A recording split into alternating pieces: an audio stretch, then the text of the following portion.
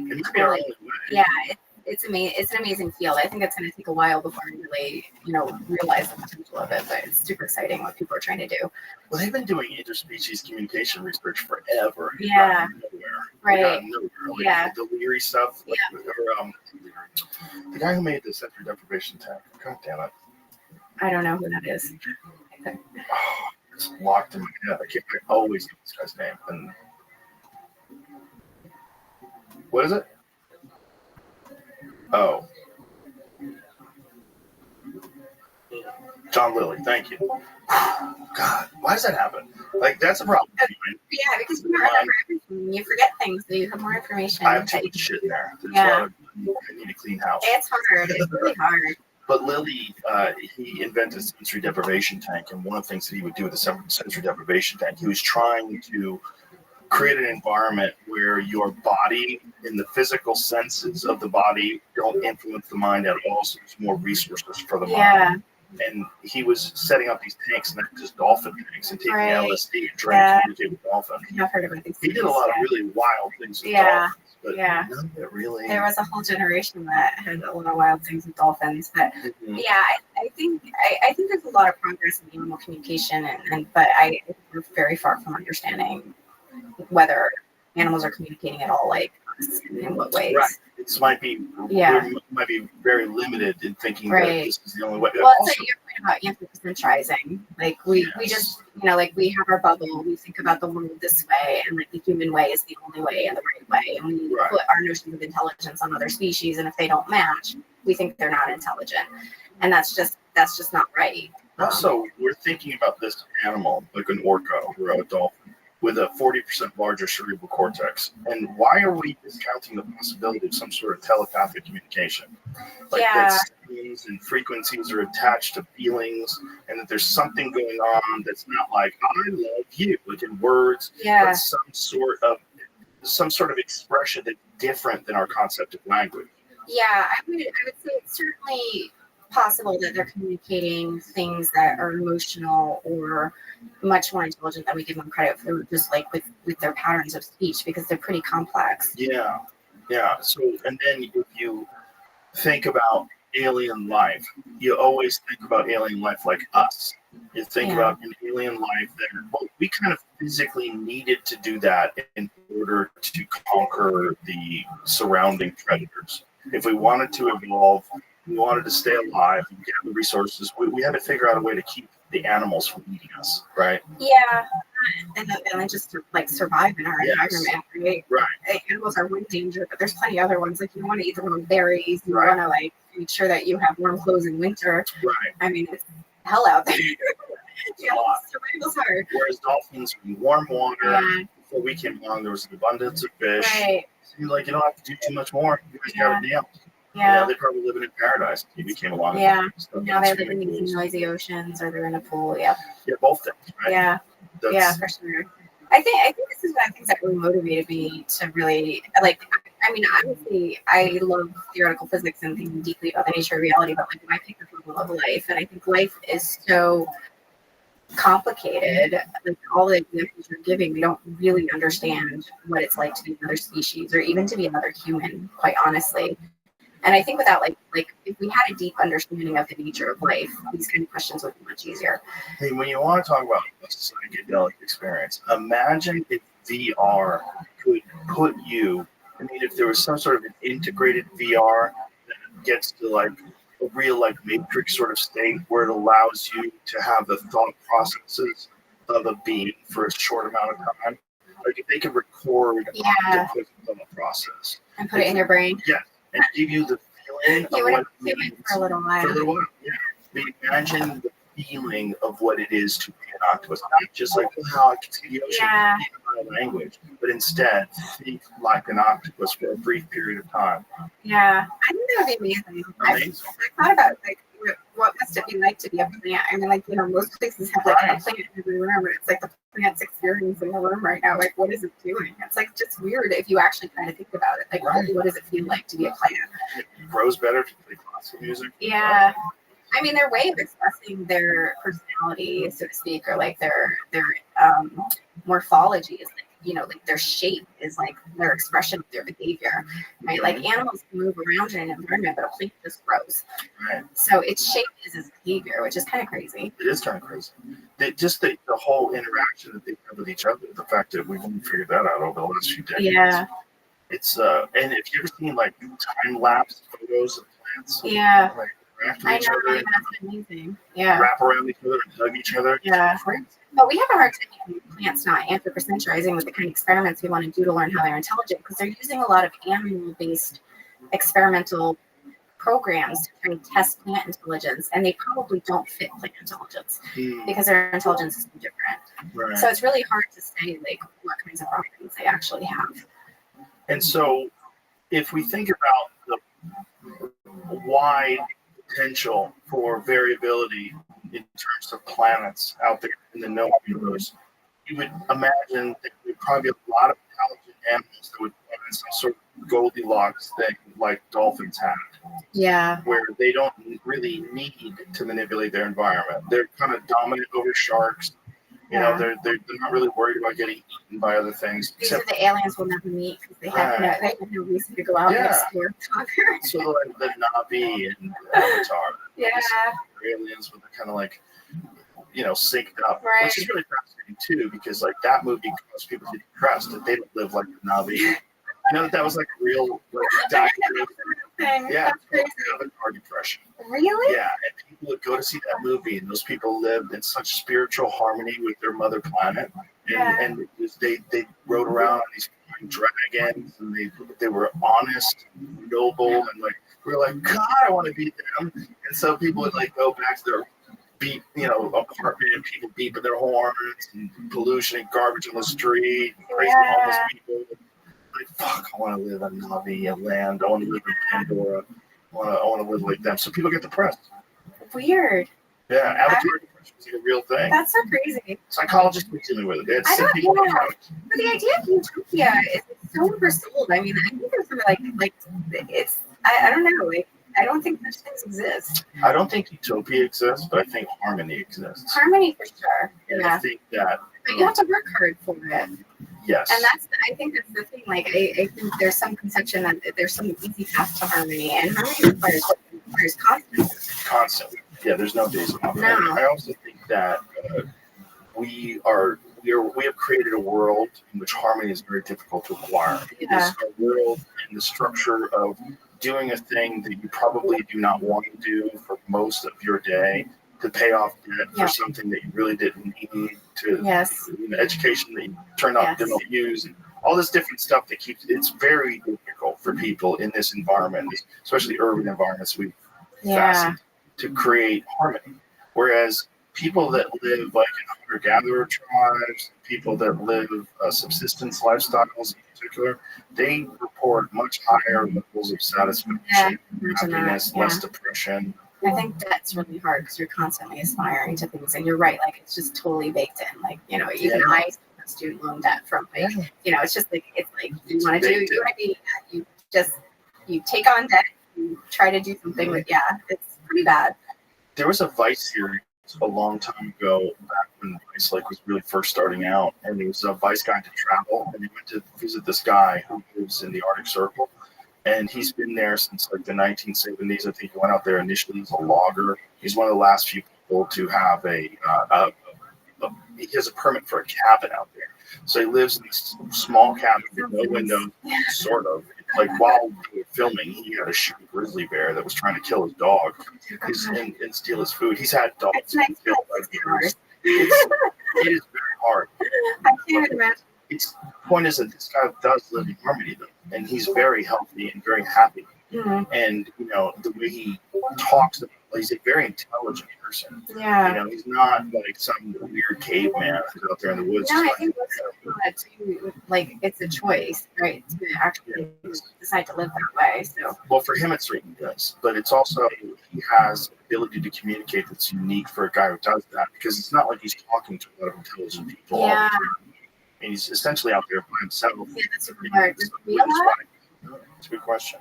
But he seems to have, he's synced up with nature. He's catching fish, and he's hunting animals, and that's all he's eating. Yeah. He lives off of that. And this guy wakes up every morning and says, what do I need to do to stay alive enough? And he just goes out and does it. Which seems like, for us, we're like, oh my God, that sounds terrible.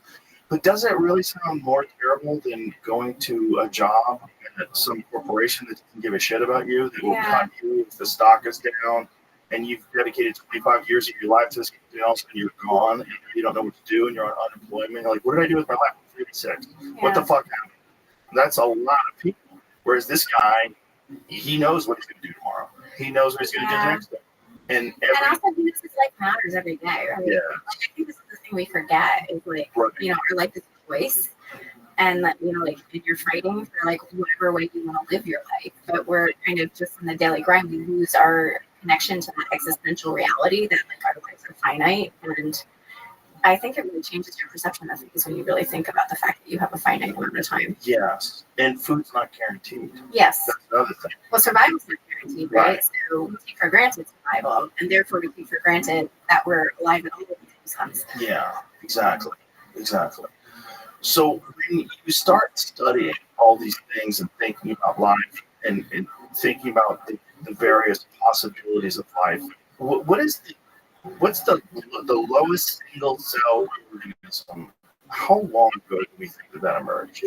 I think current estimates are that life, like the oldest fossils that we can identify and then tracing back genetically about 3.8 billion years ago. So essentially somewhere around 1 billion or so years that we can find from the time Earth Yes. Yeah, so Earth formed between 4.5 and 4 billion years ago. So like 4 billion years ago, we kind of had Earth as we understand it. Mostly now we don't know if there were oceans, but the moon forming impact had happened. That's Earth 1 and Earth 2. The impact was some of the planets. Yeah, I think it's called. Yeah. Just smacked into Earth and then made our moon. Must have been really dramatic. So I think most people think like life didn't happen before that, because if it did, it would have been obliterated, but we really don't know. So yeah, current estimates are around, like 4 to 3.7, 3.8 billion years ago. So somewhere a billion or less than a billion years later, something emerges. Yes. How do we think that happened? There is no consensus. Ooh. None. Yeah, I know. Isn't it fun? It's fun. Yeah, it's kind of crazy. It's totally crazy. That's why I like this problem, because nobody knows what happened. Wow. And there's what are the primary theories? There's a lot of speculation.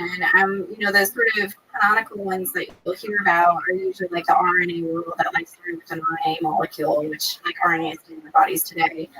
So like DNA, most people are probably familiar with, gets translated, transcribed into RNA, and then the RNA is what's used to make proteins. So RNA, kind of does a dual role. So you think, oh, maybe it happened early on and it was the first life.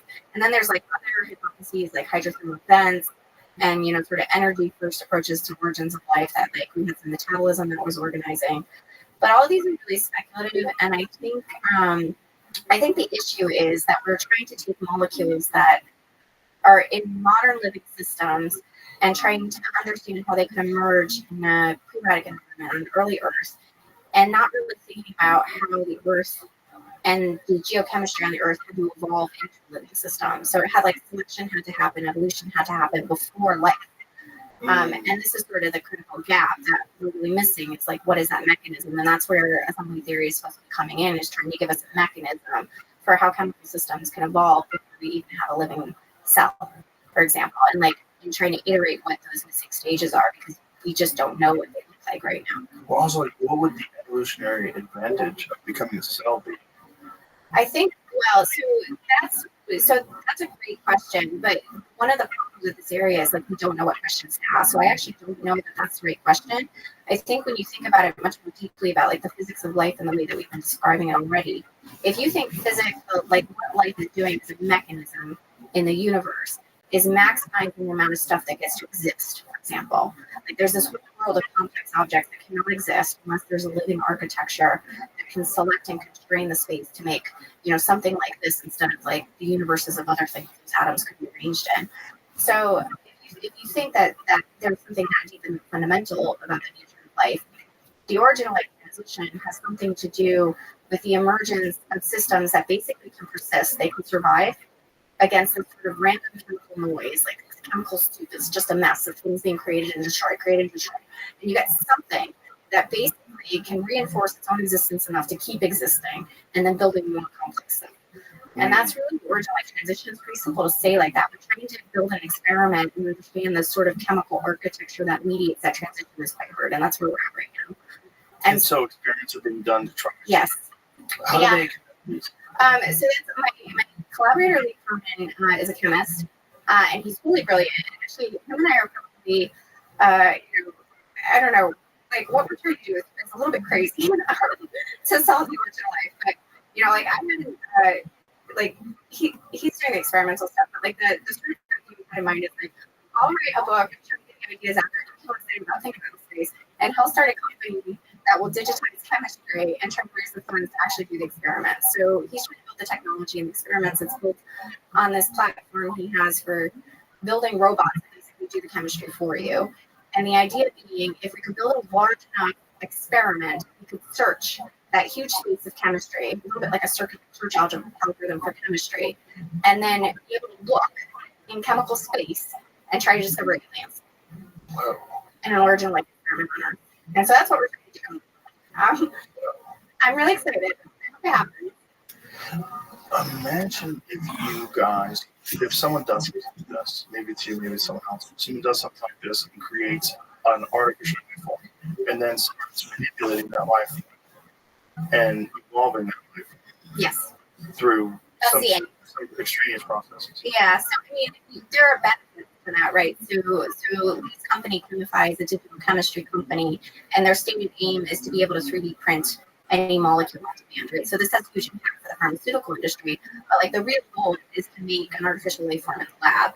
But that also has huge impact for humanity, because you imagine that now you have the ability to study in this other system all of these other kinds of chemistries, like what can you do for like antibiotic discovery or pharmaceutical drug discovery, or even psychedelic drug discovery, people like that. But like there's a crazy amount of technology and new insights fundamentally to come out of that. But I also think that we're really going to understand these other kind of technologies that we're building, like when we're thinking about artificial intelligence, and like, is that alive or not, unless we solve this chemical problem of what life is, because I think the chemical problem is much harder, but much more direct as far as like understanding the fundamental nature of life when you solve it in an experimental program.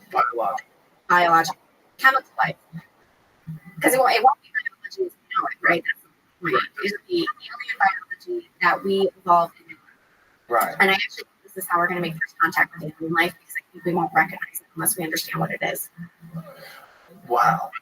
What ethical concerns would arise when you take a thing, let's advance this whole process a few hundred years from now, and you've created artificial life, you've created this thing that doesn't exist anywhere else, and then instead of it being subject to natural selection as a vehicle for its advancement, instead we just start fucking with it. Yeah. And then it gets to the point where there's ethical concerns, like, hey, this thing's about to get smarter than us. What do we do?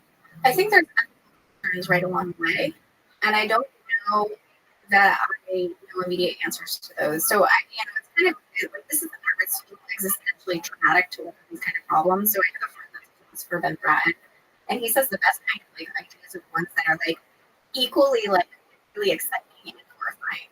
And like you want to look at those ideas, but you don't know what its future is going to be. And I tend to be on the optimistic side. I think we need to solve this problem, because I think we have this sort of existential crisis in some sense that humanity is facing, as we don't understand what we don't understand what our technologies are doing, we don't understand what our long-term future holds, we don't even understand what we'll like around on the planet. So we solve that problem. I think that the lens through which we look at the kind of ethical things that you're talking about will be radically different, because the knowledge will have to inform us. So I can't even anticipate what those kind of dialogues would be like.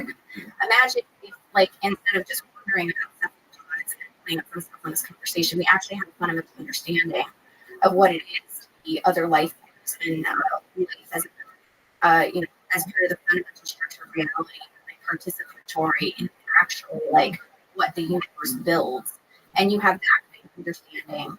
I think it radically changes the way that we conceptualize who we are and what we're doing. And I don't know what that looks like. And we would assume continue, especially down the path of AI and quantum computing, they probably use a lot of these Yeah, I think we're really blind in those areas, though, really, especially AI. I mean, it's pretty obvious that there's a huge amount of debate about the nature of intelligence in these artificial algorithms. I certainly think that they're like. I think they're like in the sense that the lineage of information necessary to train a large language model, for example, requires a minute to evolve something like us, evolve language, and then enough data about that language to train the model. So it's a direct descendant, like you were saying, like technology is babies. So there's that part of it. But I think, I don't know, I told her, this is very funny. It went two ways, and I don't know which way. It's very funny. Yeah. What's your question? I'm so sorry. That's a good question. I don't remember my questions. Both the same, but the idea was artificial intelligence would enhance our understanding of what it means to be biological life. Yes, and that when computing power is exponentially increased, and you have a sentient artificial intelligence that essentially has all the information that we have, every human being, every but yet far capable of processing this and advancing this, and be able to have a more complex understanding of what life is. Yeah, so I think there's like this sort of subtlety here. We're talking about artificial intelligence and whether it could with natural intelligence, right? So this is sort of the canonical debate about the nature of artificial intelligence. But I think we really underestimate what chemistry can do. And I think some of the most powerful computers on this planet are still chemical. And if we actually understand chemistry better, with these kind of new digital chemistry technologies, the kind of compute we can get out of chemistry might actually help compete silicon in the long run. Well, then there's also the concept of hybrids, right? Yes. I like that concept. But this is the blurry area of are you human anymore? Like if you have a chip in your brain and you're like being a central god, and then you morph into like being on your own desktop, like are you still human? Well, that's what I was saying about like if you go back to Physicus and explain to him airplanes, cell phones, you can't be Australopithecus and be like, well, I don't want to stop being me. Yeah. Wouldn't that be the same reaction that they have? I think, yeah. Terrified. Yeah. Person, I don't want to become an alien. Be some great dude with a giant head, big black eyes, but maybe that's what we're become. Yeah, I think also in our generation we were already doing that. So like the sort of people always talk about how kids are comfortable with technology and then their parents or grandparents. And why are they comfortable? Because they grew up in a totally different environment. Right. Like the world has literally changed in the last few decades. Like the world that kids are growing up today is not the world that it was when kids were growing up like 50 years ago. And so they are alien, not really alien, but like they're really fundamentally different in a lot of ways. And I think it's okay to recognize that. Like that's part of the progression of understanding and the fact that the world is changing. And if we're looking at it from generation to generation, let's scale it up 1,000 years, 100 years, or 1 million years. Yeah, it really is. The amount of change that's happened in terms of technology and ability to access it over the past 100 years is enormous. Yeah. But yet we're still biologically aging. Like, how long does that stay? Like, when do we start integrating? When do, even if we didn't integrate, how much will it change us? Yeah. I mean, I already see things of that, right? Like, it's like you're leaving your cell phone behind. It's like we're all your cell phone already. So you you can imagine an integration. It's more comfortable just to have that inside your body so that you don't lose it. Yes. Right. And so choosing other risks. Yeah. It seems like we're in a very bizarre doorway period where we're sort of like about to go through this doorway.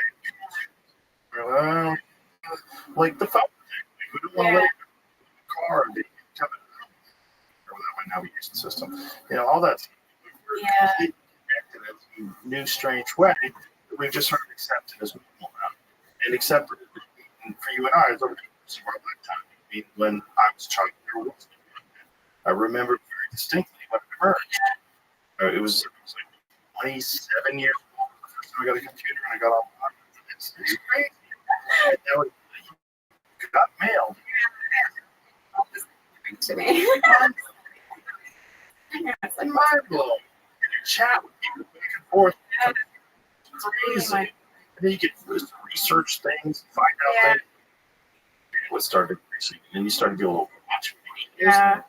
Comes along, and how many people have, there's obviously a lot of nonsense and things like YouTube, but how many people have become educated on so many different things? Oh, it's Because brilliant. it's incredible.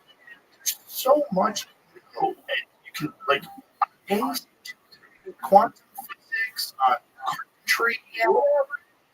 There's millions of videos, and also continuously watching some professor discuss what it means to be alive. Yeah. That's crazy. I love that you're looking. I think a lot of people complain about it, but I think It's the best. In the 80s. No. The 60s. the hair was great. It was interesting. It looks like the dumb one. Better not. I think now Not for us. Yeah. The people in the future are going to be like, imagine the I know. Right. Yeah. Yeah. Presidential election going to go through. Imagine this and that, and Israel and Gaza, and Yeah. they're going to look back at us like how we do it the way we look back at cave people. Right, but I think the things that they're going to ask about are not the things that we think that they're going to ask about. What do you think they're going to ask about? I don't know. I set myself up for that. Totally. Well, I think I don't know. Like we don't know what the historical moments are right now. Like we cite things that we think are historical, and I don't think that they are. And oftentimes it's really interesting because people imagine the future being radically different than the present. But Ken Liu is a science fiction author. He's got this great take that, like, if you want to actually predict the future, look at the things that haven't changed in centuries or haven't changed in decades. And those things are likely still to persist and be the same. And so, like when he was talking about this, he had a picture of, like, some futuristic things from, like, the 1930s. And there was, like, a maid in, like, the black outfit with the white thing. And I'm like, which of these things is still around? Like, she's human. And it's, like, just, on the side of the photo, there's all these, like, white box and things, like, outside. And nothing looks the same except for, like, we still have the same maid outfits and vacuums and we recognize them. Interesting. And that was, like, pretty 100 years ago, right? So it's like it's weird, our conception of things and, like, how much change there is. And of course we our brains are tuned to look out for things that are dangerous and changing in our environment, and so we're always paying attention to things that are not changing are changing. So, like, recognizing how much is still the same. Interesting. And I also think we're aware of how much of it technology, in particular the internet, has had on us, but probably not as much as someone who's studying history will be aware of it. Yeah. To almost powerful. Right. Yeah, and I love talking with historians, especially, like, the ideas that I work on. So, like, one of those sort of fundamental ideas in assembly theory, which is really radical in some sense from a perspective of physics, but just generally, is that history is actually embedded in objects. So I actually think, like, any evolved structure has a physical size. Like, it might be sitting on a desk, but it also has a size in time. And this is actually, like, a fundamental feature of the physics of life, that living objects, the things that life creates, are large in time.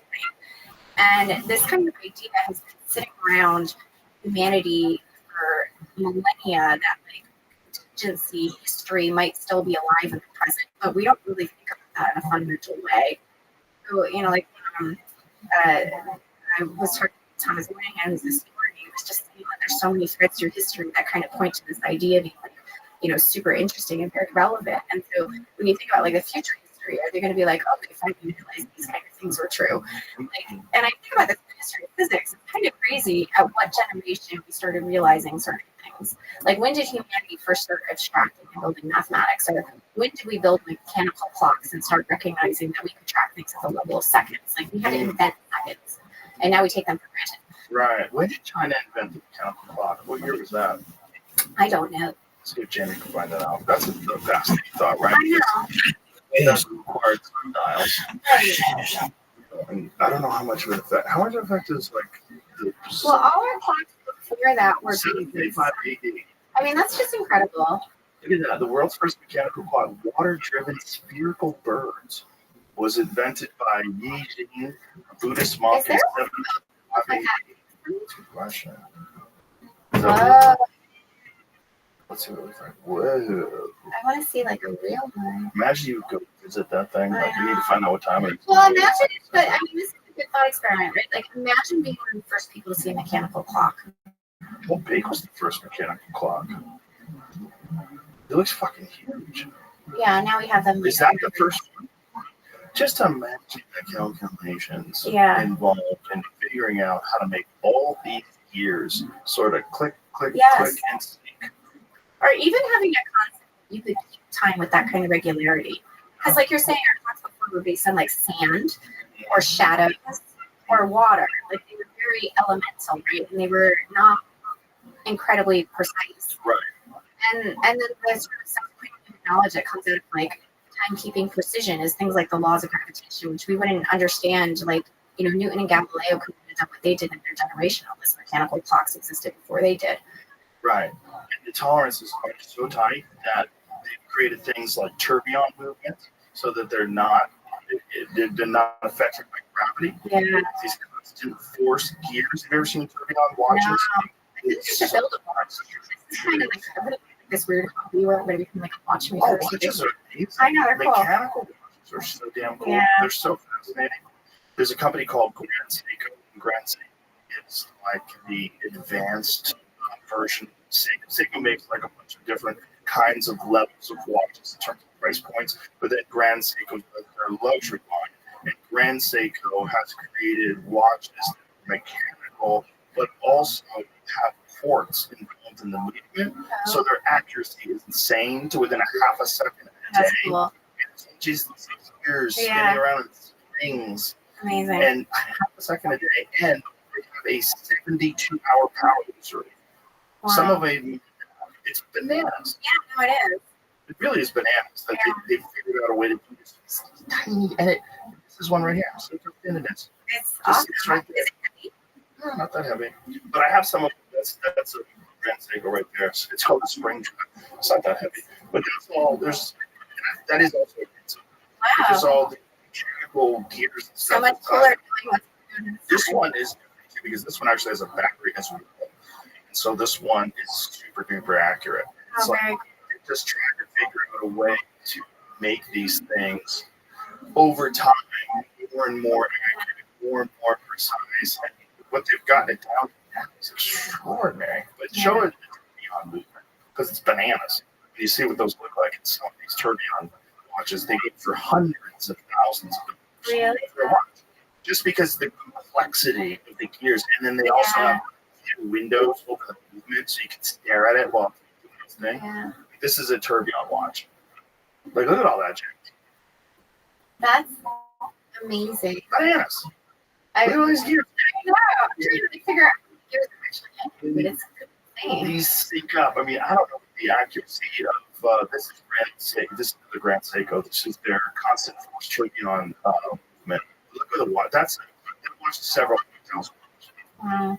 Because it was just so insanely complex to create. Yeah, I love it. You can actually see the See, I don't know how accurate that thing is today. Because the dive watch drive is accurate within a half a second a day. So how accurate is that thing? Yeah. But you could do this.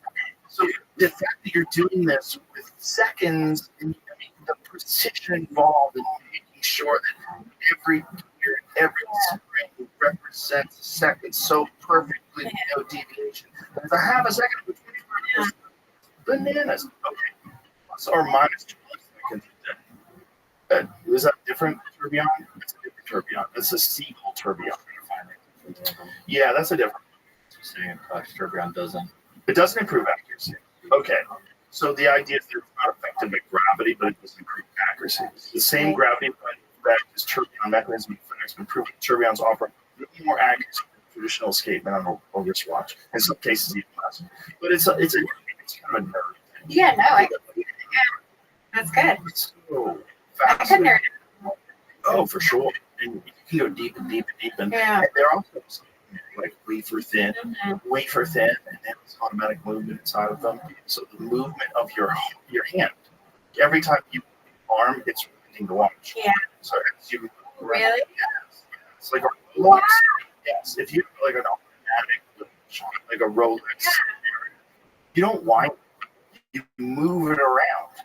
As you move around, that's what causes it to have the power to keep going.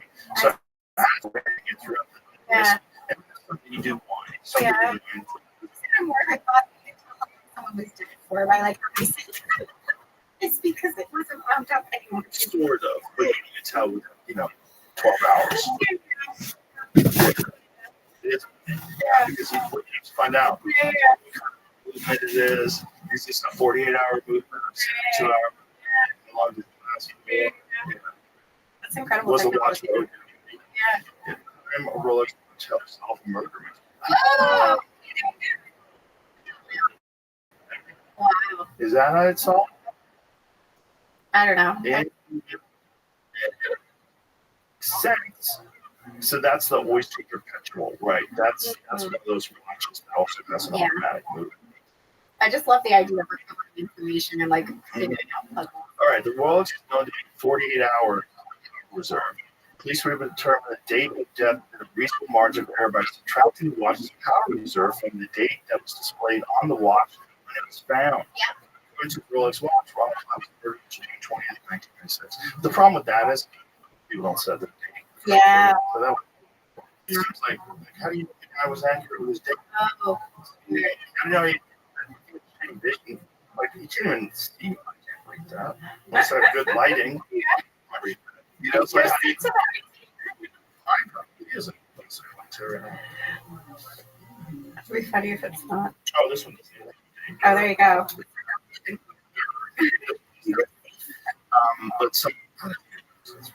But some of them do, and that's different. There's like a different mechanism in some of there. It's called there are different complications. But these different ones, like the one that I that's made, and it has a moon on it, and so it has a moon-based thing where there's a high resolution photograph of the moon, and as the moon rises and moves to the sky, it becomes a full moon, and it shows it. So it's accurate. So you have to go to a website, you find out what the moon phase is, you set the moon phase for where the watch is, then you see the time of the day of the watch, and it stays in sync. Love it. It's great, is it? Oh, Yeah. Because it's a little image, but it's a high resolution image of the moon. yeah. Can you see one of them? It's a master moon watch. And so this little moon moves through this little night sky window to the bottom of the watch. I love the phases. Yeah, that's not it. Find out. Say, no, that's the moon watch is the watch before during the landings. Moon phase is what you're looking for. Yeah, so that one's different. That's it right there. On the one where you just so that see the image. So it even has like a. And that's all right here. Yes. So cool. It's so cool. And then the one on the bottom, that's the window. Yeah. That's its calendar. It's amazing like all those different scales of time in one device with just a bunch of years. And incredibly accurate too. Yeah. Yeah. Amazing. That's I love it. That's so cool. cool. It's a great gift.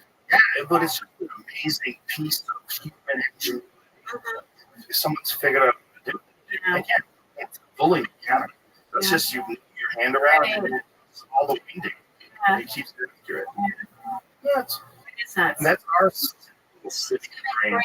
No, it's amazing. And when you think about what could possibly become of advanced life if we could exist in just stay alive and advance another million years, which doesn't seem outside the possibility. I think it happened. I think so. What do you think we look like in the future? I mean, I think as we talked about, there is some kind of time for existence. Like, I think we are becoming more integrated with our technology. I don't feel like existentially traumatized by that. And I also don't think there's like all these tropes about like machines completely replacing biological life. I just don't think that's a realistic possibility either. And it again goes back to like looking at the history of life on Earth. Like there's no technology that like invented that is completely replaced if it like if other subsequent architecture was built on it. So I always think about the ribosome, which mediates the translation of the size of a cell. It's one of the most important and oldest technologies on our planet. We don't think about all those technologies, but life had to invent that thing. It's still here, and there's billions of ribosomes on planet, and like they're kind of the engines of existence in some sense because cells require it to function. And so I think the stuff that we're building now, like it's an interesting question. What's going to be around billions of years from now? I don't think that we as humans have been any technology that will let us know. But I do think the idea that it's not going to be replaced because we are like sort of a part of the infrastructure of what comes next is compelling to me based on looking at the history of life on Earth. Yeah, we may not be, probably the world remain the same. No, we won't. Yeah. When we do integrate, if we do have some sort of technological cyborg existence, what does that look like? Well, the question is integrate though. So like already, especially we're talking about like being in society or not in a society, and the lifestyle of a human, what a human is fundamentally different. If you're an individual living a hunter-gatherer lifestyle on your own, versus if you're living in a modern society and you have all this technological aid and this like social constraints imposed on you that you have to apply for a job and you have to income and all these other things, like you're a fundamentally different entity than you would be as someone living in the wild on Earth. And so we're already a technological infrastructure. We just don't really recognize the cycles as that. But it's made more and more into us that we're kind of, we're kind of stuck in that. Like most of us couldn't survive on our own, and then we're going to be more integrated into the system. So it's sort of, I think analogies with different kinds of life, like, molecules inside a cell can't exist on their own either, but they're one part of a cell. Or, ants in a society can't exist on their own. Like they need to be in a colony, and I think humans are already the same. I think so too. I think the way we make distinctions with animals like feral pigs versus domesticated pigs and things along those lines, like we think of them as different things. Yeah. I think they are different. And you could say there's like superficial physical resemblances, but I think they're kind of superficial. I think like it's fundamentally to be a wild versus a domesticated, or a wild speak versus a domesticated. Right. And I think we look at that guy in Antarctica, and you compare him like savage mountain all day. So it's just like tail, he was eating garbage and I mean, that's like, they're two completely different animals. Yeah. One of them is walking through the mountains to the right, and the other one is just like on eat greens. And I suspect that like the way they feel about this is something different, right? So it's not just like obviously the cultural differences manifest and like the differences about like including their mental architecture, how they feel like their environment happening to them. It's just totally different. How much, if any, pay attention to the UFO world? I have a very I don't pay too much attention to it, to be quite honest. I think for me, it's not very exciting. I'm much more interested in understanding fundamentally what life is, and I think the UFO discussion really hasn't afforded me a deeper understanding of the problem I'm interested in solving. So I don't pay too much attention to it. I think it's much more interesting as a cultural discussion, like some of these things that we've also been talking about, like augmented humans and all these other things. It's like there's a lot of discussions happening culturally that I think are preparing us for the next phase. And so I kind of see the UFO discussion as being one like, we culturally need to understand how we want to think, what it is, how we intersect with it. And so there needs to be a lot of discussions about the nature of the problem and people interested in believing in that problem. I think there's a lot intellectually from personally coming out of that discussion. There's no me. No. It's just a lot of talk. Yeah. Some of them are very respected people that I've and their encounters are fascinating. But you could waste your whole life thinking about that means, what it's true, what's not. Very, very, very. Yeah, that's. I interesting. Like, it's really intriguing, and like, to think about the possibilities. But it's sort of like mythology versus. Yes. And like knowledge versus shared knowledge, and I think with science, you can question the sort of academic establishment, the way that we do science is very dogmatic and all those things. I can agree with one of those criticisms. But science fundamentally is about shared knowledge and the ability to like have joint conversation about something we both understand, and if you really start to do things like, the laws of gravitation can easily state, and we can build satellites and out of that knowledge. I mean, the discussion in life is fundamentally about new knowledge that we need to have about how the universe works, and that's going to come from a lot of different places. But for me, I would see the UFO discussion fundamentally advancing that question. It's just raising some of the mystery about certain experiences people have and how they don't necessarily answer the question of what's an alien. There's also a fundamental accuracy of information. How much of whistleblower stuff is nonsense? How much of it is true? Well, if you're Right. relying on person A classified. There's a lot of narratives which I don't like. So I like how to think. And I think what I see in the UFO discussion a lot that actually stay out of that community is a lot of people that have knowledge and they claim they can share the knowledge. Yeah. And I think if you have knowledge, you should share it. You should discuss it. You should try to figure out what it means for everyone, and you should not reject it. You're a scientist. Yes.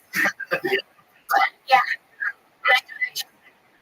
I don't trust people when they claim to have absolute knowledge they can't share. The only thing that gives me pause is the possibility that top secret programs Yeah. could get them in great trouble with their access to this technology. Yeah. That's such a good point, right? I know, right? Yeah. Giant story. Yeah. I think You're all yeah. But I think it's also sort of the play that, like, if the government needs to keep knowledge a secret, suddenly it's more valuable, right? So, I don't even necessarily think it's the government as much as I think it's the government and military contractors. yes. So if you have sort of technology that's literally out of this world, Right. you're trying to figure out how it works. Yeah. It's within your best interest to keep that as secret Yeah. as possible. Right. Well, And we then see there's- it in Arizona, like testing, whatever new technology for fighter jets or whatever, like UFO sightings, and it's like, holy shit, like, the military. Have you ever seen a military jet like that? We were feeling fear factor way back in the day. We were out near Edwards Air Force Base, and one of those stealth bombers flew overhead, and if I didn't know what it was, I would swear that was Yeah. Yeah. so cool. It does not look like anything else I've ever seen flying in the sky. Yeah. This is post 9/11, 2001. So Right. the very beginning of Fear Factor, and right after 9/11, we were out there. You see this thing fly. It's the deal, and you see this thing fly overhead. It looks like something like Batman. Yeah. You can find one else. So you can find like a but this flew right past us. I would love to see. Where goes Yeah. am I saying? Yeah. But yeah. Sorry, so it's like amazing, profound, and totally existentially fascinating. Yes. Yeah. Yeah. Yeah. Yeah. Mess people up. And then, Yeah. that's what it is. It's still far. Yeah. Yeah, I do find it want to talk about UFOs and like really excited about the possibilities for aliens. The thing is, like, my point is, I mean, what's that Einstein's quote? Sufficient technology is indistinguishable from magic. Yeah. Was it Asimov? Yeah. So flying overhead. Look at this. Come on. Like, if you saw this, you'd be like, oh my god, weird. Like, if you saw that flying overhead, you'd go, oh my god, it's real. Right? That's how. Kind of evidence that the only thing on the planet is the human mind and like what it can create. Oh my god. Most of it. We're responsible Yeah. for every single thing. Yeah. Every single thing that's an object that didn't grow. Right. Yeah. Nuts. Blows my mind. Blows my mind.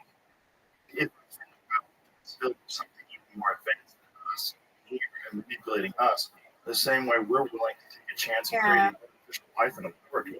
Yeah. If we're willing to do that, if they're so much more advanced than us that they think we're just these silly territorial So apes why is it always a narrative that looks so much more advanced? Like, where does this come from? because they got here, we came you get there.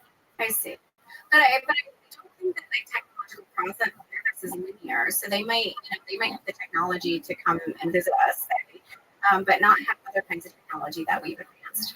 Perhaps, but the idea that they have gone so far in one area that is so perplexing, just deep space travel and vast distances of space and time, and that they've conquered that.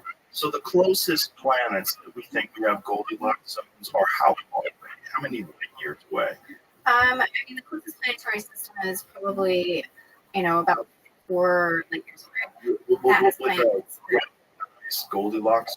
There's planets there. It's very debatable about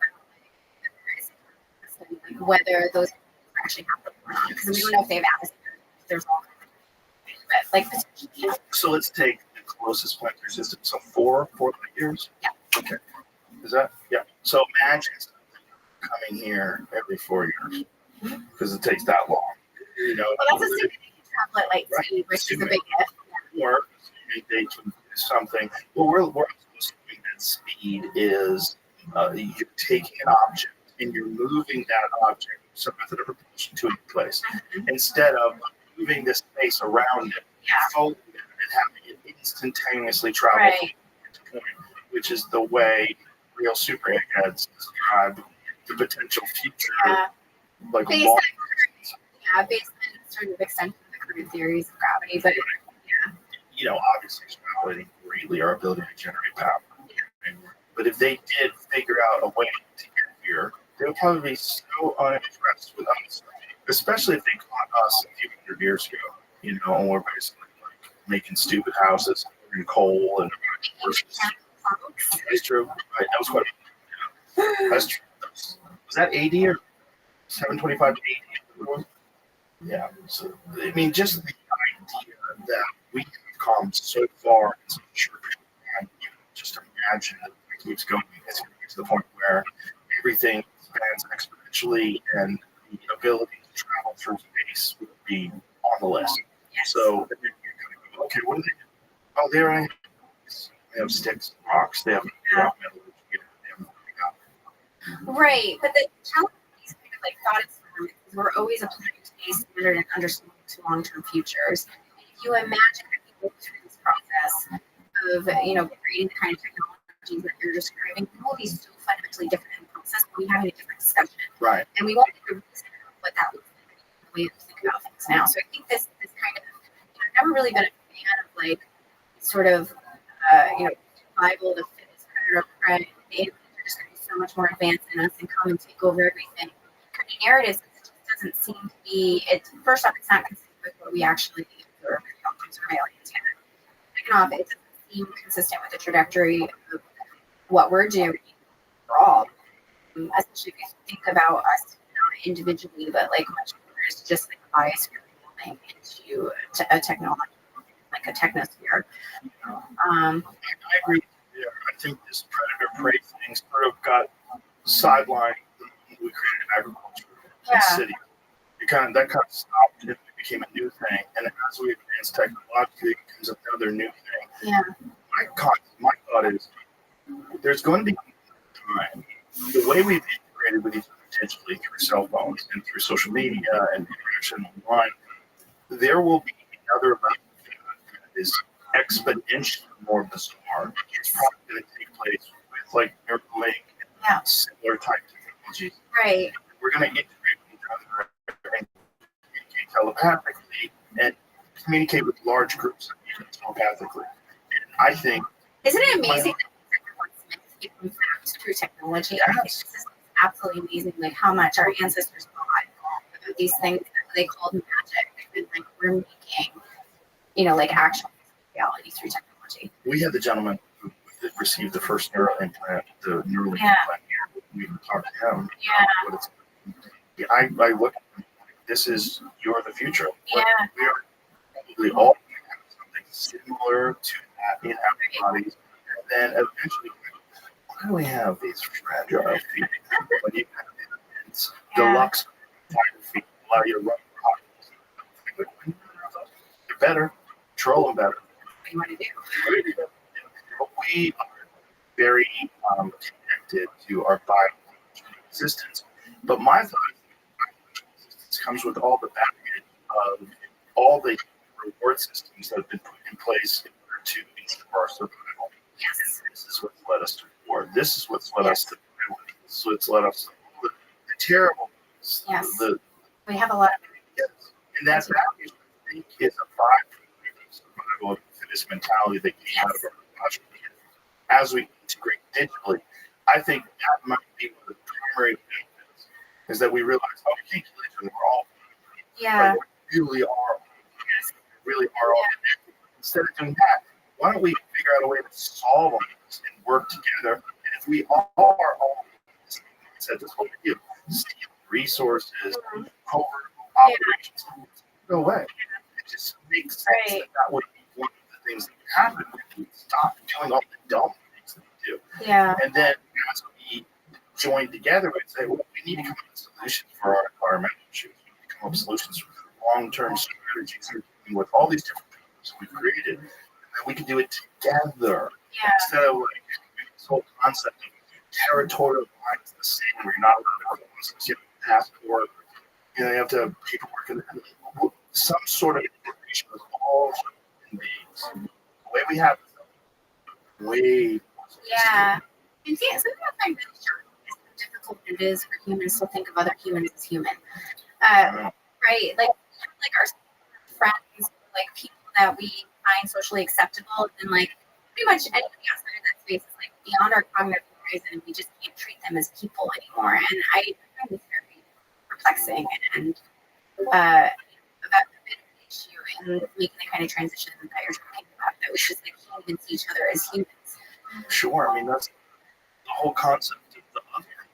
They're different than us. They're different. Yeah. We're allowed to do this because they're those. Exactly. And that permeates so much of modern society right now. It's like hard to look at anybody and see them as a person. I think that's baked into us. First of all, because we all in tribal groups, very small numbers of people, which is Dunbar groups, right? We have a certain amount of that we can intimately connect with. Yeah, and our social networks are much larger than that now, so most of the people on our network we can't actually humanize. Well, it's even worse if you're famous. Remember? Yeah. I mean, they have a social relationship with you, and like they have you, and they don't know you. Actually, you gotta do this. Right? Yeah. Like, Yeah. it's fucking strange. But it's also, I feel like that sort of connection with people. This is what what anybody who's any sort of a podcast is kind of doing is like a one-way version of what I think is going to exist universally. Yes. I agree with that. I think actually the thing that I find really interesting about the podcasting space is this kind of like very intimate conversation, but it's technologically mediated and shared, right? And I think that's exactly what you're talking about. So, like this transition phase and like why our podcasting is so popular, I think, is because it's part of this kind of transition that we're all undergoing. There's also an unusual authenticity in having access to the individual minds of producers and directors, different people. So like, this conversation in particular, like I had zero conversations with any person before I had a text message to my friend, who's the booking guy, said, "Hey, you reach out to her. This thing's cool. You do this thing," and that's it. And then I use my phone, and so I started watching some of the conversations you had, watching your thing on. I started into these concepts and assembling these different things. So my brain is so it's something I'm interested in. There's no other reason to have this conversation other than I'm interested in. And so that I think resonates with other people because I love someone's interested in something. If they're interested in making baseballs by hand or especially creative spaces, and like people that are thinking about like, changing things. For me, it's someone who's passionate about something. Yeah, for sure. This is why I like to watch this. It's very clearly from enthusiasm. And somebody like designed that. It's very And comes to watches, there are watch nerds. Yeah. Is watch nerds that tell you like, oh, the model. This movement has a back movement in it. Yeah. They know a piece. So take them and put it back together again. little tweezers and shit. It's crazy. I love really excited about things where they're playing or making like something about that to me is infectious and it makes me excited about other things. If I see someone who's really excited about what I start getting excited about what I do. It's something about it. Yes. Yeah. And I think that people like find their own passion for it. Very much so. Yeah. And when you do what we're doing on these podcasts, conversations about things that are just interesting. Yeah. You know, that's all it is. Just interesting, right? Interesting. It's not that deep. Yes. Just fascinating. So that's like minds. It stimulates people. Like there's people at home. Like what? Yeah. How did this happen? What would happen if it was cold? What would happen? What would have happened if there was no this or that? Imagine a world that was real. Yeah. I think about all the time. Do not think the Egyptian. Yeah. How is that? Yeah. But so theory there. It's like the massive history of human civilization itself, just in the structures. Yeah. Yeah. That alone. Well, we have this bizarre idea in our head of things progress based on our current understanding of the world. That is very Yeah. like what? Yeah. Yeah, history is science. Like it's like a whole thing. Like think about this. Like you have to have things in the past and then test it against the record, right? So it's not really any different than any other knowledge where we're trying to make predictions and test them against current data. It's just like history for some reason we think it actually happened. There's one narrative. It's usually constructed based on what we know the way. Well, also, And we forget all the time. the collapse of civilization. Yeah. So they probably written down how they did it. Yeah. And some assholes came in for everything. And now we're like, what did you do? They were definitely assholes. That was such an easy Cold. and like when I first and that was a hard book. I just like, imagine If you knew what they knew, the amount, just that one, they figured out to do some things that to this day, 4,500 years later, we are perplexed. yeah. Perplexed. Like there's shitty theories. Also, every theory has. They've just recently discovered some sort of actual technology of the pyramids. Really? Yes, because it was just some recent research that was published. One of them, it was another pyramid, and in these other pyramids, they believe they have some sort of hydraulic technology that was used. So they published one research proposed that people may have the step pyramid. They suspect the hydraulic system may have helped the stones from the center of the pyramid. Wow. So like we're still trying to figure out what. So long before it's like one of the first places I actually encountered astronomy was like reading about the Orion history when I was like grade, and I was like that's a different bio the chambers and the pyramids were actually aligned with the stars and stuff. And like how did they possibly do that? It was kind of crazy. There's a guy, Christopher Dunn, who's an engineer, and he's the wildest. He thinks that construction of the pyramid, and this is, by the way, both maligned by some archaeologists, completely dismissed, but also brings a young archaeologist who are so this theory is that the way the Great Pyramid was set up was not set up as a tomb, but was set up as some sort of a way to generate electricity. And there was a chamber, a subterranean chamber, and that this chamber had something in it that was like pounding on the stone and creating a certain vibration. And then they had these shafts that they had access to that have, they know these shafts existed in the structure of these shafts, and these shafts existed in the marble, whatever the stuff ran. They would fill these shafts up with some sort of chemicals, and then at the end of the shaft was limestone. And so the limestone is porous, and the limestone allows the gas to escape all these chemicals and contain itself inside this chamber. This chamber is constantly being vibrating, and then there are these pathways that lead up to what we call the Guinness chamber, which is this insane structure. It's one of the most amazing things about the pyramid. These immense domes that are Architecture. and then another person they have shadow goes straight out into space that he thinks is gathering gamma rays. And so the gamma rays are interacting with this hydrogen that's being created by these chemicals, vibrations, and that all these things are used to generate electricity. This is why there's a capstone at the top of the pyramids, moving lines to the outside. It's a nutty theory, but this guy's I mean, it's really creative. It's testable, but there's ways to validate the card that would be. the problem is you have to do it at scale. And like, Well, you look at countries like whatever countries talking about on the pyramid walls, I mean, it would be possible to experiment and figure out how to do that. I don't think they could, but like there's pieces of it, like science where it's kind of like the story of the same hypothesis, and you can test individual parts of it and validate it. So it'd be kind of cool if, you know, like wanted to try to do that. right. So then the question is, how did they figure that out? Imagine it turns out to be correct. This was some sort of weird journey from the Earth and space itself.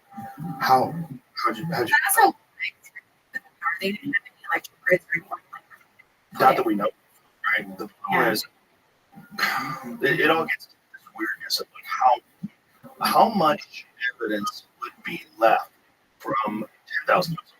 How much evidence would be left from 20,000 years ago? Yeah. How long would it take people to figure that out?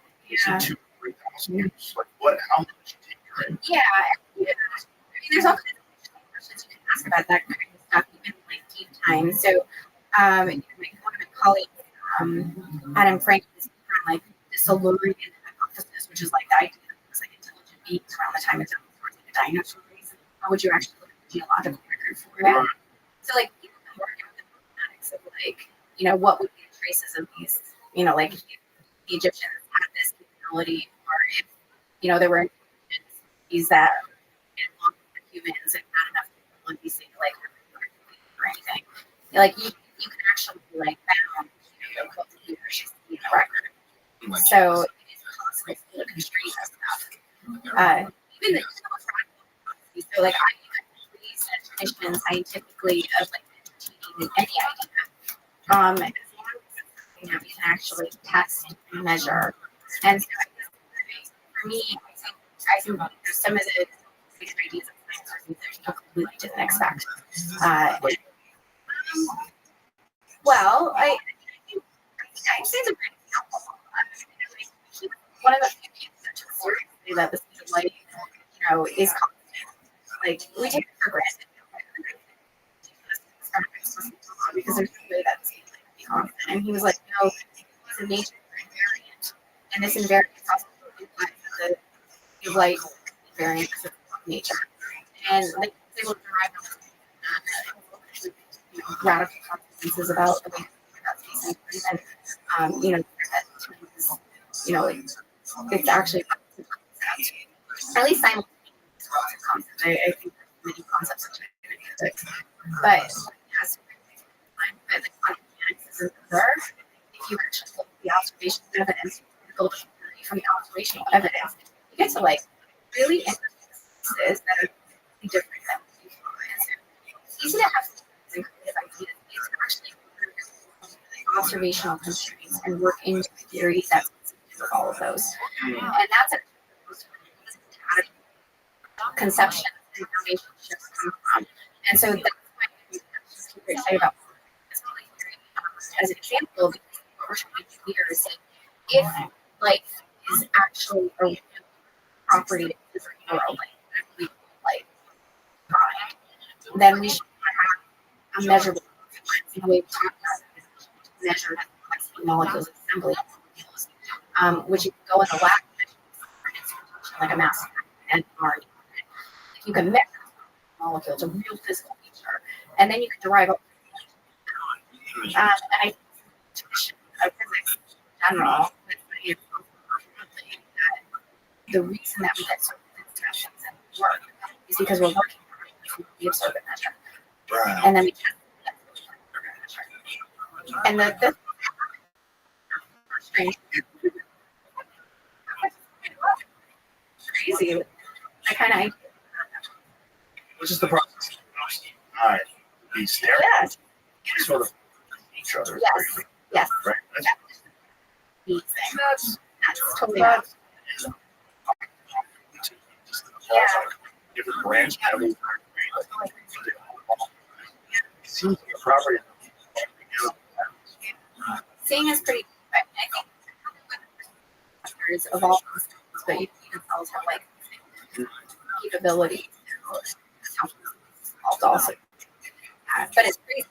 The idea that the planet, it evolved, and it is something that is very even if you think about our technology. So I progression of biology, technology, it is fascinating. So that a lot of things that allows to move over on the site, like telescopes and microscopes, and like we think we knew life on this planet microscope, and it's like you don't need that much more. We see that this table is completely covered in cells, for example. Yeah. Right. We evolved.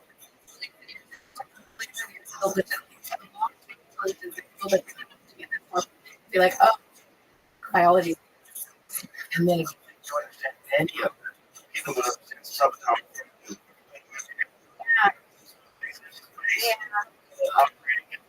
bizarre state where it's like still and at the same time.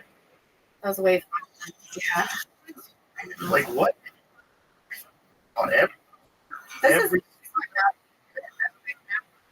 feeling. It's just like I live in a really tricky reality. The fact that I understand any of it is profound. I feel like just emerging from it. Same way the ability to see things was this emerging technology, this emerging ability that probably changed everything. The ability to actually recognize distances, to see objects. Yeah. That is emerging phenomenon sort of taken for granted because we have, but there could be other things like that that have not emerged yet. Yes. That this So is much. phenomenal. It's one of the things that I don't psychic, like person terrible, but I do think there's some weirdness involved in I think some people are really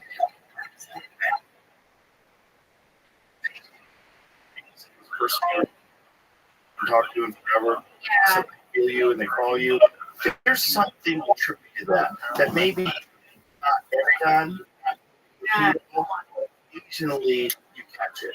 Occasionally it's to emerge. And I always wondered form of new ability that human beings will eventually possess.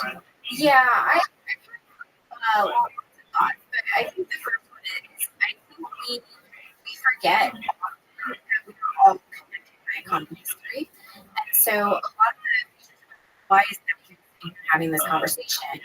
We both have to speak language. We also have the same evolutionary architecture, the same kinds of sensory apparatus to be able to communicate with each other, imply shared. And so, like I think about these kind of structures that are emerging over time and generating novel, things. But the whole foundation, this idea of like objects being in time means that they're connected through time. So, like if you assume a living object actually has a time and size, every living object on this planet is not really a distinct object. They're all part of that same structure in time.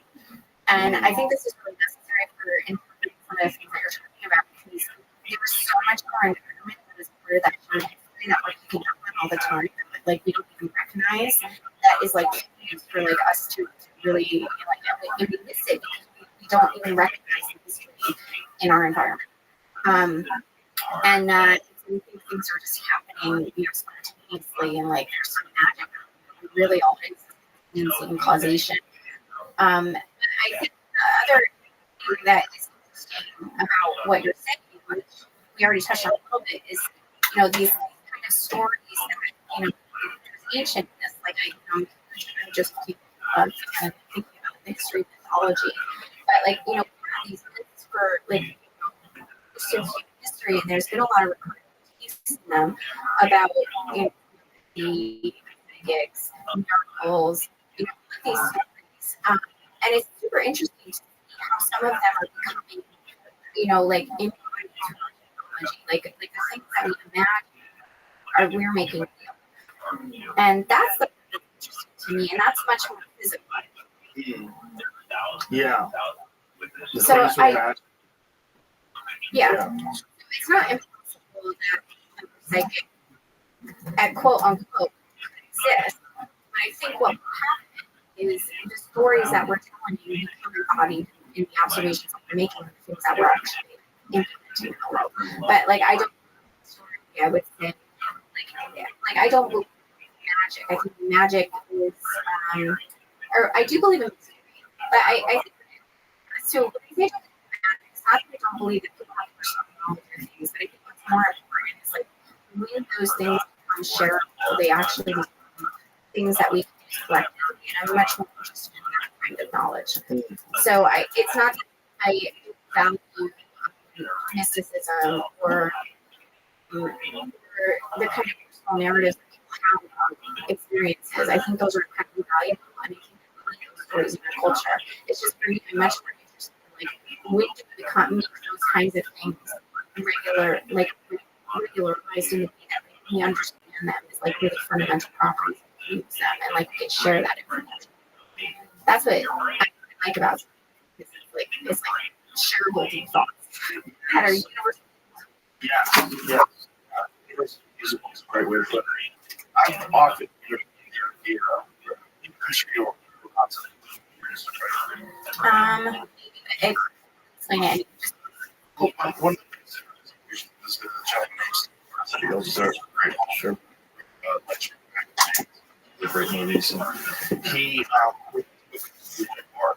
the book is essentially like a creative text of procrastination resistance and to develop a structure that allows you to sit down and figure these conversions every day. And this consistent time that ideas, I'm sure you've had yes. Serious the person having the great impact. Yes, it's which is just crazy. Yeah, all also my best idea is not even really a gift. Yes, I do too. Use some of them use with respect. You literally communicate with your out there and every day reward you, which consistently bring you ideas. And if you can develop that kind of skill, there you become productive and use. And so yeah,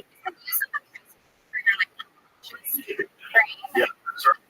But if you treat no, I mean thing. I remember really interesting consciousness, and then it really focused on that. But part of the reason that I comes from, and like part of this intuition to guide you, because there's so much happening in your brain that you're just not even consciously aware of.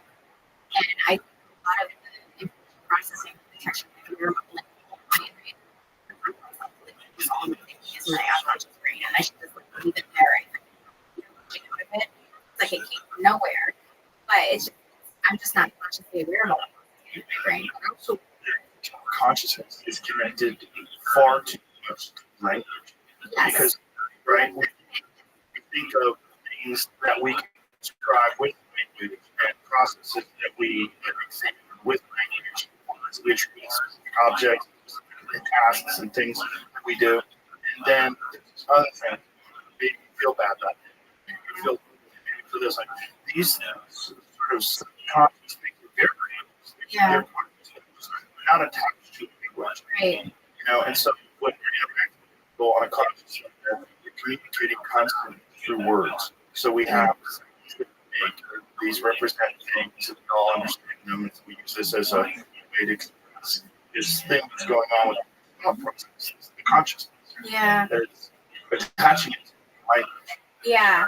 I suppose think a lot of us, construct words and visuals in our brains, but it's super interesting. Don't do that. Like we run with a line. The person that originates some of things because he doesn't have any visuals or language. It's super interesting talking to him because he's completely brilliant, but it's his mental architecture is completely different. And I love working on deep foundational questions because I think when you talk about these ideas and talk, and maybe this is also if you're not trained in the sort of frontier of intellectual debate, where you have these experiences, but the kind of action you really thought about the architecture in your mind about what you think is fundamental about the question. And I think some of my best discussions with some of my colleagues have been those kind of discussions. You really realize how these brains are so different. What is the explanation? There's some percentage of us that do not have our foods. Yeah, I think it's percent, but I don't. What's that? I just made up a number. Try looking at I don't. I think it's hard to know or people don't know because you don't know what it's like this mindset. Everybody just Right. So just what's going on there? What is that? Yeah. One of the things neural enhancement techniques, I think we really underestimate the diversity of human minds. It might be the most diverse thing in this ever. I know people. I'm so lucky. So many people from talking to this podcast. Yeah. Walks of life. I know so many people think so differently. Yeah. And I know great athletes and great scientists and comedians and great musicians. And they're all different. Yeah. They think different. Just have a different way. Some people. What about this? What isn't that? And then I'm why did you look at that? Everyone has. It's based on your life experience, your genetics. There's I think everyone's interface is different. I don't even you see. I assume. No,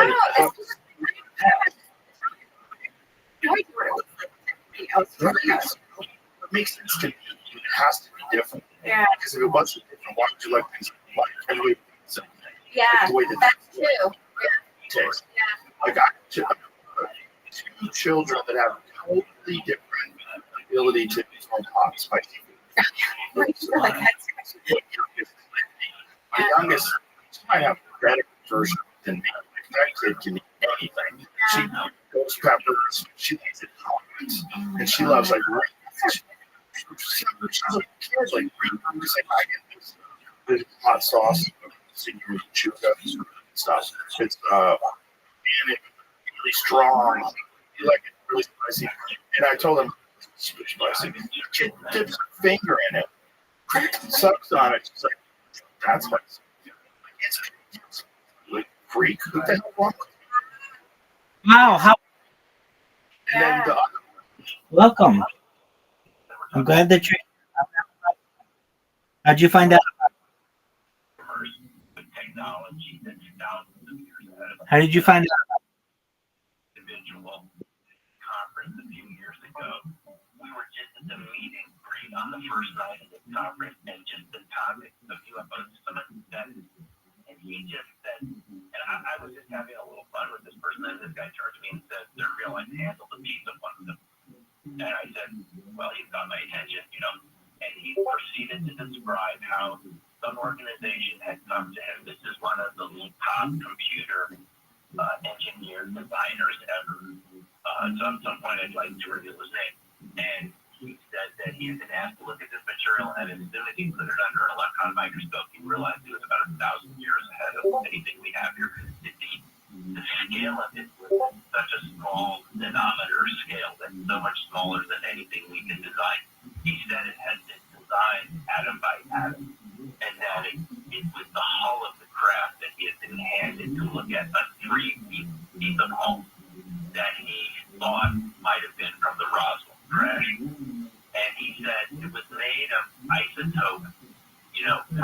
ratios of chemical elements that you don't find on Earth in those particular ratios. It was from another part of the galaxy, and the technology was about 1,000 years ahead of our technology. And he said it had to be extraterrestrial because we don't have anything like that on Earth. And he said, I would know because I designed this stuff. And that's the leading edge of what we can do, and this is way beyond anything I can do. So that was his conclusion. And when people like that, George, come in front of Congress and tell us what they know, that's what we're going to have to learn. That's my feeling about it. Until that time, we won't. But people like that are very well known. They have a lot of credibility, and they're completely convinced that it's extraterrestrial material. What do your colleagues say about your work now? My colleagues now are mostly people outside of sociology, but I can tell you from the few times I have presented this sort of material at sociology conferences, it's been well accepted because sociologists know that there are things that are true that haven't been officially recognized yet. So they're open to the idea that what's actually real is not necessarily what we've been told to be real. There's a bigger story, and that you have to talk to witnesses and do participant observation on all of this. So it's been actually pretty well received by people in sociology. But overall, controversy is part of science, George.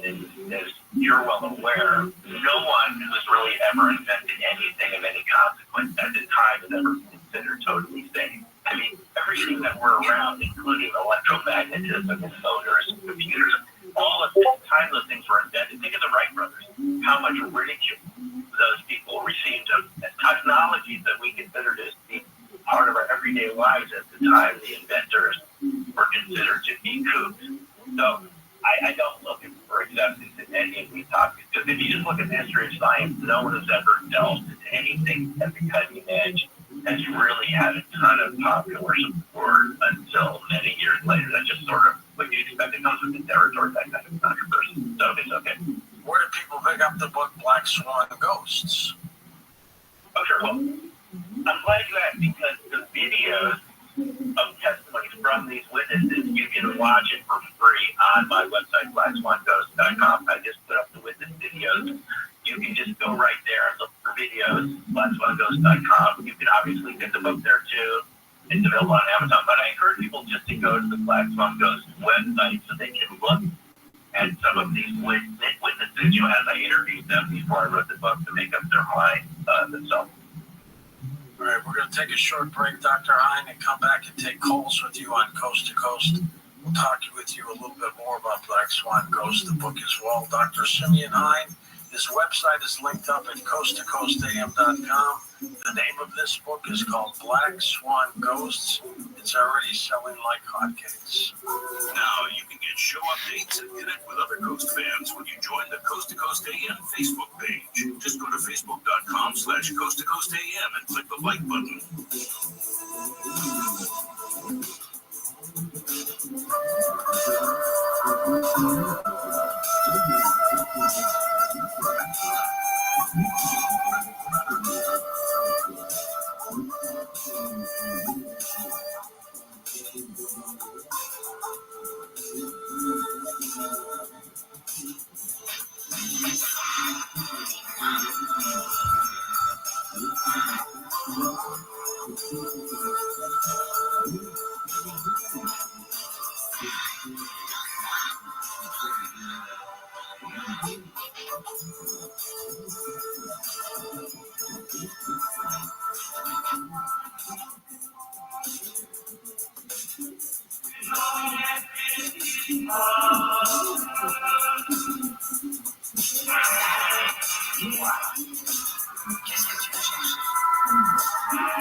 Register now for City of Hope's 2024 Walk for Hope.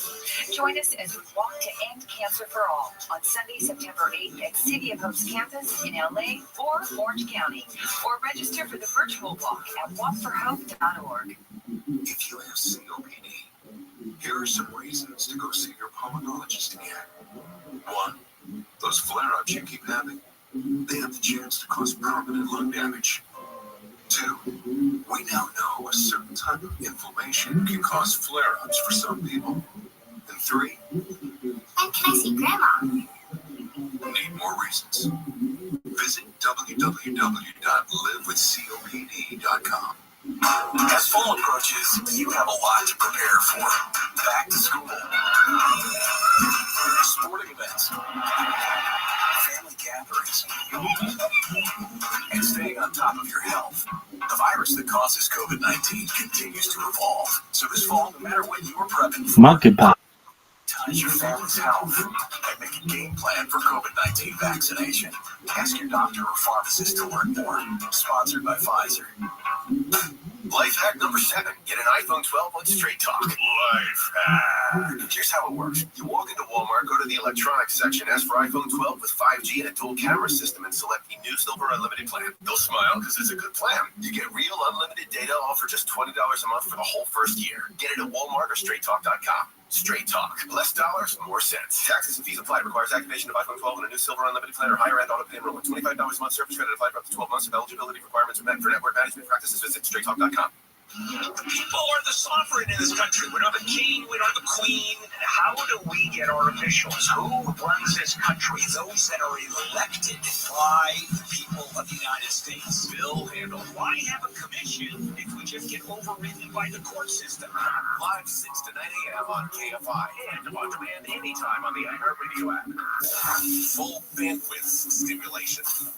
When you're way drop 2024 iHeartRadio Music Festival presented by Capital One. September 20th and 21st. T-Mobile Arena here in Las Vegas. Streaming live only on Hulu. Keep listening for your next chance to be there. The human soul requires a minimum daily requirement of entertainment. Welcome to MGM Rewards. With the greatest live shows on earth, they have all the entertainment you can handle and more. Book now and make the most of your Vegas getaway at MGMRewards.com. iHeartRadio Did You Know? Presented by iHeartRadio. You know, what you're listening to right now. Did you know that iHeartRadio not only lets you listen to all your favorite AM/FM stations locally and nationwide for free, but iHeartRadio also has a team of people who are as passionate about music as you, working round the clock to hand curate playlists perfect for any mood or activity. We know the right soundtrack can help set the mood, change or enhance any activity. And that's why we have thousands of playlists tuned to fit any situation. The best part, you can listen to all your playlists for free. Tap the playlist tab in the iHeartRadio app and explore playlists to help you get in the zone while working out or chill when it's time to wind down. Playlists for a party, sleeping, cooking, gaming, or road tripping. Playlists curated with the best hits from every decade and playlists with the biggest hits from every genre. Tap the playlist tab and discover all the playlists available to you free from iHeartRadio. Number one for music, radio, and podcasting, all in one app. iHeartRadio. The free iHeartRadio app is number one for music, radio, and podcasts, all in one. Discover a new podcast from our library of over 350,000 titles. Here's an iHeartRadio podcast preview. It was an ordinary flight from Portland to Seattle turned extraordinary when a man in black registered as D.B. Cooper made a bomb threat. The infamous D.B. Cooper hijacking occurred in the fall of 1971 at the height of an epidemic. During the 6-year span between 1967 and 1972, more than 300 commercial airplanes were hijacked worldwide, with over 130 of those occurring in the United States alone. This was the golden age of skyjacking. But it's Cooper's hijacking that we remember because he provided the blueprint for how to pull it off and get away. When I decided that I would skyjack a plane, I started to make preparations for which airport I would grab a plane from. 6 months after Cooper's legendary heist, a small-time group from Detroit would attempt his own bigger and bolder skyjacking score. Just grab a weapon, grab a note, go on a plane, and order all the stuff you need.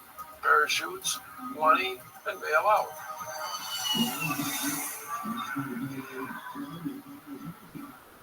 This decision would set in motion one of the most epic American true crime sagas in history. I said, okay, this is it. One involving multiple aircraft hijackings. So he reached back and grabbed her gun. They started wrestling. While they're doing that, the aircraft starts falling out of the sky. And I do remember the fear. It was very scary. Prison escapes. We're running at full speed. And I'm thinking, damn, at any moment here, we could get shot in the back. She had told him what the real plan was for a prison break, and she had a gun.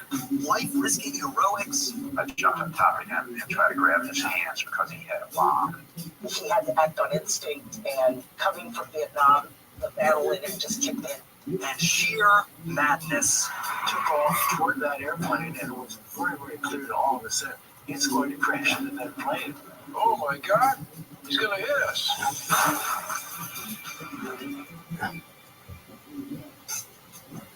From Imperative Entertainment and Pegalo Pictures, this is American Skyjacker, The Final Flight of Martin McNally. Listen and follow this podcast for free on the iHeartRadio app. #1 for music, radio, and podcasts all in one. Then get 60% off dermatologist-formulated solutions for hair loss at Happy Head. 85% of men will experience hair loss by age 50. Don't take it personally. Do something. With 60% savings and the ability to see results in as little as 3 to 6 months, there's no excuse to not get your head happy. HappyHead.com. Prescription products require an online physician consultation and only available if a physician determines a prescription is appropriate. See website for full details and important safety information. HappyHead.com. You hear more and more about identity theft in the news every day. That's because so much of your personal info is out of your control, like your insurance provider that has your social security number and your favorite retailer that has your payment details. If they get breached, your information is vulnerable. That's why LifeLock monitors millions of data points a second for threats. If your identity is stolen, they'll fix it guaranteed or your money back. Save up to 40% your first year with promo code PLAY at LifeLock.com. Terms apply. Why choose a Sleep Number smart bed? Can I make my side softer? Can I make my side firmer? Whenever I want. Can we sleep cooler? Sleep Number does that. Cools up to 8 times faster and lets you choose your ideal comfort on either side. 94% of Sleep Number smart sleepers report better sleep. And now, during our biggest sale of the year, save 50% on the Sleep Number limited edition smart bed. Plus free home delivery on select smart beds when you add any base. Limited time. Find a store near you. Visit sleepnumber.com. I'm John Walzak, host of the new podcast, Missing in Arizona. And I'm Robert Fisher, one of the most wanted men in the world. We cloned his voice using AI.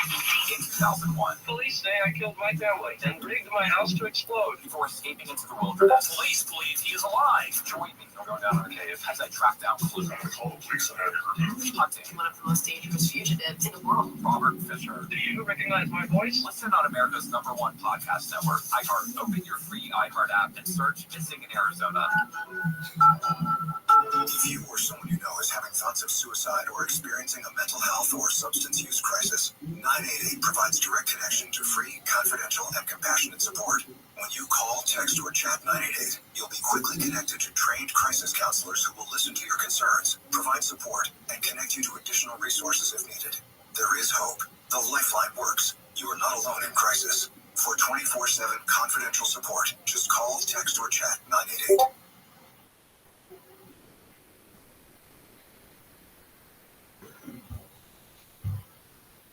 KFI AM 640, more stimulating talk.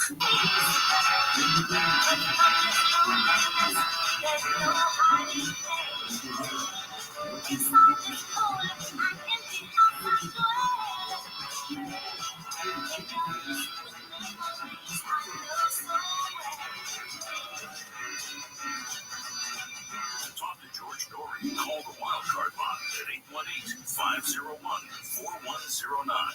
The first-time caller line is 818-501-4721. To talk toll-free from east of the Rockies, call 800-825-5033. From west of the Rockies toll-free, call 800-618-8255.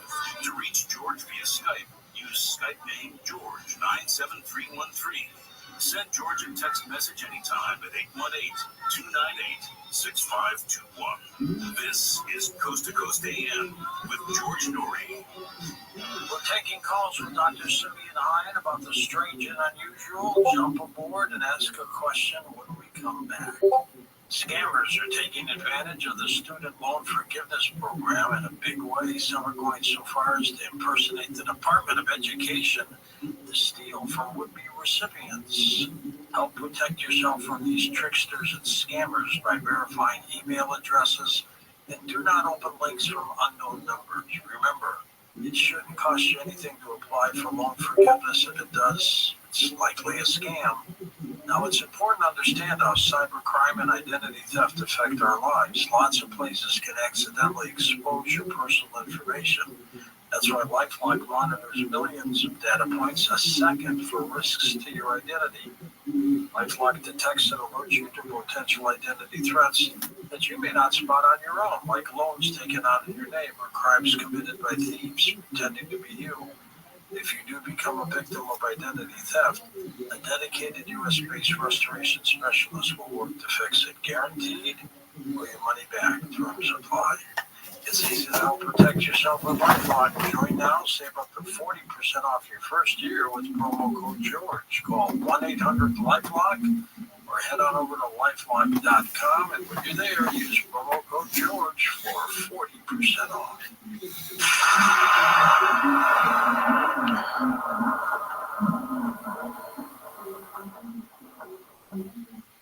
At California Psychics, we know that when you haven't found love, it feels like everyone else has. Every movie has a love interest. Every song is a love song. Where are all the songs about cats? Well, the joy of early bedtime. And of course, the PDA. Looking for love sucks. Thankfully, California Psychics can give you the guidance you need to help you find the one. We connect you with the very best. In fact, 98% of the psychics who apply to work with us don't make the grade. That's why we can guarantee if your reading isn't life-changing, it's free. Download the app or connect with us at CaliforniaPsychics.com. Right now, new customers receive 20 minutes for just $20, so you could be feeling all lovey-dovey real soon. Experience the joy of certainty. California Psychics.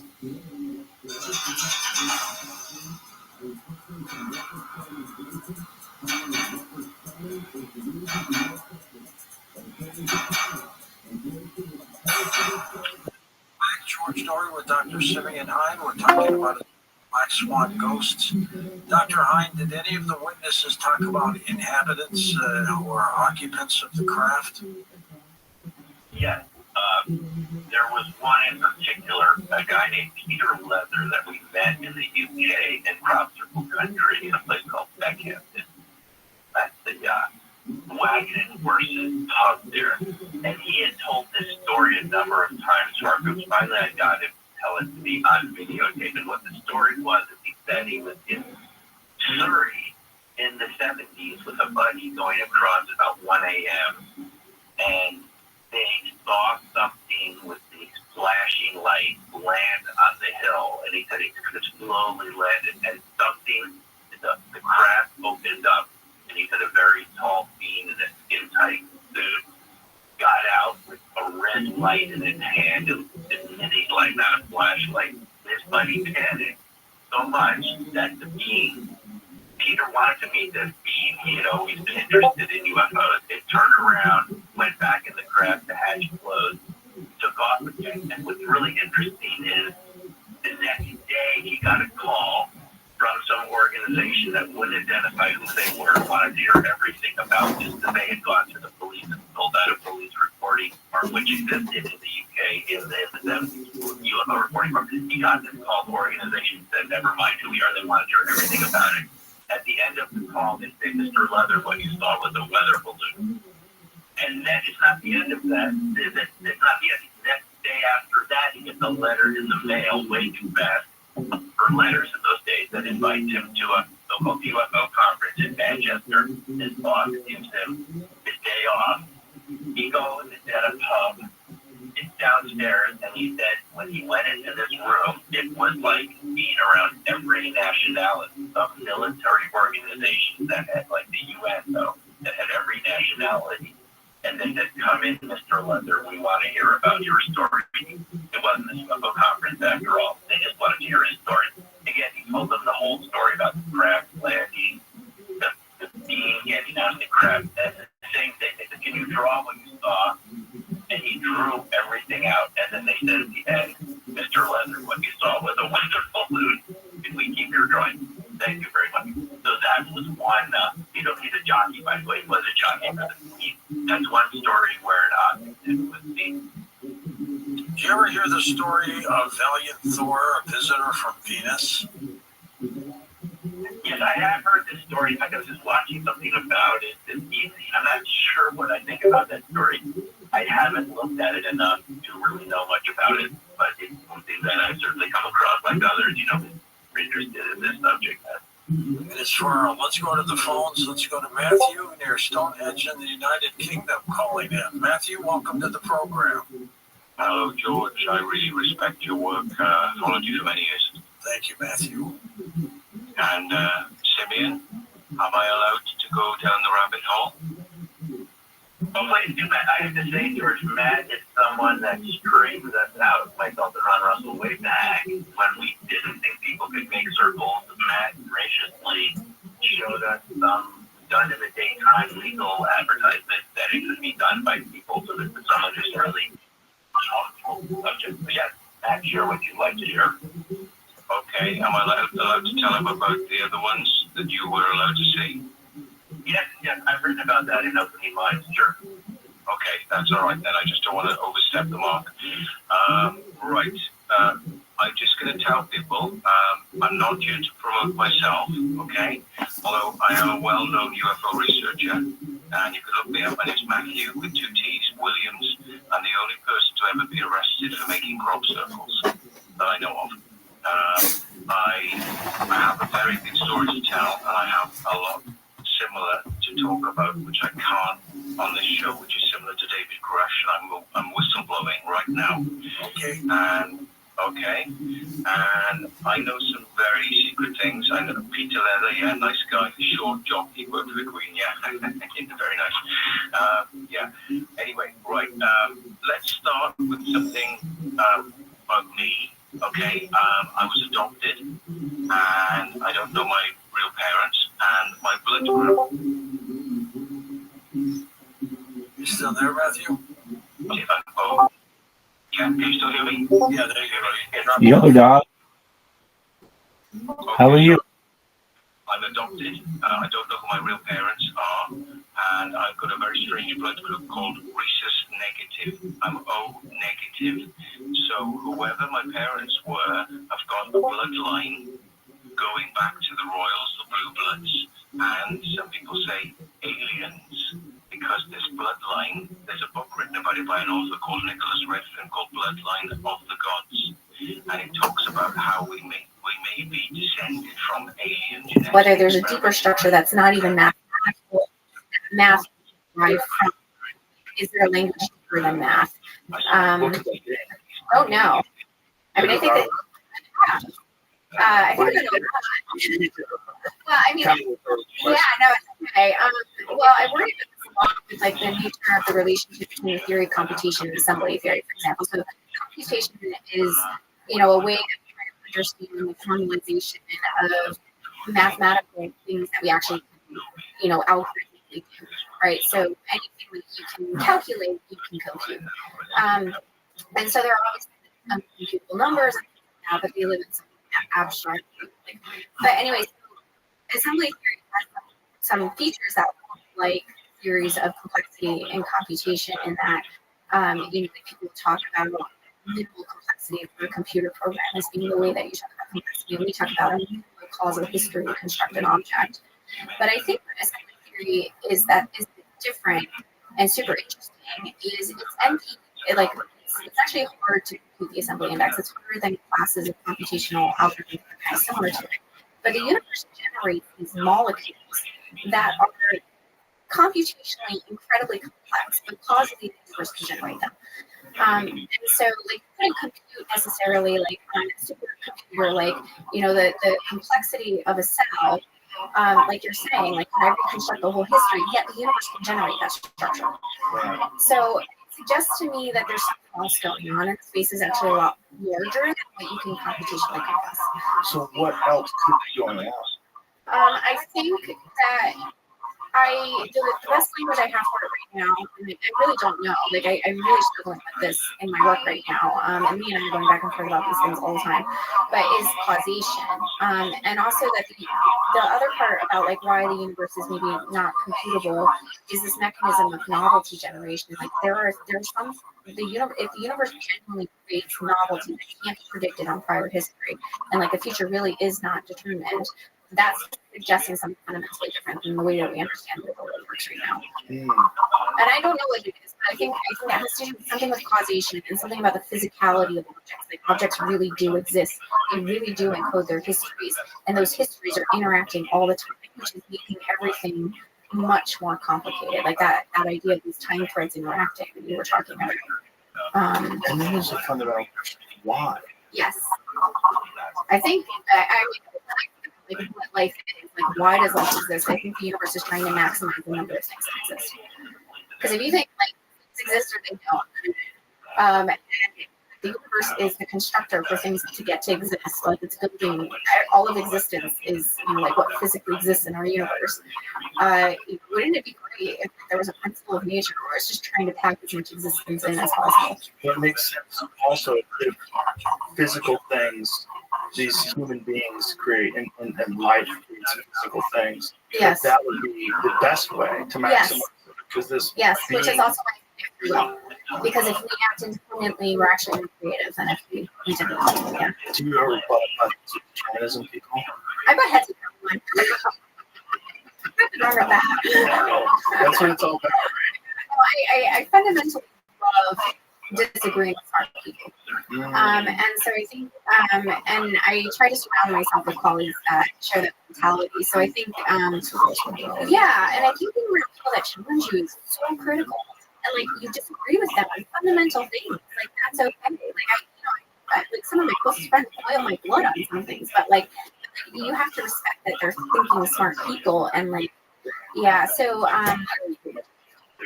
yeah. I think we have a huge problem as human beings is we attach ideas to ourselves. That and so we defend these ideas as if we're defending our various. Yes. No, I think we do have a tendency to do that. I've developed that through having so many conversations with people that I don't see. I would instead of arguing, I try to what is the challenge or what is try to get a what is your problem and why is this you grow more and you understand more by doing it. I've done it over the last 8 years, going to a radical education than I could have ever had. I'm a different human. Yeah. Like completely different human than I was. Right. Yeah. Yeah. I think that is something that's really hard. Is like if you close yourself to ideas that you don't agree with, you're closing off yourself to potential to grow, and understand the world better. And I think unquestionable. Yeah. Unquestionable. And these ideas, the problem for defending them is like then we stop looking at them. We start like we put them as like a protective thing that we're trying to argue against. We're trying to, instead of fight criticism and some sort of analysis thought process, we try to defend. Yeah. No, so I'm happy, like professionally, also to change my mind all the time. Like I was a determinist, I'm not a determinist anymore. Right now, I'm a representative. I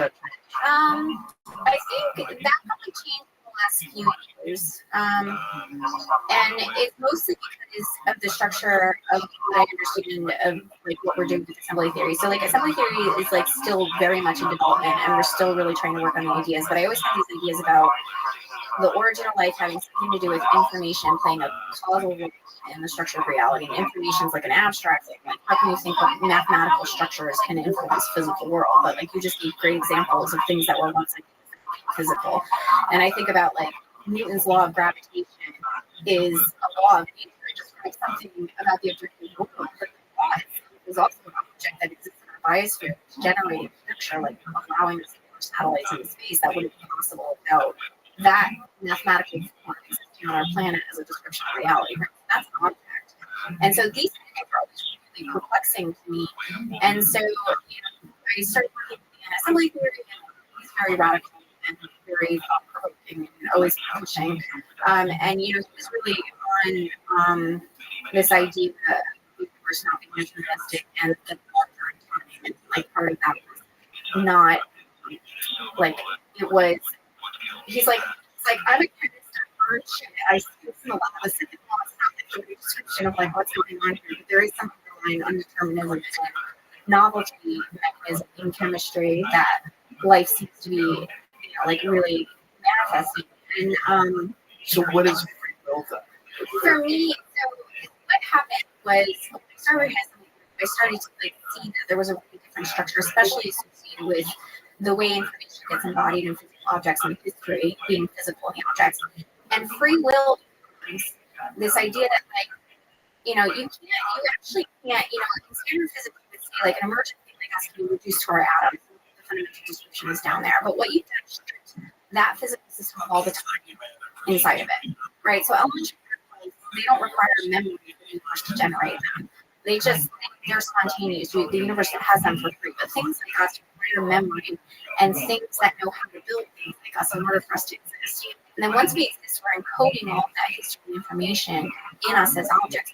That causation is in us, which means that all of the selection over all the histories to generate us is still part of us and allows us to actually work in this combinatorial space that we can actually generate structures. And that is actually like where free will comes from. It's not that it's basically if you assume you can't reduce these elementary particles all the time, you actually have time and objects that causal agents actually have some navigability over the combinatorial space of possibilities they live in that they have some control over. And that's what I think. You don't have control over anything. So it's not like free will is not all free or all determinism. I mean, I think Dan Dennett was really brilliant on this point. Like he talked about free will inflation, which I thought was a hysterical concept. It's like really funny. But it's like I think the universe is random and you actually have free will and control over everything. It's fully deterministic and you have no freedom. But actually what it is determinism is built over lineages because things get selected to exist and they become part of the regular structure of our universe. Determinism itself is an property, and things that are very deterministic like us actually have more causal control over the kind of things that can happen to them, but they can't control everything. So we have limited freedom. Like I could be home in Arizona this second, but I can be here later tonight because I'm playing the head for it. That's where your free will executes over time. So this concept of determinism is just too simplistic. Yeah. I mean, to think that the universe is all like moving concept anyway is just simplistic. It's deterministic, but it's not deterministic. Actually, there are cases where you can model it as being deterministic because you're looking at the past, and one of the places you cannot model it as being deterministic because you're looking at the future. Right. I think that's a concept and very evident when looking at living things. Like no one can predict the future technologies, like our future biosphere. Right. Some of the information is there. Like we were talking about, like me probably still be president 50 years from now. So like things like the future, but the novelties really hard. The problem with determinism is that people seem too sure of it. Yes. The spouse is very sure. And I think, how can you be sure when you know for a fact in your own mind you make decisions? Yeah. So, you think that these decisions are made entirely based on your life experiences, your education, biology, maybe not. There's things going on that are weird. There are moments, inspiration, a lot of things. Yeah. Yes, like my life instance. Yeah. Like I do things that a lot of people keep doing. That's like, the history. That's what I do. Like it feels like I did. And that is, seems to be lack of free will. Discipline itself, lack of a better term, is free will. What is it about the idea of being rewarded for doing something difficult you don't want to do, but you forced yourself to do it? If that's not what it is, yeah, it seems like nothing can make you get up or run if you want to go for run. But you decide to do it, which is embodiment of free will. Right. Free will is physical action. Yeah, I think the issue about why people, really want to say will coexist is because it's not compatible with standard like theories in physics, and therefore, we know how our you can't have free will. Our students in physics can't explain life. They can't explain mind. And free will lives in the space of whatever physics describes life, and it doesn't live in the physics of gravitation or the physics of quantum particles. Like those are totally different areas of physical reality that have nothing to do with you as an evolved structure over a million years that now has agency in the universe. Like you're a different kind of physical reality than those theories are describing. And I think we have a tendency to think physics is complete. We have done it like the history of physics. Every century, the last century did it. Like we understand reality. Like every century has a new description. I wouldn't forget. I bouncing up in my classes as an undergrad physics student. And how many times I was told, actually, it's really comical at the end of the 1800s. I thought physics was complete, and then there was people saying, "This is so funny," but it's like I don't need new physics. Physics is already the standard model. Are you not understanding the dichotomy between what we teach students and how we talk about history? It's crazy. It's crazy. We repeat these problems, repeat these issues over and over again. Yeah. If you can just look at the history of human beings, what they believe, and don't you think there has to be. No, I definitely think fundamental physics is a very much of having really fundamentally originality, the ways of thinking about things. I don't even think I've heard things are that they're going to be really what you want to do you don't want to work with the secrets of the guys that why did you not doing this reality? Understand it now. Not, yeah, so it's just that's what the previous generations taught them back. And then with the changing times, the changing understanding of sets of observations. Because I can imagine, many thousand years ago when humans were, still, hunter gatherer, we didn't have a lot of observations. You see, controlling them, so obviously, this idea the universe is objective outside of the history of not having control. But now in a modern technological society, how much of reality has changed. I don't know what that means anymore. And it's very deep history that we think these things, but the evidence around us is completely to the contrary. And this also seems to be emerging from things. Yes, humans in particular, I think humans to an extent, but I think our ability to abstract and our ability to build technologies based on our abstractions and what we're doing is fundamentally different than anything that has done for really years. I think we're pretty special, and I think we're the most interesting thing in the universe. Yeah, I think so. Well, known universe. Known universe, yeah. Yeah. A little bit more interesting than us. Yeah, I'm sure there is. I don't think that we're ever going to recognize what that thing is until we actually appreciate what we are. You glossed back to it. Sure. Oh, so I just for I guess people say the universe is infinite in size, and I don't know what that means. I think it's just a placeholder of people understand. So infinity helps in certain theories of physics, to actually make your mathematics tractable. To say it actually is a thing, to me is it doesn't make any sense, and it doesn't make any sense because I think if you assume there's an infinity of things that could exist, and that infinity of things exists somewhere, right? So you have mathematical universe hypothesis, mathematical exists somewhere. Obviously, there's an infinite number of them. It doesn't actually or why do we have things that we have in this universe? And I think what infinity is it's a feature of imagination to define the space of what's possible, and it physically exists as a boundary of that space, but it doesn't physically exist out there as a physical thing.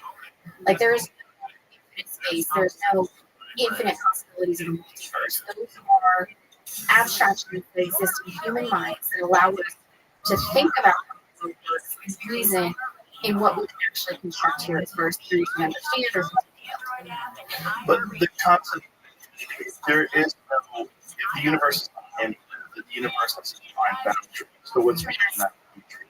I don't know. That's weird, right? Yeah. It seems like maybe that's what infinity is. Yeah, but so I think we see the same. Like I think about it sort of like there's a boundary that is the size of the universe and the physical stuff in the universe, and then there's another boundary which is part of that boundary, but it's like the things that we can imagine, and the things we can imagine can possibly be physically real, and then there's another boundary we can't even imagine. I don't even know if there's stuff out there that's like you can't even talk about it. You can imagine what it is. Right. One of the most perplexing theories that I've heard, the concept of in the center of every galaxy, there's a supermassive Yes. and that going into another universe. Yeah, these are kind of interesting and fun. I don't Like, very what is fun. it? Yeah, there's a lot of theories about the multiverse. I mean, they're actually interesting. They bring interesting philosophy to physics, but I don't think that I can bring physical realism to anything that we can hold currently. And I would rather take the mathematics and the theories of physics themselves. Like I do these thought experiments about like the theoretical physics of theoretical physicists. It's like if I were myself and I was watching what I was a theoretical physicist writing down equations and like trying to describe the world, what would those objects look like as physical things? And so this is the perspective that I find more productive because I don't think people looked at that through that lens at what mathematics is. Like we tend to take Euclidean, and like the Platonist type paradigm of ancient Greeks that like there's a perfect world of forms and like we're just in the shadows of like this perfect reality. And I think the universe is constructing itself, and mathematics is a particular thing our universe has constructed that enables things to be possible. It would be possible without mathematics existing. The people that are this concept of infinity that do believe it, when you see a man that, what's the argument for it? Well, I think that it's kind of like what you're saying, like it's a limit. Like it actually is consistent with our equations to assume that like the universe could be infinite or the infinite, and to them, I think it's. How are you?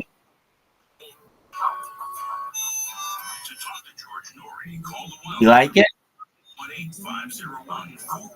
Hell yeah. It's a I love it. How you living?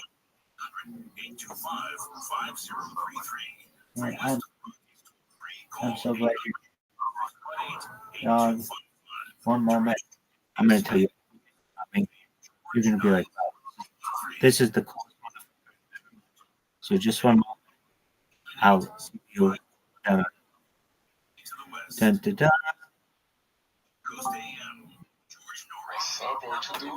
I'll tell you. All right. We have. How do you say Chris? Excellent. Welcome. I'm Rabbi Rothschild, and I'm the biggest. Like, I don't want work. I've been doing so years. I have more dates. This is the big. And we've seen the death of Queen. I heard today. As for Empire, formerly multi, and you should know that we may be. I stream my life for peace. I don't want war anymore, and I've dedicated everything of my life. I'm a certified management professional. I've dedicated. Go ahead. Yeah. Hey, Hey, Zilly. Our free app from the App Store on your phone. And through the app, you can sign up and get 2 weeks of a Coast Insider. Zilly, what do you think of? Excellent. Yo, dog. What do you think of cameras? It's dope, man. Excellent. It's awesome. Wonderful. So, shoot my love, world peace. I don't want. It's like, okay. John Lennon established when you just until you get. They did it in Amsterdam. They did it in Montreal, and it's called the bed. Bed in. Yeah, BED, and then hyphen. Just type in John Lennon, and you'll see he stayed in bed with Yoko for a week, twice in his life, and with some information that I've done. I'm just and 3 years. This has all just been like a bedding. well, no, it's been me life 24/7, 365 that we and any on YouTube. Reason why you've been staying in bed because you want to do a bedding like John Lennon. That's important. Yo, I mean, I've done other things outside. Go ahead.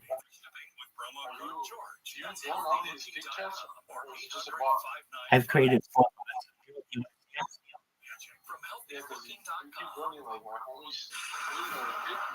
Excellent. So you're holding Rabbi Rothschild. That's okay. I just keep creating accounts. You'll see how much you keep. There's no point in this. He's got his feet. All right, one more.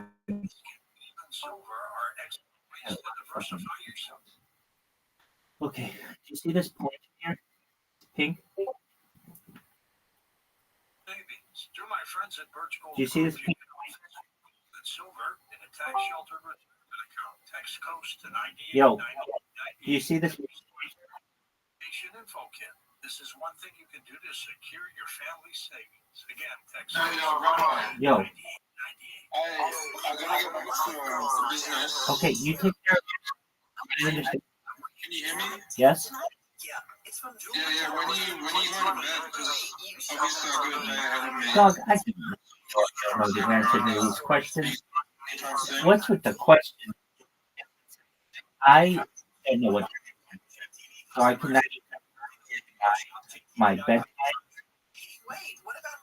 at this time.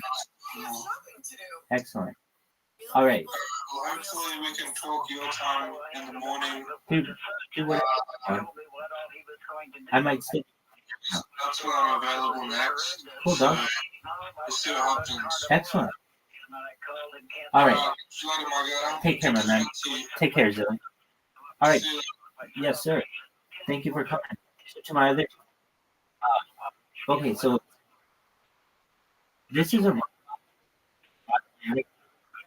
follow, trades, and that's 1, 2, 3, 4, and then you probably have so many discords on one entire life from one person, and I speak accounts and take over the kick platform, and I basically made it my own platform. People think that Rabbi Rothschild is the person who's the owner of it.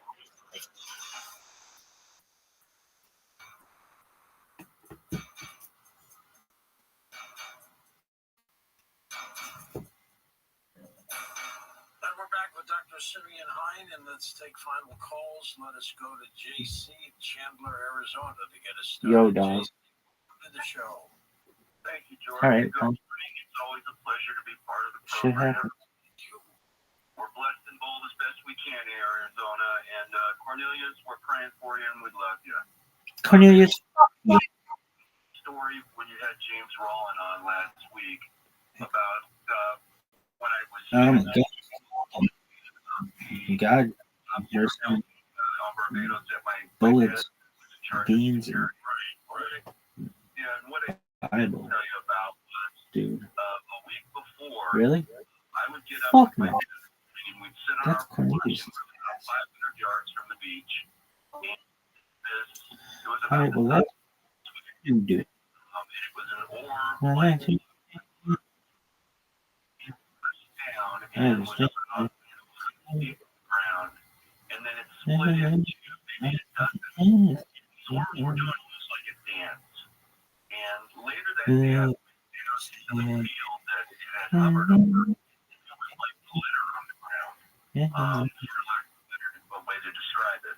And it was a little, it didn't really, you couldn't even really feel it. It started to get funny. Vision, I don't know if you want to call it perception, but ever since, I'm not sure a lot about what I'm doing. During these times, what I do,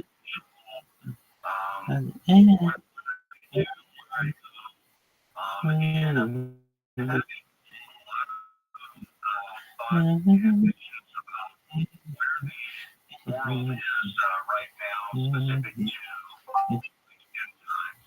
And Professor, what can you give me guidance-wise in terms of at those moments to clarify what I'm seeing or how to digest it? Well, I think that's a very good question. As Dingo SWAT, a lot of people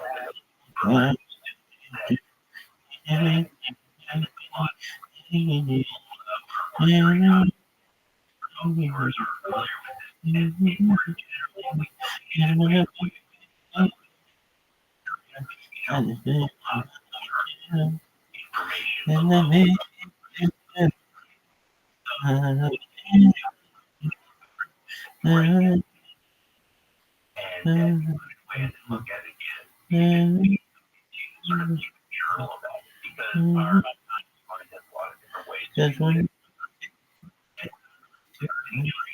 about how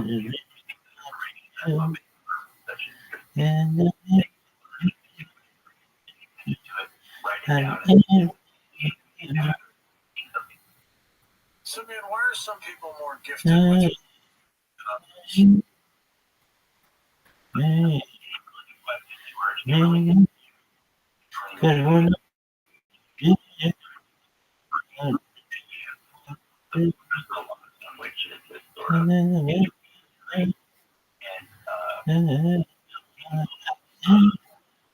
more open to that right brain information, that information that's not analytical or linear.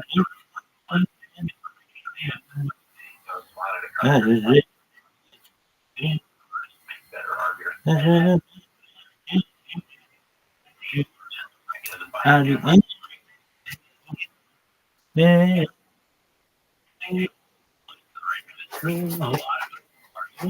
Are just mainly left brain, very analytical, and good arguers are people that kind of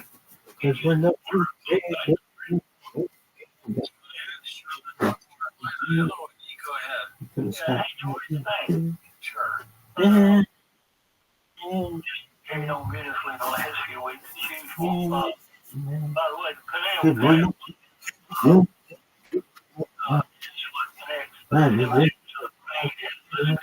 become calcified. Don't ever want to use the fluorides. I say I'll do Another I want to ask a question about crop circles.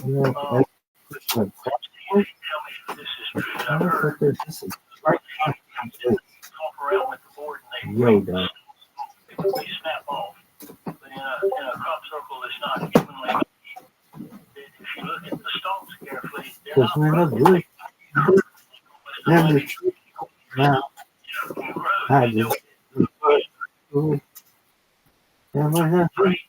beliefs that we thought was true too, but and these are formations we would take the farmer, so we would be in the field, and we tested that against one of the first ones we made was because when the root and the truth, I just didn't work. And then the thing, anything, no,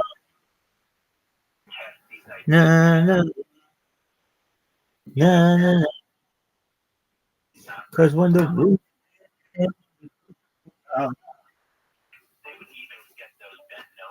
I just didn't work. And then it went so hard. I ain't there. Oh hell no. Get that shit out of here. Because when the and the tree came out, I and the man I do anything.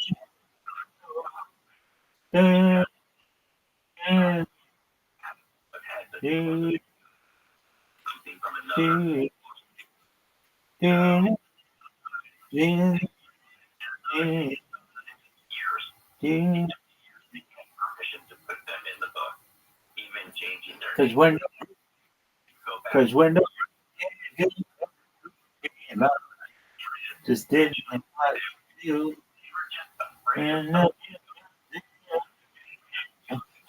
I was looking.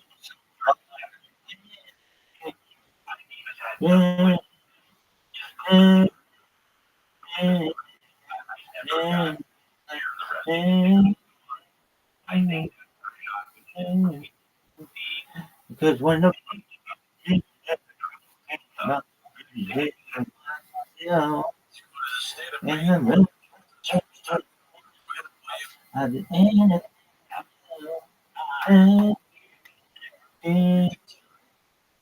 all right, now what? Because when the I just didn't want to and the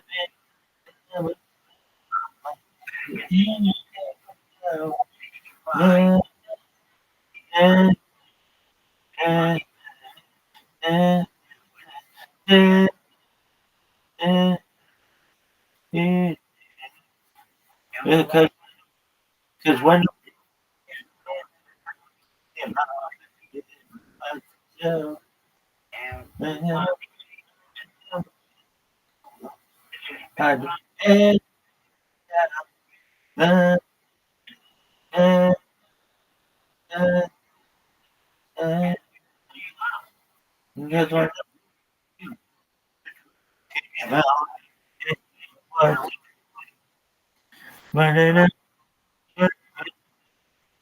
I believe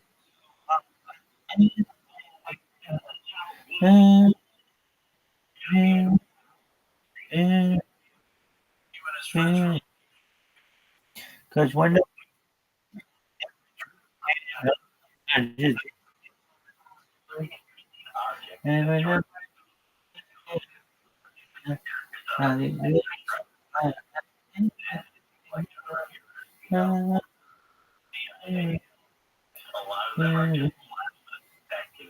all right, now we got it. We remember How many of them do you think that are one. I cleared don't from a know. mothership that is circling the planet? that's certainly one of the scenarios. I don't know. Dude, it's like Larger craft and I knew it. smaller craft come out Because when the at the same time. I just didn't Actually fall like and when the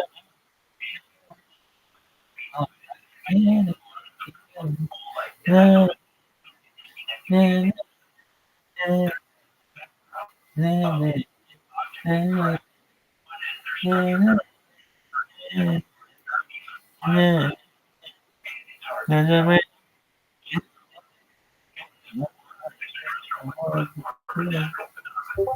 All right. Now what? North Carolina, welcome to the show. Oh, there's Hey, another go fucking ahead. phone. Thing so goddamn slow. Yeah, dude, that's that. From another company, he asked them to add brand name. It had a brand name. It was quite successful. Medicine, and he thought if I surge acid being the acid with the ergot, they also have a stimulant. They didn't. They were actually for the mind. They were for physical stimulant. Like that. Keeps you going. I mean, this was at a time when stimulants were, somehow which comfortable doing. That's been so successful in Germany. So you could just buy it, take a tablet. It's like being uncomfortable. The stimulant was looking for, and then something came into his bloodstream. So it's translated. It's mythic sounding, like somehow it's got in his bloodstream. Out like weird sensation. Saw different colors. So he thought this is actually a very different way. What the surgeon, he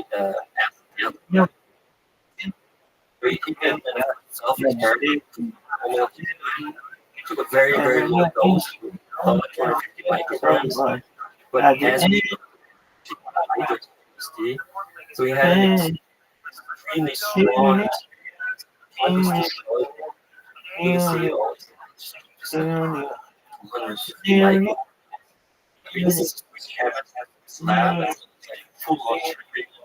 he tried to get hold of somebody. He was at his house and the walls collapsed onto him, and the doctor before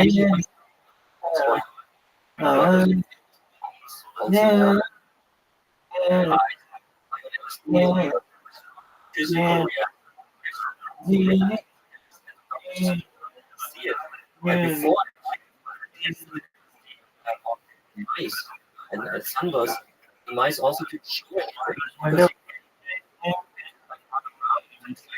If you give mice cocaine, you can see the difference. If you give them LSD, you can't see it because you can't get into it. Maybe they have a trip because they don't have a conscience like us.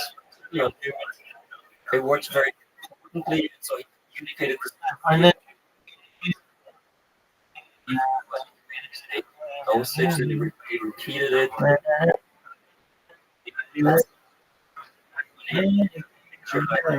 Serve it from sleep, the late in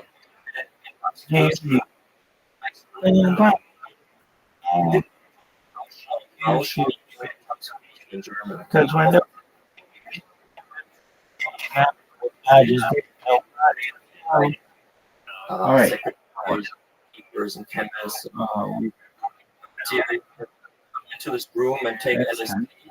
Like, the secretary is actually that one. That's the funny thing because they have never had it. Today we took LSD so much discourse about LSD. Because when the I feel like down. I first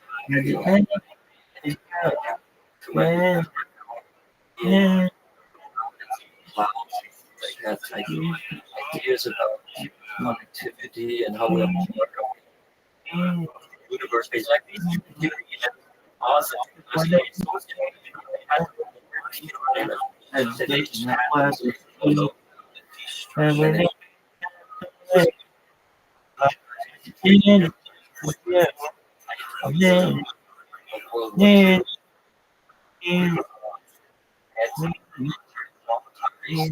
So they thought it was maybe this is gonna be like a blockbuster. And we did this. Then they tested.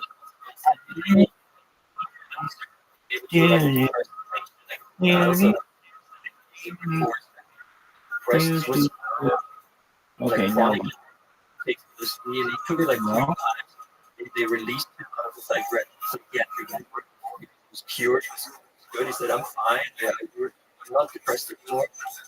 So some was really thought that he's going to be the big thing. okay, well, And the question, obviously, is who and what.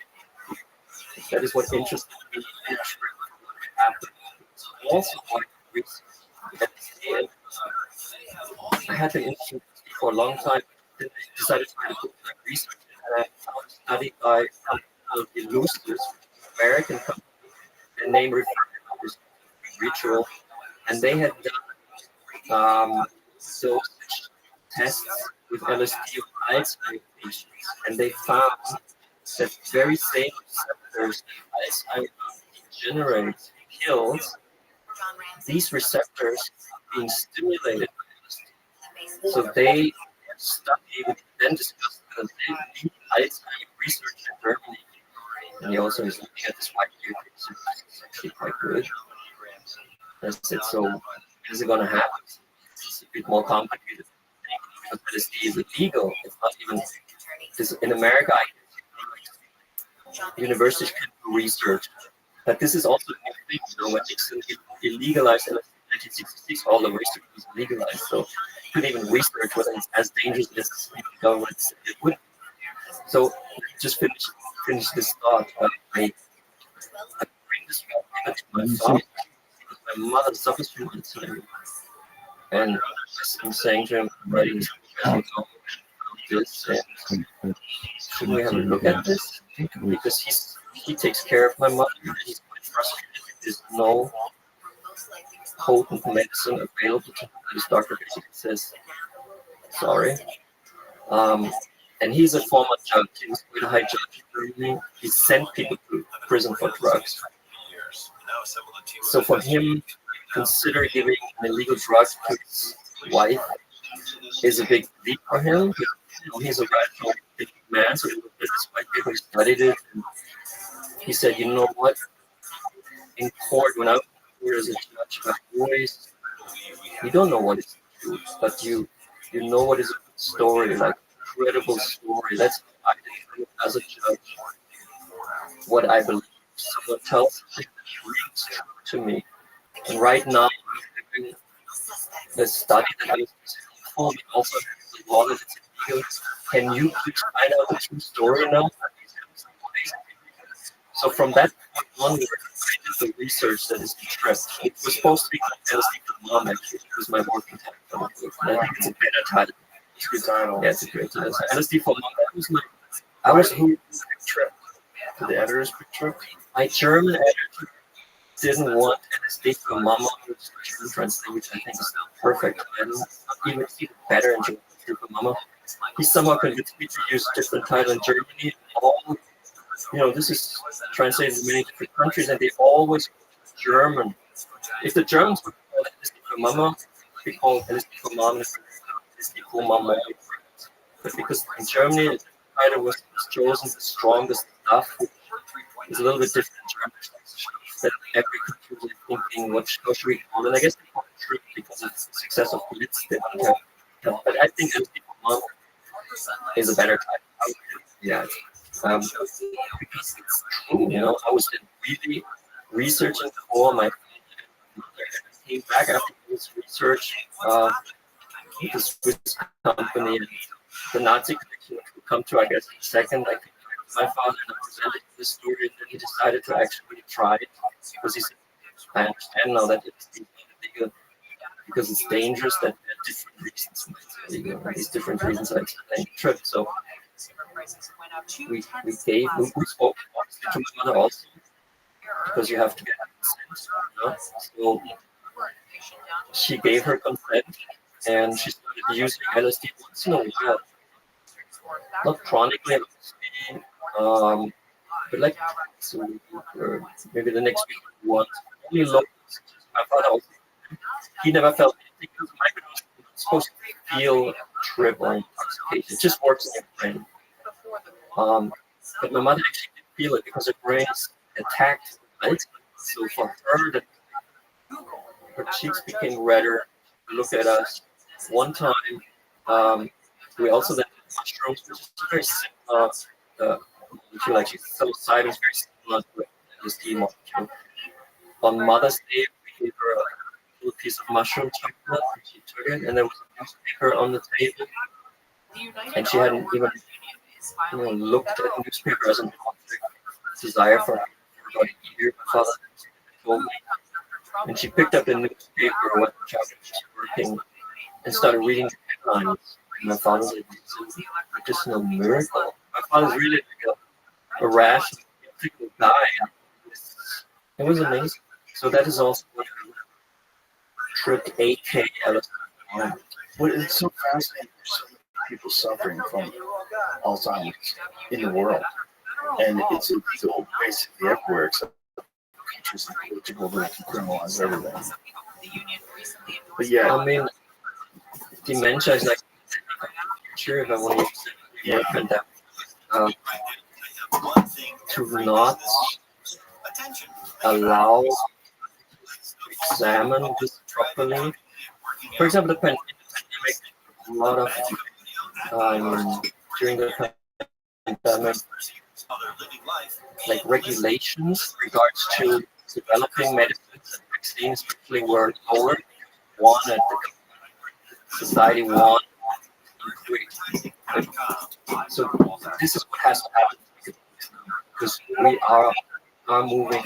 Like in 2015, I read the numbers. Like a lot of people, like we were all low. It's going to grow exponentially.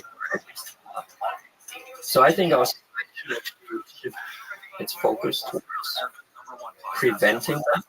Because when I spoke to my expert, he said, "Yeah, of course, you could prevent Alzheimer's. We know, like, stimulate the brain." And so far, by 2050, 53 million people are expected to live with dementia worldwide, but from 57 million in 2013, 2019, towards the population. Don't they believe that Alzheimer's you would die as well? Isn't that what they're called? Type 3 diabetes? yeah, and I think it's true. I mean, the reason for Alzheimer's, you have to see it separately from cure. You know, the reason. I think I've come actually to that sugar is quite bad for you. And, I have was quite a sugar addict. I really was. I could put down that bar of chocolate that you want. Just couldn't. Because I love it so much.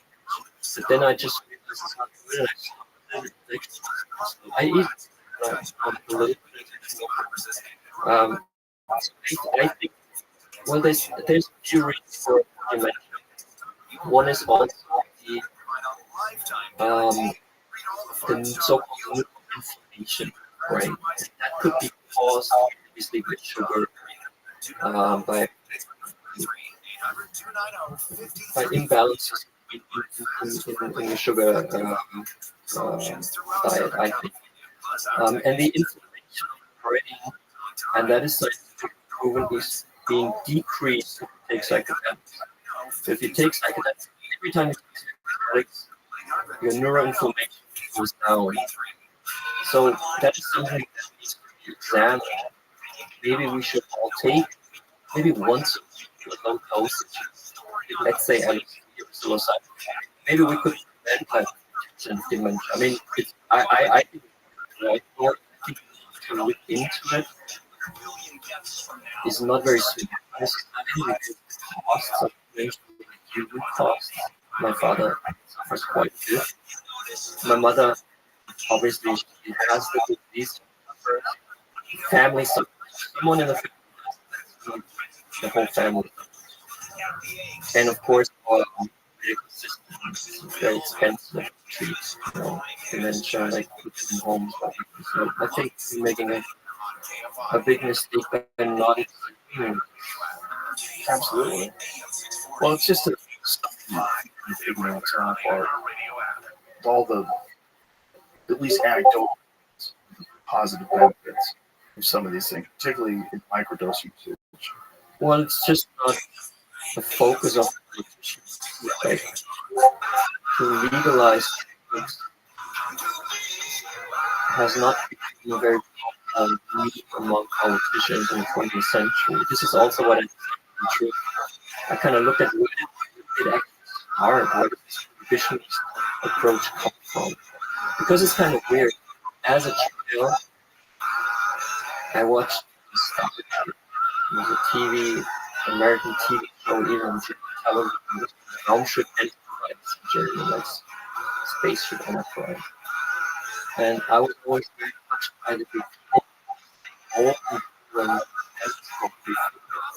like that was for being American, like the Western philosophy, to always transcend where you are, and this that totally contradicts our prohibitionist policies.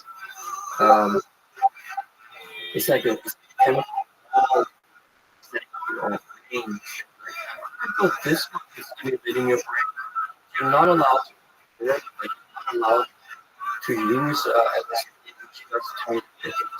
H2TA receptors.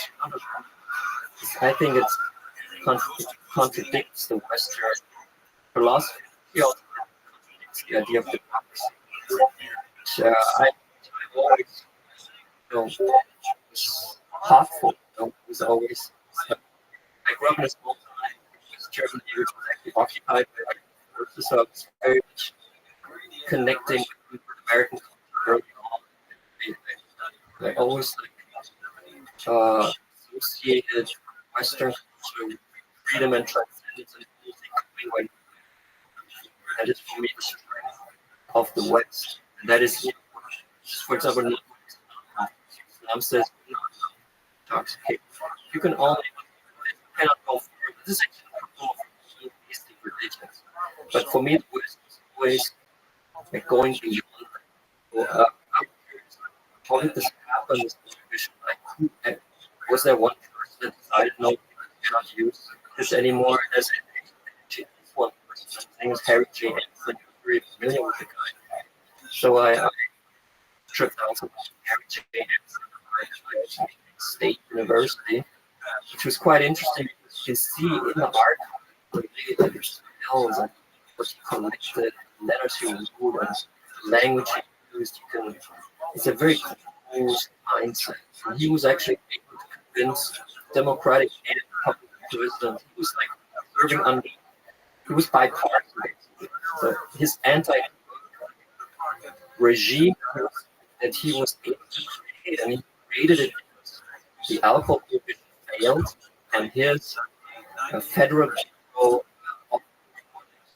be extinct because he had completely failed alcohol prohibition. Then he thought, I have to find a new enemy, and the new enemy for him was marijuana, was actually cannabis, and he coined the word marijuana. Because marijuana is Mexican, so something we don't want in a complete white in society. So Mexican mild slang, Mexican mild tobacco wasn't cannabis. Yeah, right. Yeah. So that is so basic say is, and unfortunately, Hansen was quite a racist. He was like he openly used words to describe Afro American politics to be used by white people, I guess.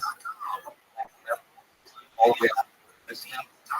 So, but they kept he was the man who defends America from the scourge of foreign influences, which is drugs in this case, China, the opium, and Mexico, the marijuana. So he was very good politician, basically, an anti-drug lobbyist that everyone in Washington loved. And so the reasons for the prohibition in America is not this Anslinger was actually studying LSD and finding out that it's such dangers and what marijuana is dangerous. That's really, even though we're free in our society, we have to curb this. This is not how it went. He wanted to attack the jazz scene, and jazz musicians were smoking a lot of weed. So it's very hard to make illegal play jazz, but you could make marijuana illegal. You can target musicians. So it's kind of racial profile. How did he go into jazz music? He hated jazz. He thought he thought that I think he had a, I think it's a sexual thing actually, because he actually said once, when black men smoke weed, they think they're as good as white men and they can sleep with women or something like that. Like that was the world that So was it living in. because jazz musicians were on stage and people Yeah, they were loved them? cool, Cool. and So- they were all smoking weed, that gave them that diabolical like the groove, If you take the weed away from them, they're gonna be like boring people. So that guy, in my mind, in society. It's just stunning that years later we're still dealing with the aftermath of that, and also in conjunction with his union with William Randolph Hearst. Yeah. William Randolph Hearst, first publications, had a financial interest in keeping marijuana illegal or making marijuana illegal because of hemp, right? You know the story about the decorticator? Yeah, you're talking about the wood now? No, the decorticator was a device that was manufactured. It was created in the early 1930s, and it was in the cover of Science magazine when they said hemp, the billion-dollar crop of the future. Okay. So because hemp was very difficult plant to take the fiber and convert it into paper and convert it into textiles, things like that. They used slave labor for the most part until the cotton gin came along. When the cotton gin came along, that became more effective to use cotton than to use hemp. It was easier. Then in the early 1930s, they came up with the decorticator. The decorticator is this machine. See if you can get it. So the decorticator allowed them to effectively test the decorticator. So this machine, they would run the hemp stalks through and break them down far more economic, much easier, more effective than where they would do it by hand previously. Oh, right. So the new billion-dollar crop. So hemp, find that cover. So hemp was a far more effective paper. It's much more durable. If you take hemp, very difficult to repair. In fact, the earliest drafts of the Declaration of Independence Fund. So there's a billion-dollar crop. So Popular Science and William Randolph Hearst, he just owned Hearst Publications. He also owned papers. So he had thousands and thousands of acres of trees and forests that they were converting into paper. And now all of a sudden there was this new product that was going to destabilize his industry. And so, exactly. So when they made marijuana illegal, a lot of the people who were working on this didn't understand they were making cannabis illegal. They didn't understand that it was the same thing. They didn't understand that it was the same literal textile that created cannabis. All the great works, like if you look at Leonardo da Vinci's paintings, it's on hemp, it's on canvas, it's on cannabis paper, it's on a very durable paper. Have you ever touched cannabis paper, like hemp paper? It's crazy. It's really hard to take. My friend, he was the early grower in Los Angeles when marijuana was medically legal. He wound up going to jail because in federal court couldn't say that it was for medical purposes. They just prosecuted him based on the fact that he was a drug dealer instead of someone who was legally in the state of California for medical marijuana. He had a stalk on his table of hemp. I don't know if you've ever felt a hemp stalk. You ever picked one up? It is crazy. It's like styrofoam. You pick it up, it feels but it's hard. But it's not heavy. It's very strong. It's like an egg. Very, very strong. So that stuff converts incredibly. Clothing. You can make building materials out of it. Hempcrete. That is this incredibly effective building material. They can make houses out of it. And it's incredibly sustainable because if you have an acre of trees, if you chop down trees and make paper out of it, it takes forever to grow enough trees in that acre to grow them to the point where you can harvest it and make paper out of it. Cannabis, if you grow hemp stalks in the same field, You have been a few months, and now you have people. So you think? So William Randolph demonized cannabis for the particular interest that he had paper with his paper mills and to stop the hemp industry. I mean, they were quite Yeah. and here first, and in his publications, the word marijuana was for the first time publicized. I think, And with a They were- racial, they said that blacks, Mexicans were smoking this new drug and raping white women. right? Right. And then the Reefer Madness movies, which are fantastic pieces of propaganda. They're absolutely hilarious. If you watch, especially knowing what we know, these people were just crazy. It was more meth than it was what they were depicted, right? Absolutely. So, Slender, 80 years ago, the propaganda that he pushed out into society, the way that affected people like a mind virus, the effects of that still today. When people find out that you have taken marijuana or that you regularly enjoy marijuana, people freak out. What are you doing? Oh my God, you're taking drugs. Meanwhile, this person's doing antidepressants, drink alcohol, smoke cigarettes, take Xanax. It's a sanctioned drugs for what for you. It's not a free society. Yeah, I mean, I talked about this thing, and that actually we realized we as humans take drugs every day. Like every human takes drugs every day. I'm drinking coffee, nicotine pouches. Yeah. Which is interesting, that we don't acknowledge that we think like, or people get they kind of say we stand for a sober society. There is a sober society. No. We just have some legalized drugs that are illegalized. My friends that are alcoholics drink cigarettes, drink coffee. They're all doing a drug. They're just doing a drug that doesn't completely destroy the mind. I mean, I thought about this,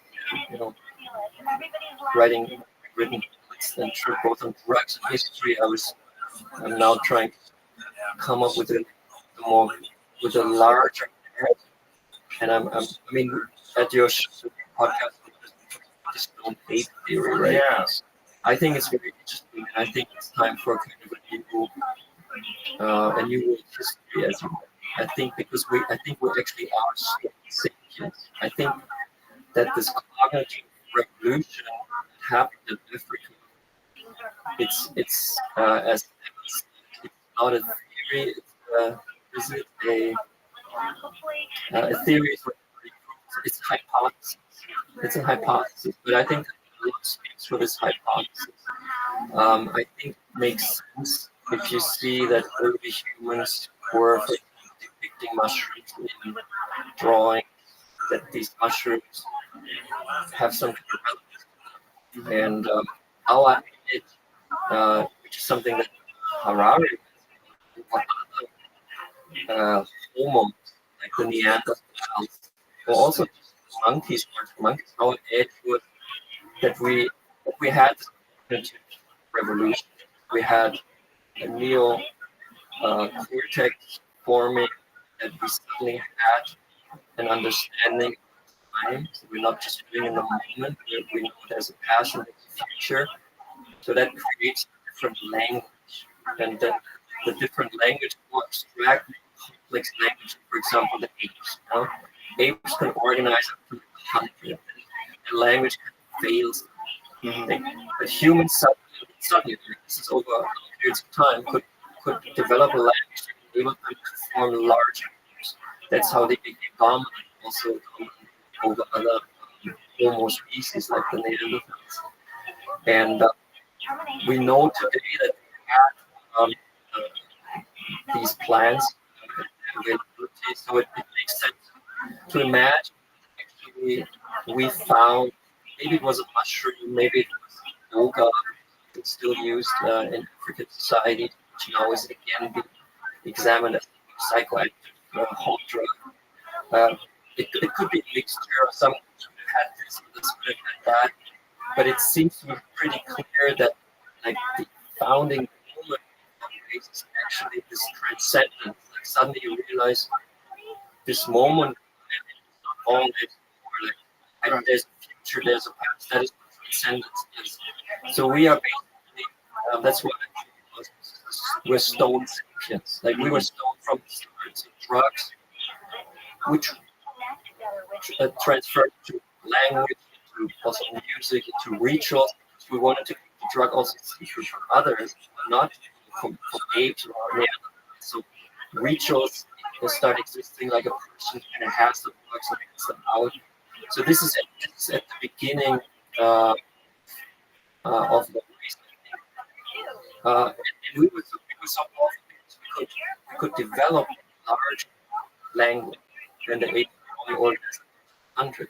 And now we have a problem, we were stone sapiens, that we have created global problems, but we don't have global narrative. Like we're falling into the Western camp. We have China. We don't have a global narrative. Our narrative is not within the national context. Like the American narrative. There's the Western narrative, of course, in Europe. There's the German narrative. But there's no human global narrative. And that's what I tend to change with my book Stone Sapiens. It will be the next book, kind of conclude the trilogy of these, like what symbiotic. Well, it's a lack of a better term. There's a consciousness that exists in mushrooms. There's something that you interact with, and we don't necessarily understand what's going on. But if you could imagine lower primate interacting with a higher consciousness on a regular basis and then adapting. And this is the theory why the human brain size for a period of 2 million years. And if you ever listen to Dennis McKenna describe this, Dennis McKenna describes it brilliantly because he's an actual scientist in the way he explains effects of psilocybin, what effects it would have on the mind in terms of developing language, just expanding our creativity, expanding our ability to see things. It makes better detection, makes it better visual acuity, makes them more horny, more likely to read, more community. There's also this potential for a type of, for type of, there's a type of consciousness expanded energy that happens that it seems to be connected, in a way that we can't measure, where human beings interact with each other without words. Telepathy is exactly what when they first found harmony, they found certain trees that were part of the components of ayahuasca. They tried to call it telepathy, but due to the rules of scientific nomenclature, that substance had already been identified as harmony. But the researchers that were taking it were saying we are experiencing this telepathic meld. There's something that's anomalous, and we want to get to the bottom of it. It's called telepathy because it imparts telepathy. Well, for I'm very interested in that question that you just articulated. What actually happens in the brain, because that is quite hard to figure out. How do they work? And actually changes in the brain, and there's one researcher in Zurich, Switzerland, psychedelics actually, because they did some treaties that like neutral, more neutral than others, so they really more freedom for research. And University in Zurich, and he was able to start in the early 90s, giving his patients psilocybin, LSD, and DMT, and then he put them in, examined the brain scanners, imaging, like high-tech technology, and he found that actually that you can actually measure, or you can see the changes that happen in psychedelics. And what happens is that the so-called default mode network, that's a term that brain scientists use to describe what Freud would call the ego, like the internal brain, the personal brain, like the guy would be the woman of brain that says, "No, I'm on yoga podcast, everything's cool, and I'm a writer, and you like this is like we have always this controlling force with us. Otherwise, basically saying like, what's going on here? This is cool. Am I basically my danger thing with it goes with the rifles. So the default mode network makes sure that this doesn't happen, that we function, and it makes a lot of sense. And actually, under psychedelics, you can measure that this part of the brain gets a little less energy. It's not switched off completely. I mean, if you take a lot of psychedelics, it's switched off completely, then you have what's called immersion experience. But if you take a little, it's also switched off like a little. It's a little less energy, and that other part, the peripheral parts, are usually like following the main guy. They can communicate more on psychedelics.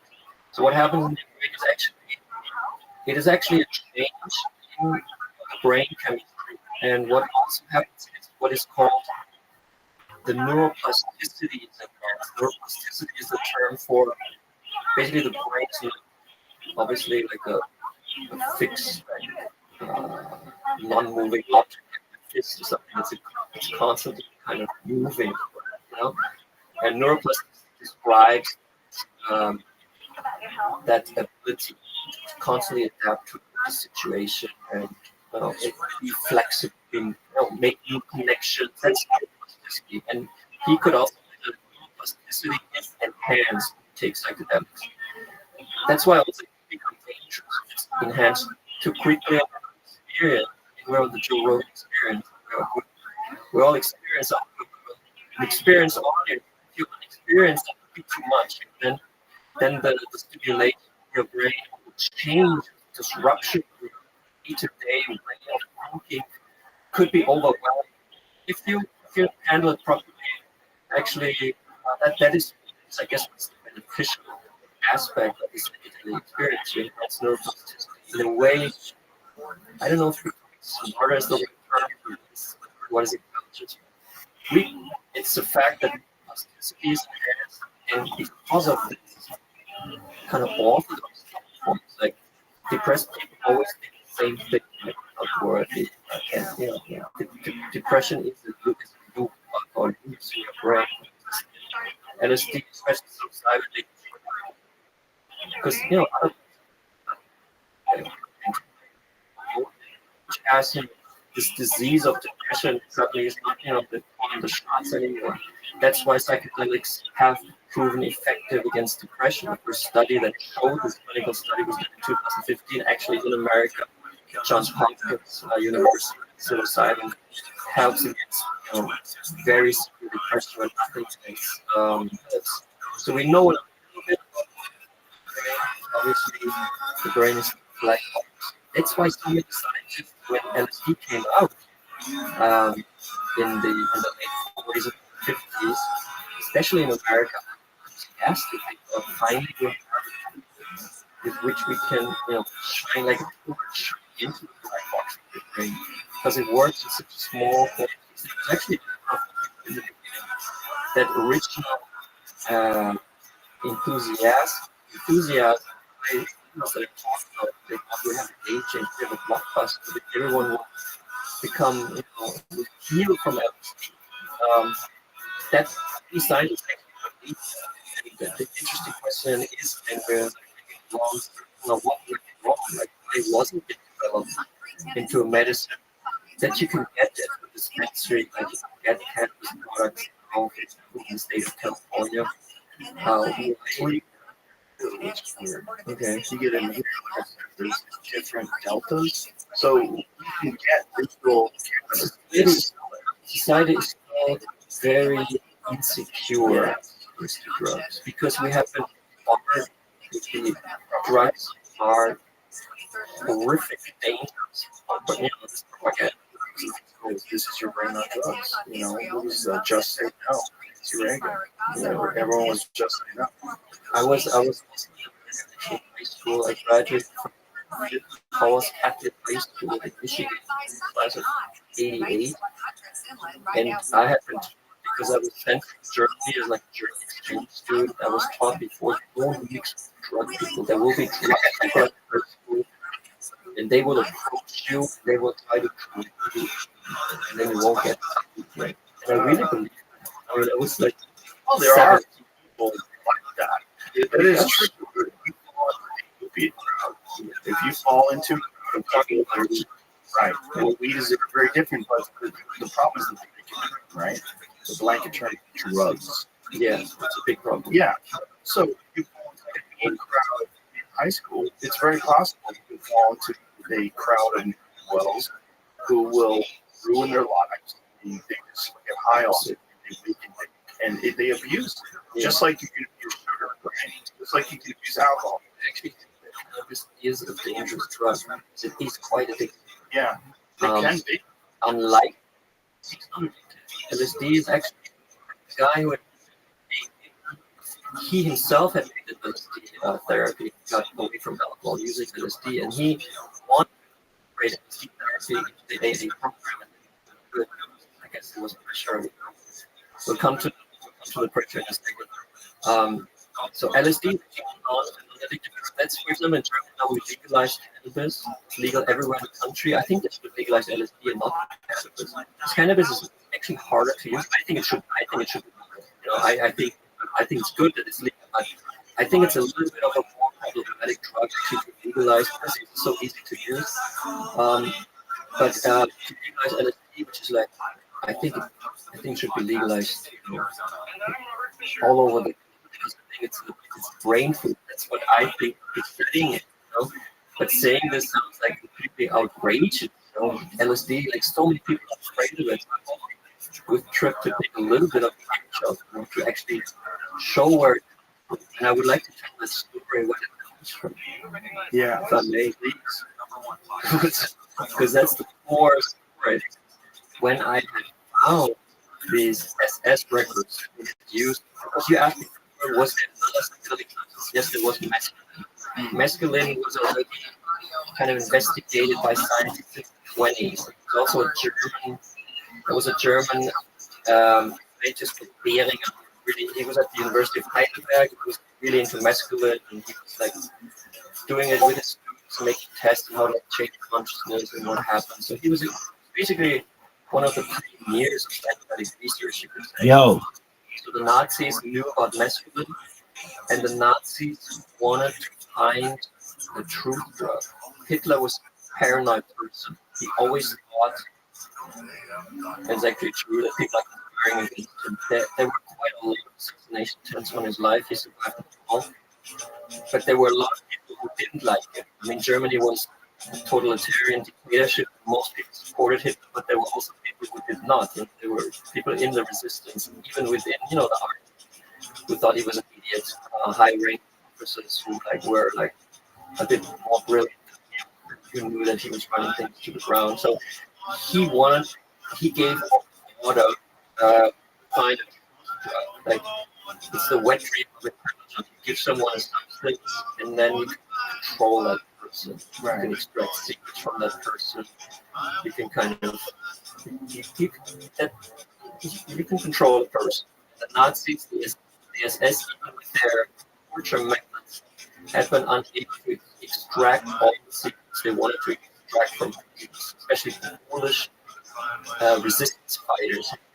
Very resistant, even against torture. They wouldn't say, "I got the job from the intelligence of." They just wouldn't talk. They tortured them. So Hitler wanted the drug that would solve this problem. And the man that was charged with this is a chemist called Richard Kuhn, where he received the Nobel Prize in Chemistry.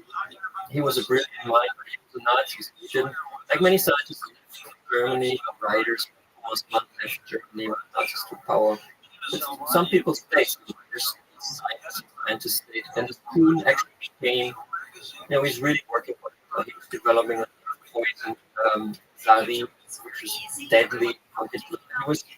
And if you work for Hitler as a scientist, you get all the grants, the money, and you were, you had a great time. If you sold your skills. So Richard was in charge with finding the drug,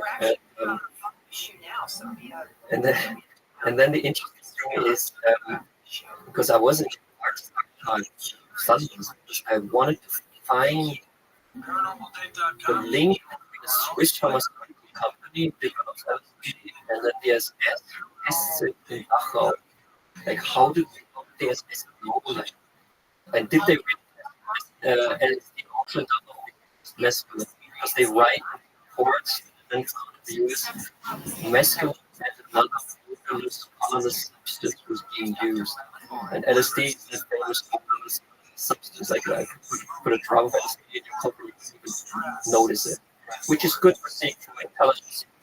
You want to dose one without that person knowing it. So it was kind of perfect. But how did the Nazis? Did they actually know what was it LSD? That was what I wanted to find out. And when I was in the archives, I was finding papers like did they sell LSD to the SS? I was curious to find something. The archive was very skeptical of the sense that it was up to something. Like he was protecting basically the archive because the archive was public archive. If you go to the National Archives of the States or the Federal Archive of Germany is public archive, the archivists want you to find information. They will reveal like the find book, which has like the database, shows you everything that's in the archive. So you have it takes sometimes days to actually figure out what's up there.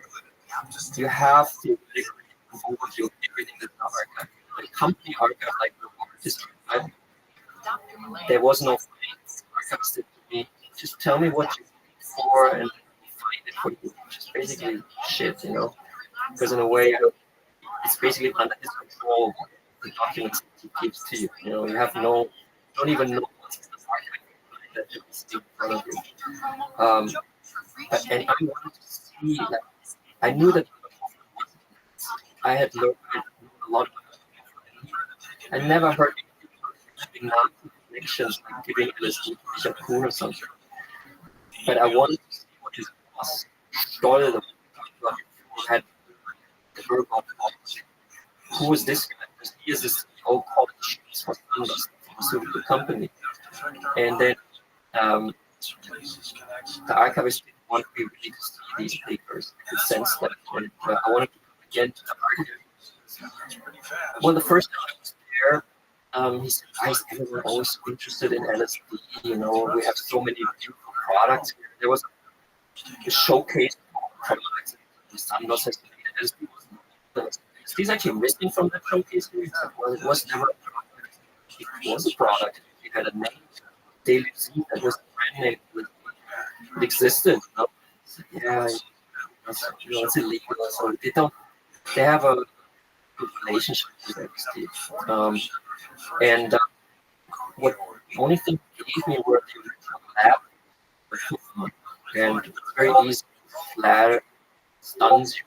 If you're interested in LSD, you see like original lab, you see like his handwriting when he for the first time takes LSD, and then his handwriting, you can't hold the pen anymore, and you see like this line on the page. That's exciting, you know? But it's not, you know, people have seen it, but he kind of tricks you into like, you see that you have great things to buy, like people home. But then I was on the mountain, visiting a scientist who had researched this about producing in the Emmental, this guy on the told me the fields of Sanders, and he was back to the archive papers of the CEO because the CEO calls the shots. Why was the CEO able to turn this potential game changer into a lucrative medicine? What went wrong was probably on the CEO level, not on like chemist level or something. So I wrote an email to the archivist to come back to me. CEO, and then it was already like more. But I just showed up at here time.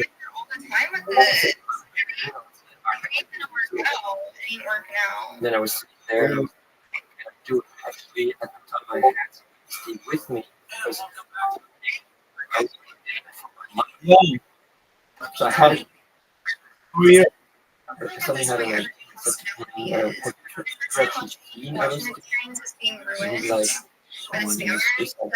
oh, legal, I have it. And I asked, what? She said, sure. Yeah. How are you? More. And I said, well, here. It's like studying it. Quite interesting. That's how we I had received printed on it, like papers, old logo of something, like the chemist who had made this in Basel, like kind of made a joke. They put like the logo. This is the logo of our old house. It's like an homage. Chemist who made these. I said, "Do you want one?" I said, "What do you need?" I said, "Well, I'll give you one gift. You know, it's been so helpful to me." It's like, oh, yes, okay, I'll take it. I gave him a trip, and what was it? That was like 100 micrograms, which is quite strong. You know, it's legit. It's legit. I said to him, take it like when you're in the Swiss mountains. If you want to walk, then maybe it's a good time. Interested in it. And then he gave it. Can for legal reasons. I don't think I could accept it. I said, okay, fine. Took it back. And then he said, is there something you want to see maybe today? We had connections. And I said, yeah, actually, being the paper of the CEO of Articulate, it's not a problem at all. He went and he brought me a folder. And as I'm looking through the folder, I can see that there's one man that Stoll was communicating with all through his career. And that one man, Stoll himself learned that Wilstad was the Swiss German master of who was later he had to leave Germany because he was Jewish.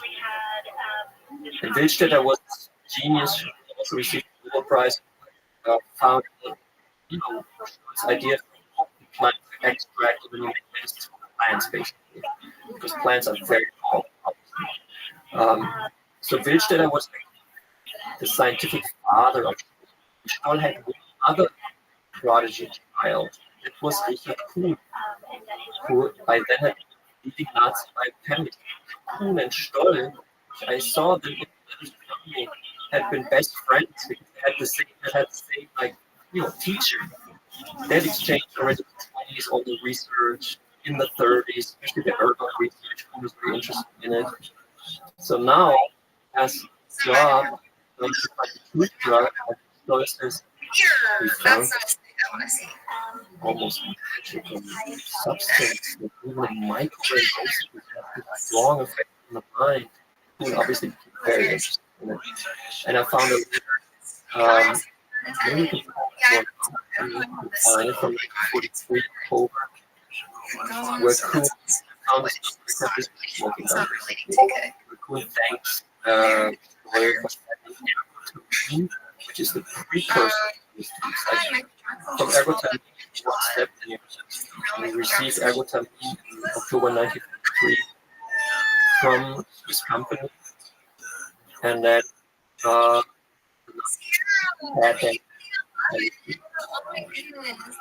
and then it's interesting what happened to the Americans find out, because when the Americans liberated when they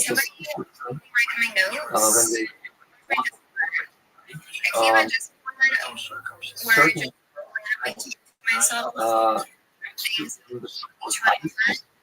AL also was responsible for finding German nuclear scientists there for the nuclear bomb.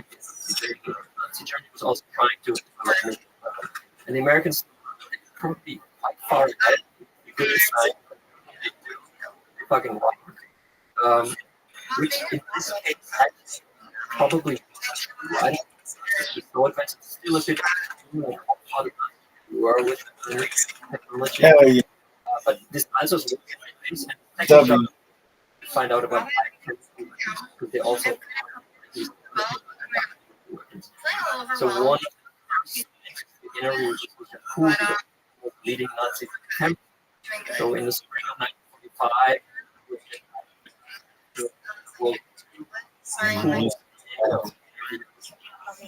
and who the question would American would I go to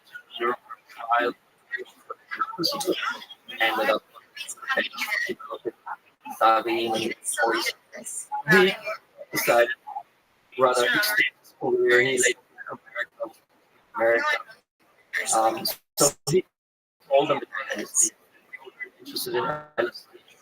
And those experiments in Dachau, enough time, Dachau was ready to finding out if I give psychedelic to can I extract it, can I fully control him. These tests take a bit of time. Now you have to do it several years. Do it in a day.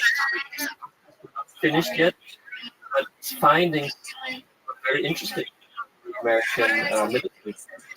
After the war, what war, which was what then CIA was, which CIA called brain war. So we have to get ahead of it. We have great techniques. So we have to ready to defend ourselves. So once so the Americans learned actually. I once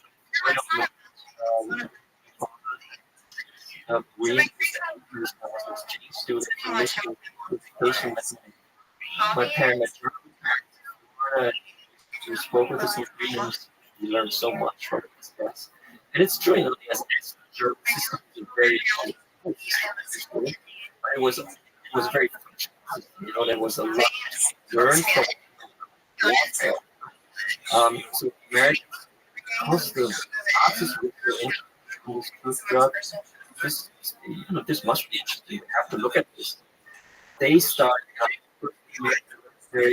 and the CIA started out to investigate, can LSD actually be the true drug? Can it be like so this is so what was the samples German Nazi viral from him knowledge comes to the American military and could be used as a weapon. This is what really put LSD on. Because there was a lot of research, like great times. It was an interesting thing, but then the CIA over military research. First was the military, they had a university called Teacher was like an expert in the American Army. He had been in the war, and then he looked at the SS report called Report on Eat Trust Drugs, which is in Washington. He was kind of the knowledgeable guy on how to drugs. And then when the CIA was founded, basically the CIA ordered this truth drug research from the military, and Beecher was his reports to the CIA. This guy, I don't know if you've heard that name. He was the head of Ultra, basically to see whether LSD could be used as a godly travel to Switzerland because he heard that Santos was selling LSD to the other side of the Curtain. It was rumored that the Soviet Union purchased like 20 million dosages of LSD. So he flew to Basel with a suitcase of cash, put it on the table of the CEO, and said, I want the world supply of LSD. Hereby the world supply of LSD. Which was his supply, like intelligence told them that Santos had produced something like, I don't know, like it's in the book, like 4 kilograms. He said, I want to buy it. 4 kilograms for the potent microdoses. Stolz said, well, we only made 400 grams. So they hadn't that much. But so he set a mechanism in place that Stoll would always inform, not sell to the side of the That's what Santos had to basically assure him. Of course, all the problems That's the pressure. And then godly is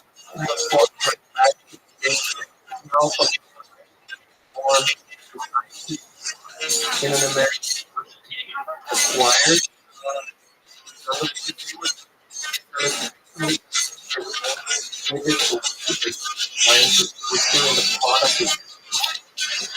we're still working. What do we write? So Gottlieb was basically writing Catholic he had the most, and then he had look at how LSD can be used to manipulate people. Basically, that was like the big goal. And it's not a cheap. And the way he let all the over like over 60 institutions, like big universities of this big country. He let them special departments investigate this. But these tests, what got the idea was universities funded by foundations, let's say the Rockefeller Foundation, create like pharmaceutical test series that goes over involves all these people, like, it's expensive, like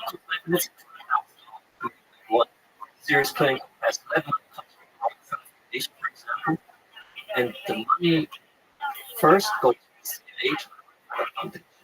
So he used not only the foundations, like go between, gave them money, and they would find that research in university, mostly, I guess, neutral, just trying to figure out science.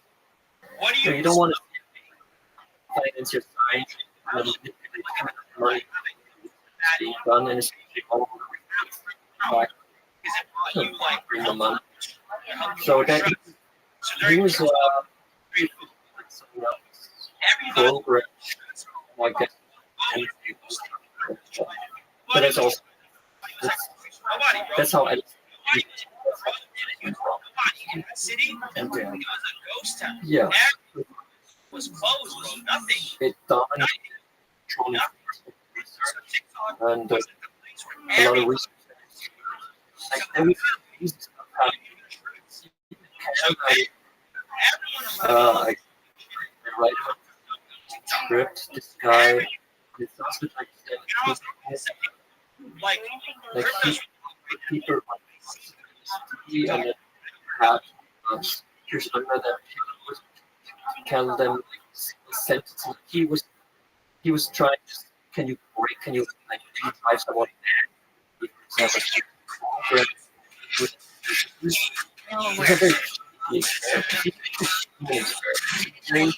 they were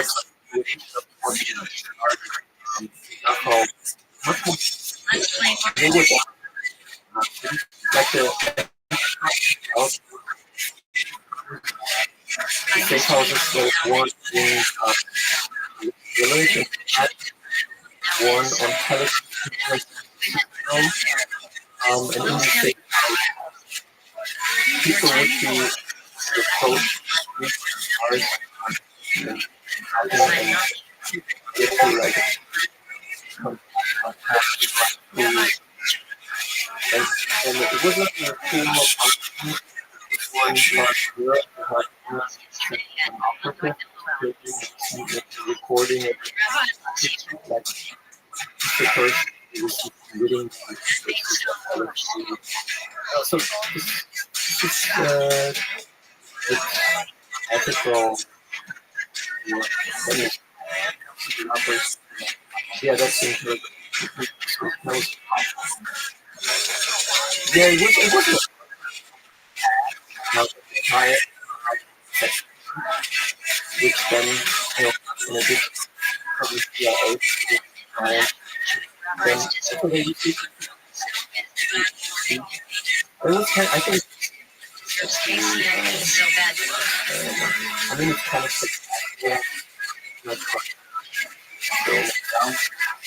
yeah, I mean, it's so right. I'm one of course.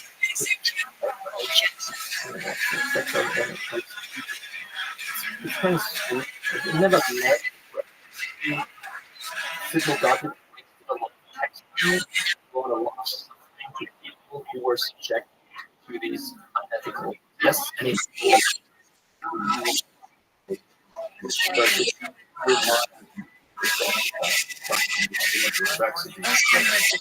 probably without ego and opening up everyone to this powerful drug. This drug could be used by foreign. It could be used against us. Of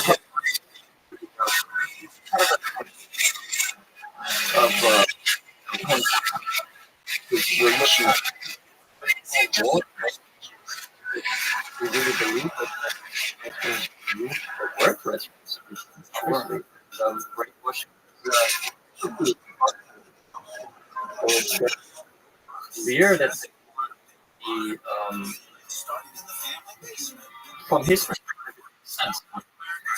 So, but it didn't become a medicine. Antibiotics. So I think it had a chance to become a very mix instead of being kind of an unhelpful weapon. It's never worked. No, it's definitely helpful. And I understand when the wrong. Those society population, especially coming to a whole new United States emerges victorious. You know, there's this clamoring. What are these powerful used against us? And some of them, this is obviously at a time there are the communism trading our society. And they're probably disrupted, which is what was going on.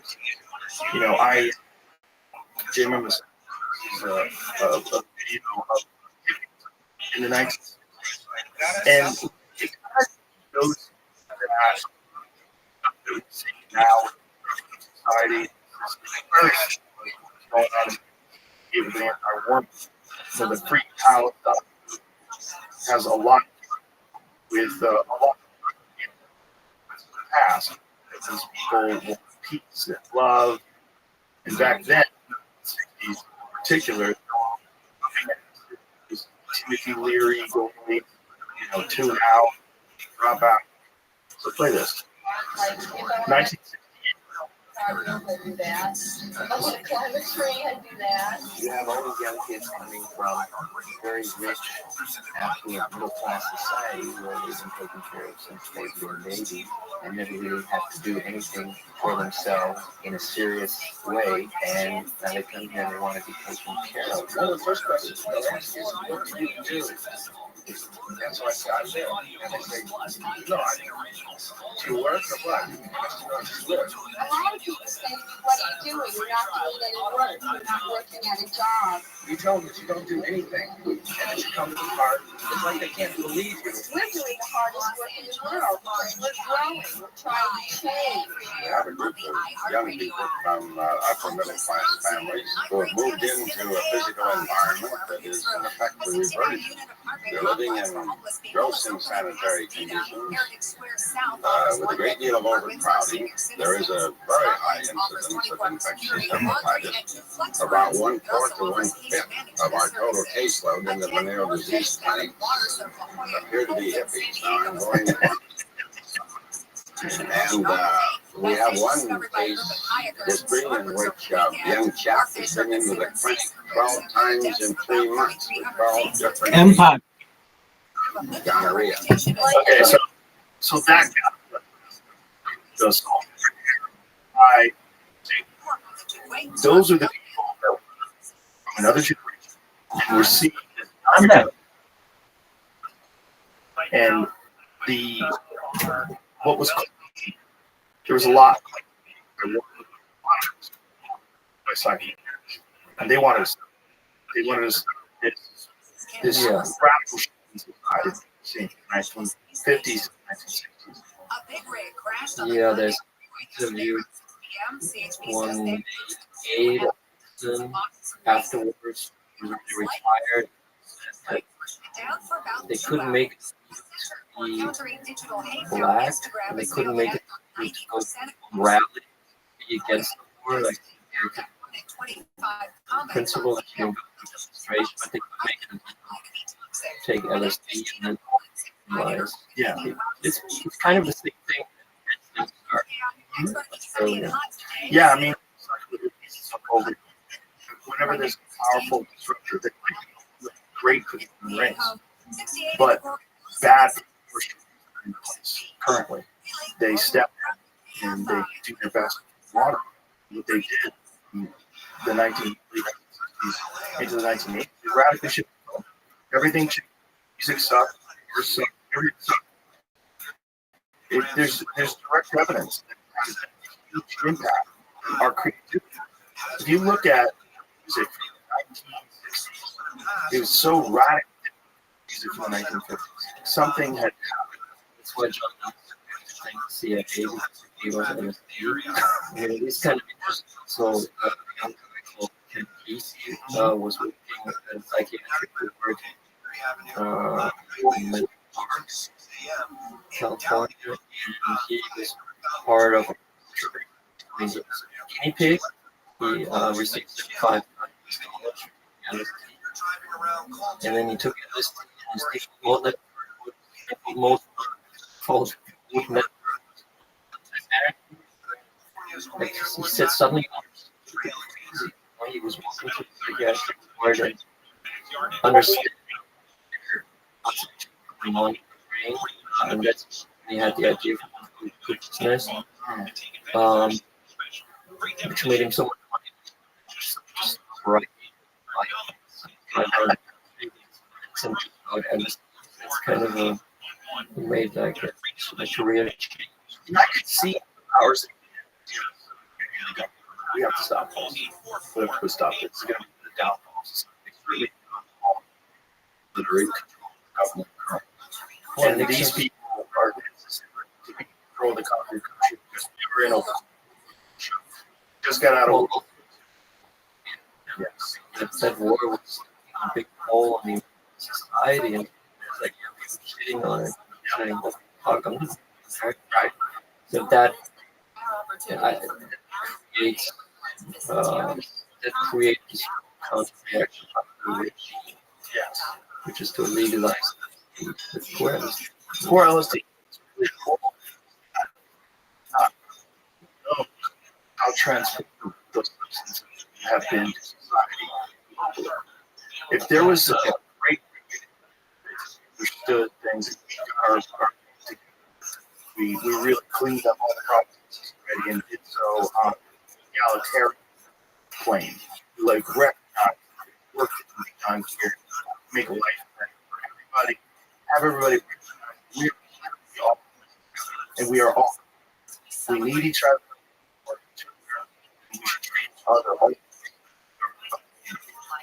I think that mobilized narrative. Yeah. I think the only way we. I mean, this is the perspective that actually look down this ball that we're fighting over created lines.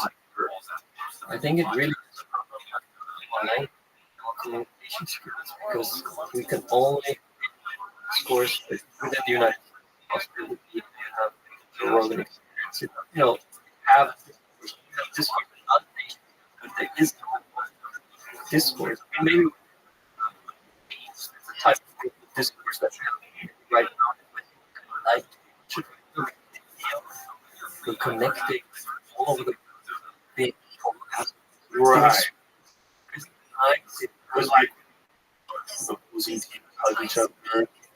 Friends. Yeah. we need the global communication. We have communication. We have two very prominent leaders right now, and a lot of other things. We have global problems on the planet, which leads to refugee floods, crisis, migration. We have a global thing. There's no global government. We need one. Okay. Right. I don't have to. Whenever people like, it's like everything. If you have money, you want power, you want more control. It makes it easy for them to stay in control. You have a global world. You can tell people, oh, you can't move to Switzerland, you can't move to Costa Rica. The laws will decide what you can do. And we're not just empirical evidence, analysis of reality. We're doing the basis of what's the control and probably we're in it. You know, what is rational to understand the consequences of these things that are fighting against it. China, like Jesus Christ, and we're leading ourselves in a position that's very similar to other positions that have societies in the past. Ancient Greece, where ancient Greece, where they developed democracy, they see their histories, and then all that stuff continued. And then society crumbles, fell apart, no longer this intellectual discourse in the world. Everything goes through water. The psychedelics, everything is schedule one. They lock people. They figured out a wash, sort of new movement of thought. I think it would be a step to the future. Psychedelic would be legal, and if we kind of move more towards, it's the psychedelic humans are. Yes. It's about basically including the other, being afraid of the other, that fear the other, violence. Right. The psychedelic is moving in the opposite way. Right. So it is always that legalize, the psychedelics. They're dangerous. They're dangerous. So, but it's that's the crazy. The people that are the people that never experienced it. that's correct. That's where it's crazy. Is it going to be beneficial to them? They are finite. Their experience on Earth would be greatly enhanced if they have perspective of the psychedelic.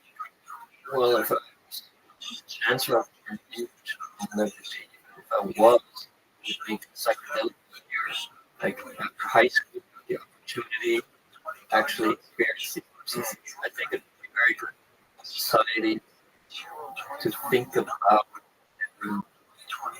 rituals and our discourse, what you said about streets of releases. That was the defining ritual of ancient Greece, the essence of society, there to confirm. They would go there, they would talk about the experience. Yes. Because of that experience, we could relate to each other, relate to their planet. So that was really and today, because it's illegal, we don't have, we don't know. I mean, some things like burning are like attempts to create like ritualistic space. I've never been.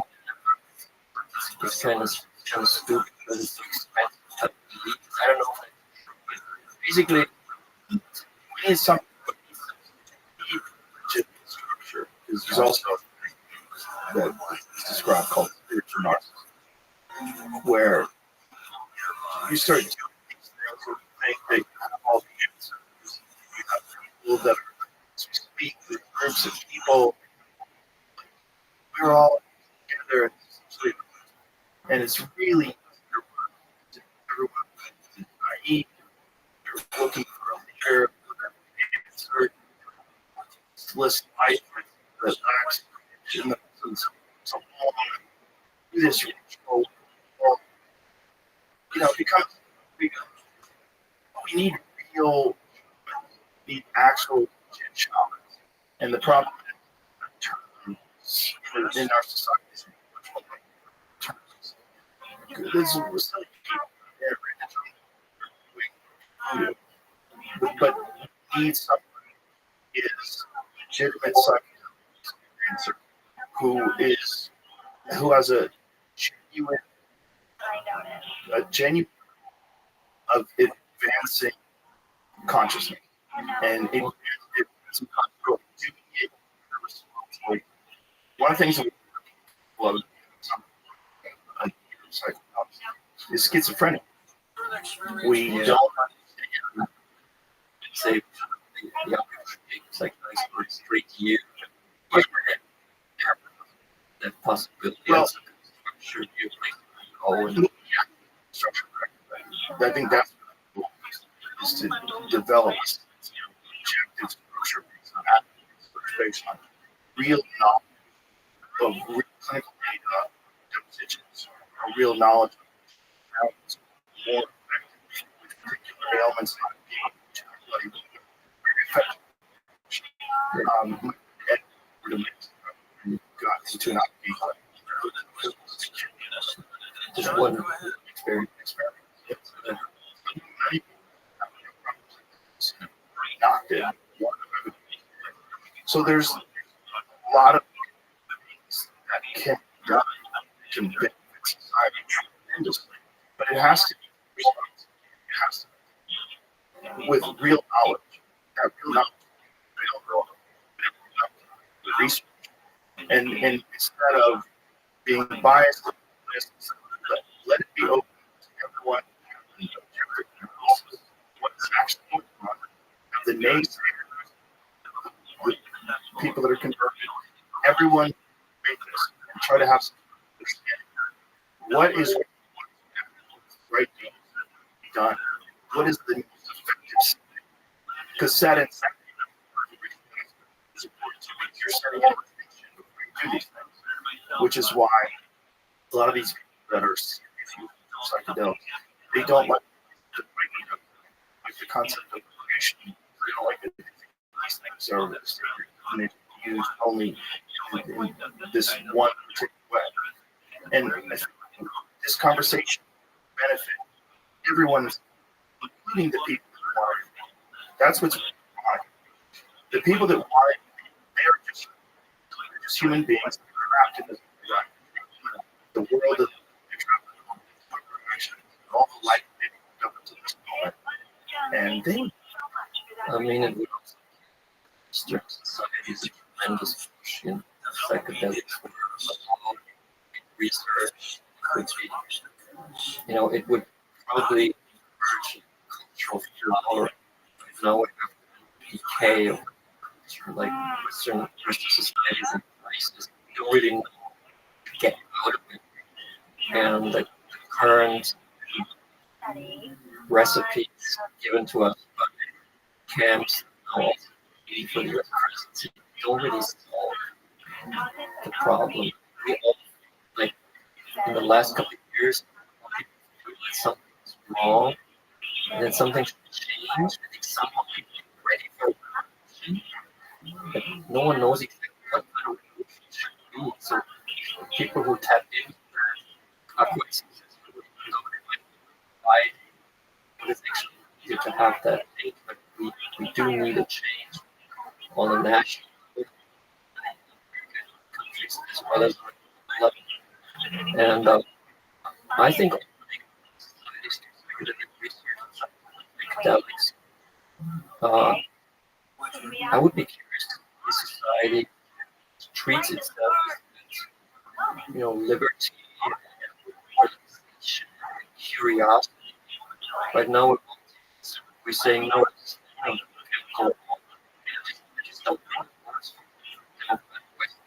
Free society. It's a Right. contradiction. It keeps us back really developing a society that is much better than the current society. Yeah. And we're trapped. We're trapped. There is a switch. And this is what's crazy. It's theoretical, right? These are actual. Yeah, we're talking about the West. This show said he's the leader of the world. We're free world. We got revolution for this podcast. I think that's wherever they and freedom. And if you have freedom over with mechanics often, Yes. that it means nothing. You don't have consciousness. Especially where we don't substance that could dramatic. So there's a lot of that are very good positive drugs that you can use on a regular basis. Too much of them you die. So we know substances are dosages. We understand what LD is, and we know we should apply psychedelics. Albert Hoffman was 50s. There's another doctor. He set up a whole right. Sandoz should know psychedelics. Abilities to create new content. We should and that idea is a great idea. Stolz ist.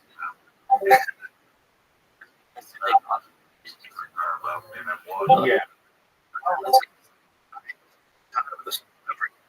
No, not public, right wing, roll. I mean, I'm surprised. Different apps I'll trick because I think some of that. Well, So it's losing ground because so the these things destroy lives, and also actually then positive effects on people that are suffering from which is the mainstream problem is well, there are that is passing. it kind of comes from Randall in a way. It does. Easier kind of thing. But I mean, I'm sure you have, especially back in there's publications in the country, especially right there, control for that narrative. They read that as that. This is what's happening. People today are all, particularly out. I think the pandemic where it's much more difficult to pass on than it was 4 years ago. I mean, that's why I'm excited on this podcast, this experience. I think you have actually created a space where free thought, so free communication is like a space to create. I think quite an important art form to have. I mean, it's not so easy to create like your that has global reach. So, Thank you. Maybe, yeah. I think so. Well, I think I'm the worst of it. I do not think I think this thing wanted to be itself. It did a very sneaky way. You haven't followed the webcam, and Eddie Brock, Tom Segura, my friends. Just have a good. And then it's contact. Say, hey, tell me about it. Come on my podcast. And then it became much bigger. And it sort of it was Like, is very I'll tell you what. I think it was 2012 in Chicago, and I was doing. I was gonna tell how many, and it just 2000. I was like, whoa! I'll never because I was like, oh. One of the things I used to do, and I don't pay attention. I'm virtually checking what's good, what's bad, what I don't look like tension is. That's my job. Is to have an interesting conversation that I'm actually excited about. That's so the way I completely go on my interest. I don't have a publicist that's like examining friends, this person's podcast. I think it I think it's like the muse brings these ideas to their head. I think the universe gave birth to this thing. I know it's a stupid hippie thing to say. It's not. But if anybody would be proud of you, yeah, right? No. I feel like this. I think this is one of many things that we all around the cat. There's hunger, there's honesty, there's real conversation that exists everywhere. That's what that's you don't have well, you shouldn't have someone your is heavily influenced by people that are your channel. Heavily influenced. So there's certain things. It's a good thing. We'll say things with bias, but you attack individuals, not just you'll attack with very specific narratives repeated over and over again. These compilations of these same thing over. Not news. This is not real. This is not real human beings discussing, trying to figure out. This is propaganda. This is most of it. Yeah. And it's not real news. There's actual specific information. The weather. There's actual real reviews. All sorts of. At the end of the day, not conversation. So real conversation was flourish was and they didn't even you just thought everything to a much shorter attention. And that so the things that we're going to be conquering in the future were like 10 and which is like today we all these things that like attention just captures you, gives you nothing, just scrolling and looking. But then podcasting. And podcasting. 3-hour scientists, 50 million videos. And then people are like, okay. It's not people want to engage. They do. What do you do? Just I mean, it's all as a writer, director. If I decide to book, get into it, and I have this very long reason to develop my thoughts there. That's why I make active in this field. I think that podcast and literature, they both immersion or something. Absolutely. Yeah, absolutely. Right. There's not time for you to ponder the sentences and paragraphs and think all together, order, say things, the way you captivate, tell the reader. It's very simple. Also very simple.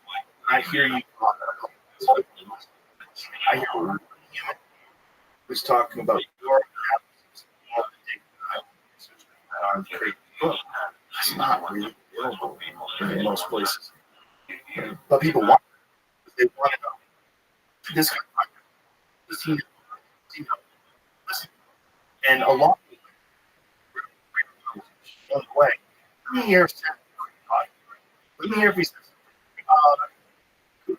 oh, that, he's okay now. Just like look at this little filter. So I think lips analysis. Sure. I thought like subject of You know, I just was. I mean, when you talk about just water. who's got speak to audience like too, but it was great. Well,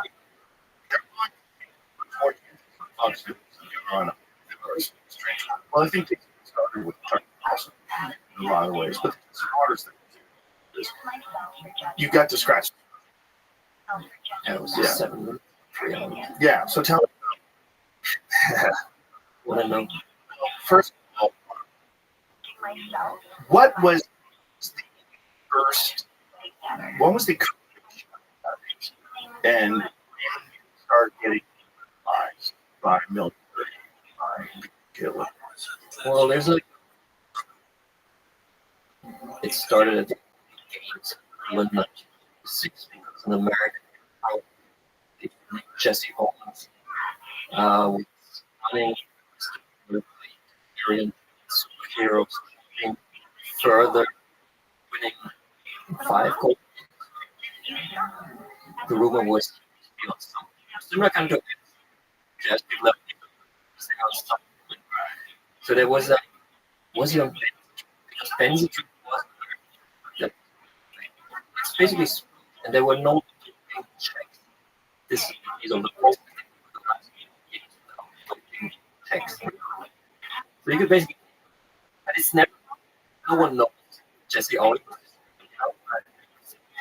There was a guy called fact, and he said to his pupils, we have to create a better federal, better than the this could never happen. Like Afro American, like so. Oh shit! He like did research, found that in Japan, it was called Naga. He's 17. This was in 1936, so already 19 years earlier, these chemicals made and meth means stronger. So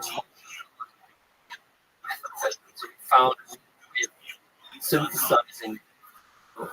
There's different ways to make meth. I think found a specific way that this technical patented in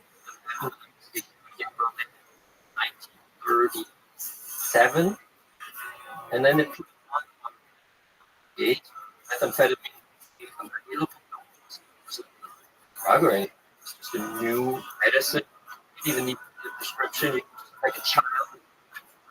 They 10 packets of methamphetamine. Also, and you got granted as per heavy sure. There it is. There it is. Heavy tea. And heavy tea became very passionate. I think this could already be to the second. But first, it was just on a society. 1938. So people loved it. I mean, there were fresh to get news, but if you heard it, that was basically so. The problem, I mean, any problem, the reality was the steam engine that society was really working. Everyone was hard. It was like a lot of society. You always compete. Like you have to go from like the German economy. So people love it. No, Germany didn't have like they couldn't drink coffee. I don't probably somewhere, but it's not a normal thing to go into a campaign coffee. So this economy like factory could increase the output and party people because it boosted your you go for eating, we should take math before. So it was they called performance enhancing the performance substance. So it was that's a new term. They made stuff that show there's actually good against anything. Also against sexual like people thought it's a great thing. There was no study, which obviously is a problem. Right? But also we understand that the mass produced is not the mass being produced in a trailer in southern state of Ireland. Made by the way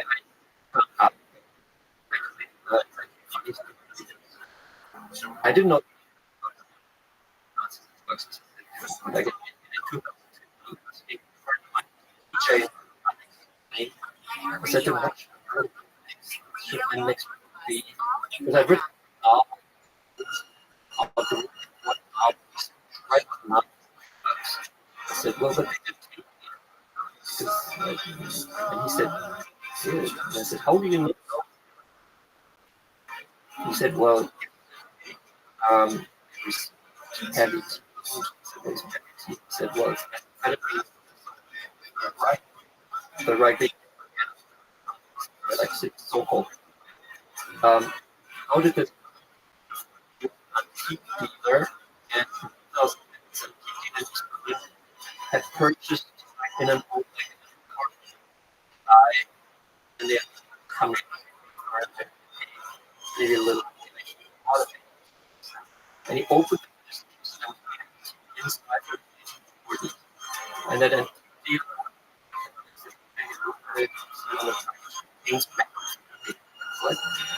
so he took it with the and I met this heavy tea. That did so it made us happy. Worked a lot. Great. Alex he told me that after the first team for Steelers coming on, it's like increased energy level. These are pills like 7 years old. They're still fine. They're still working. And then I took a very good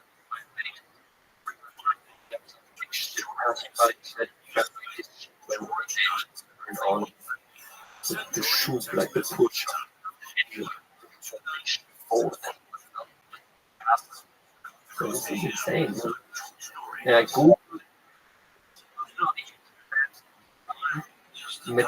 met totally unknown guy who had written like a page thing, German lit, which is the German word for strategy or response. I read this. This is easy. Maybe I should write about this. And I contacted. So it's very awesome. Oh, you know. And I contacted this academic at the University of Ulm. I traveled down there. There's actually a lot more to find. I just didn't have the time because he's investigating all things. He was just a side project. And he gave me signatures in archive. Signature every doctor signature. He gave me like the signatures behind like on math during Nazi times. This was in the military archive of Germany, which is housed in Freiburg, southern Germany is a decentralized country, so not all the army. For example, the military army, small town. The military army, because the German shit, you know, we lost 2 wars. That's great. So everything that the German army did is, you know, documented, because the Germans love to document. Everything is military archive is huge, and because the signatures from this guy, basically, look at all files and realize that the German army is using methamphetamine, and it's another interesting story how that the professor, he was the head of Institute for Theology of the German Army, and basically his job was to enhance fighting capability of the soldiers. So he was researching in 1938, how can we combat fatigue? Because it said not the Russians are the biggest, the British, even the French, the biggest enemies of fatigue, because you get tired and fight the whole day, sleep. What a waste. That's not good. Looking for a way to beat this enemy. You know, and then when everything got good, he started reading. They really show that math, and this experience that people who have used math with design don't sleep as much. It keeps you awake. All it released, so your brain is basically in a fight. Like, methamphetamine makes you extremely over very time, and then if the point is knocked down, you get the urge to take it again, so the addiction comes. But he was not looking at addiction problems. He was just looking at does it really work to keep the soldier awake, because there's the saying the last 15 minutes out of the decisive 15 minutes who wins in the end. So if you have a thing that keeps your man awake, decisive advantage. So you make that. I don't know. I have like this photo where you see a young medical officer that was being medical officer. So these young guys, placebo, just to check and can this strong could actually they were more started and the match they were out. You know, they had water, the magic, and now we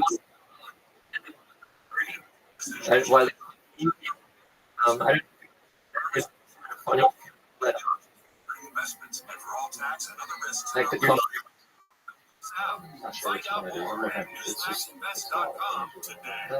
go. Yeah, this. So these guys are on. Oh, he's one up, maybe.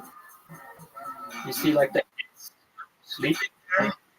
As left of him, the right of him,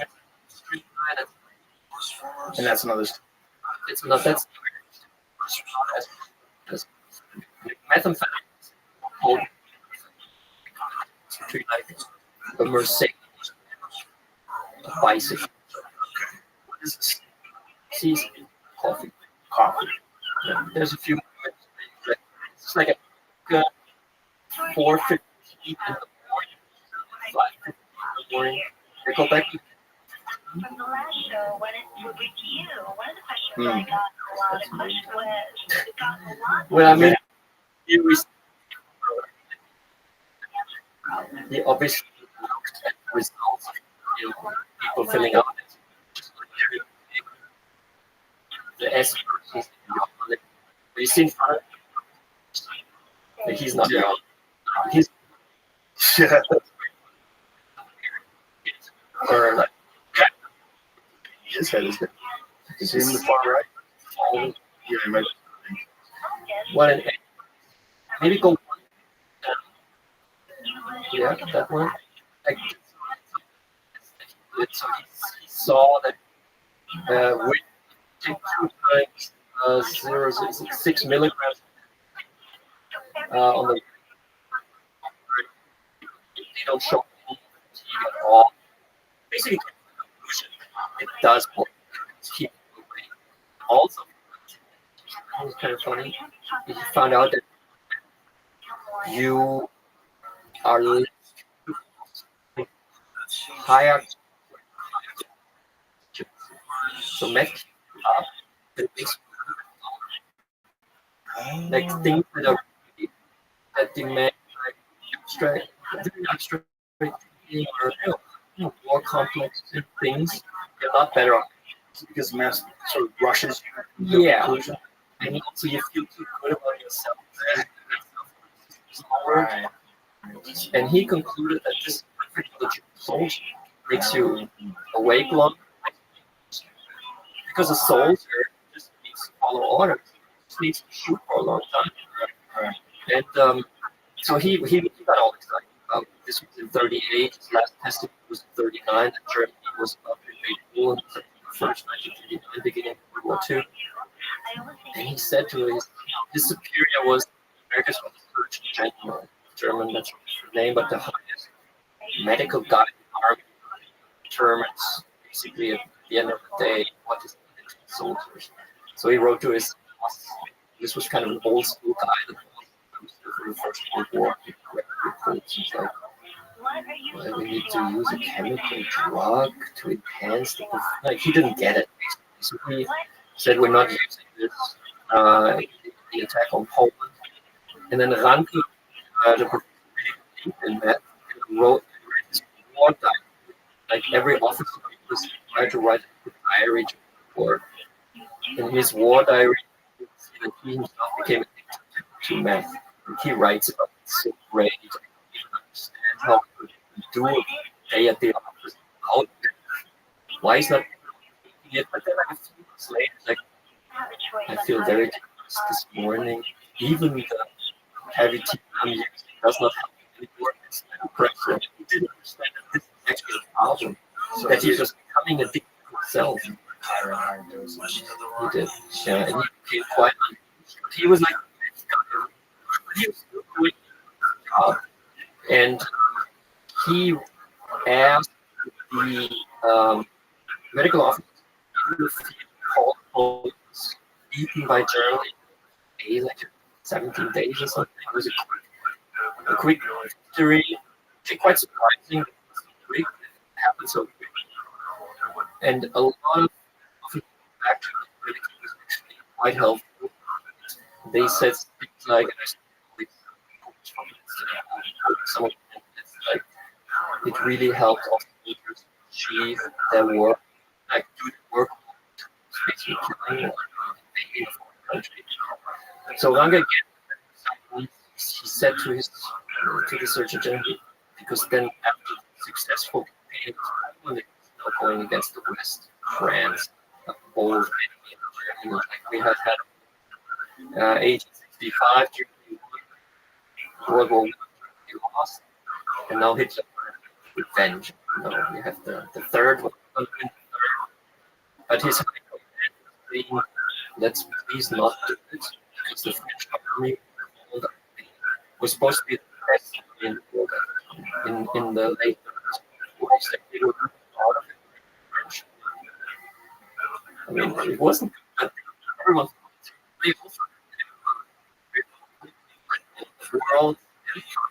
So these two powers to attack from Germany, these two powers was considered insane by the like they thought it was just lunatic. And Hitler wanted to attack November 1939. The German military actually a lot of errors because even in a successful campaign, there was a lot of machinery, there was a lot of people. You know, so everyone said, let's not do it. Let's just, you know, get back on track and strategy with which we can win against us. Because they knew it. Because that was in World War I. Germany attacked the north of Belgium, and it was a stalemate, and then we had Germany lost. Because Germany is one country, cannot win yet. So many countries. It's not going to work. It was very discovered that it was a coup in November 39, and then the breakfast February 17th, the kind of revolutionary texture from Einstein and Roth and very into Hitler in Berlin was chancellor plan. You know it's gonna work. We could beat them because we will not use the tanks as everyone expects to use the tanks, just kind of move back and backing infantry and being like the back. We will use the tanks in front and make the tanks kind of overrun. I mean, this is a crazy thought. He loved crazy thoughts. So he's like, this is a good thought, but where are we going to do it? We're going to do it in the area. And also, I also said it's interesting.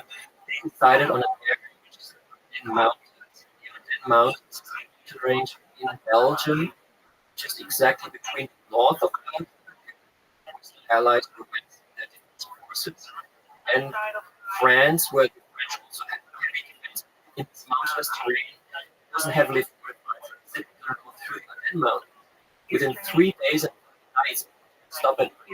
Because if we stop and sleep at night, people know that we're in the pits move and destroy our defense. Not stop. 3 days we have to reach through Belgium. The Swiss, the French border is to get there. Then we will be faster because they will still be stuck in the north of Belgium. Like we will be faster than them and race through all of the channel. Then we will back and destroy them.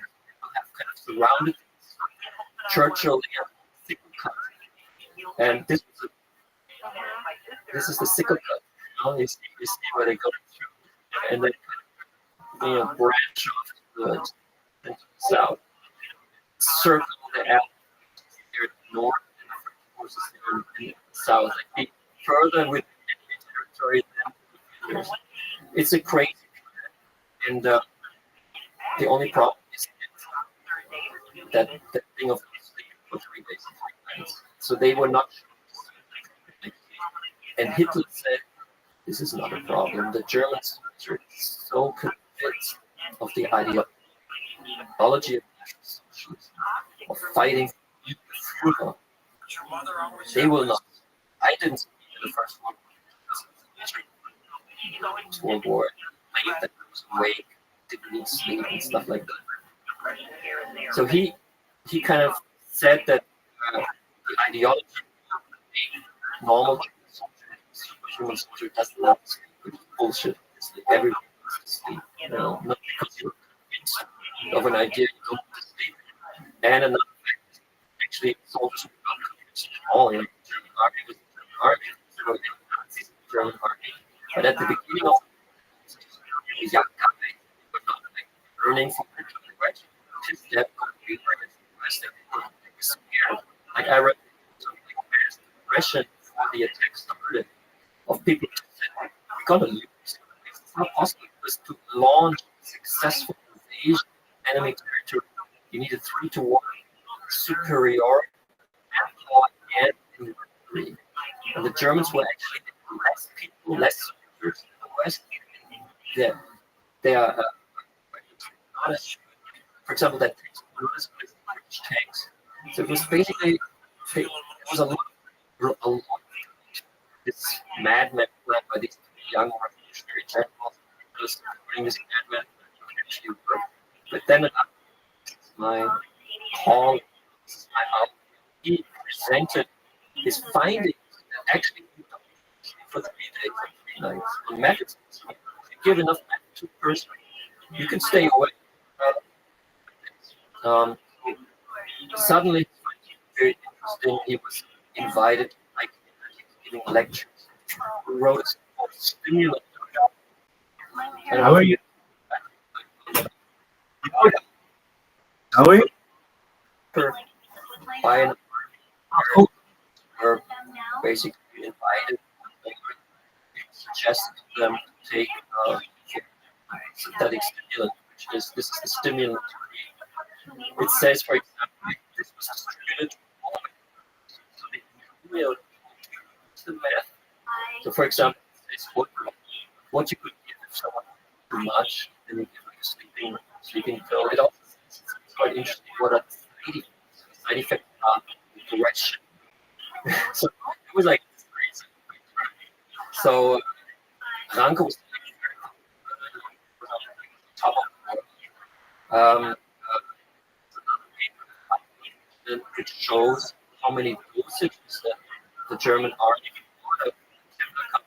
before they attacked France. And this is so finding that yeah. And so were they on large doses, the soldiers? Well, interesting to see how those different groups were being used because they were used asymmetrical. They were carried out especially to the tank troop because the tanks were at the forefront and these tanks could not stop. So everyone tanks were basically high crystal meth all the way to the advance. And it's reports by French army that they could not understand their opponent. Like they didn't sleep, they just chased through. They see almost seen at one point, totally standing in the tank, like lid was standing there. And they were racing their lives through a French army had camped. They needed to sleep because it's kind of, I guess, funny. It's report, but France also had sort of stimulating, but they had the war situation has been beneficial in World War I. Each French soldier has quarters of red wine per day. So when France was attacked by Germany, I think 17,000 trucks with red wine, with French wine regions to the front lines, and distributed the red wine. So the French guys were like, which is a move and an answer. It does make you tired, especially at 3/4 of the year. So the Germans were meth, the French were like drowsy. So that's the rule, like standing in the open tank going through this village at night, soldiers sleeping basically, and just fire. Once and it's like a complete madness. And then the French they got very they defense collapsed. Germany, France, in a few days. Big in person like that. We either a day and stay back at this time charging through and in June already. That's a story. Oh, wow. Isn't it incredible? Actually, now, sure.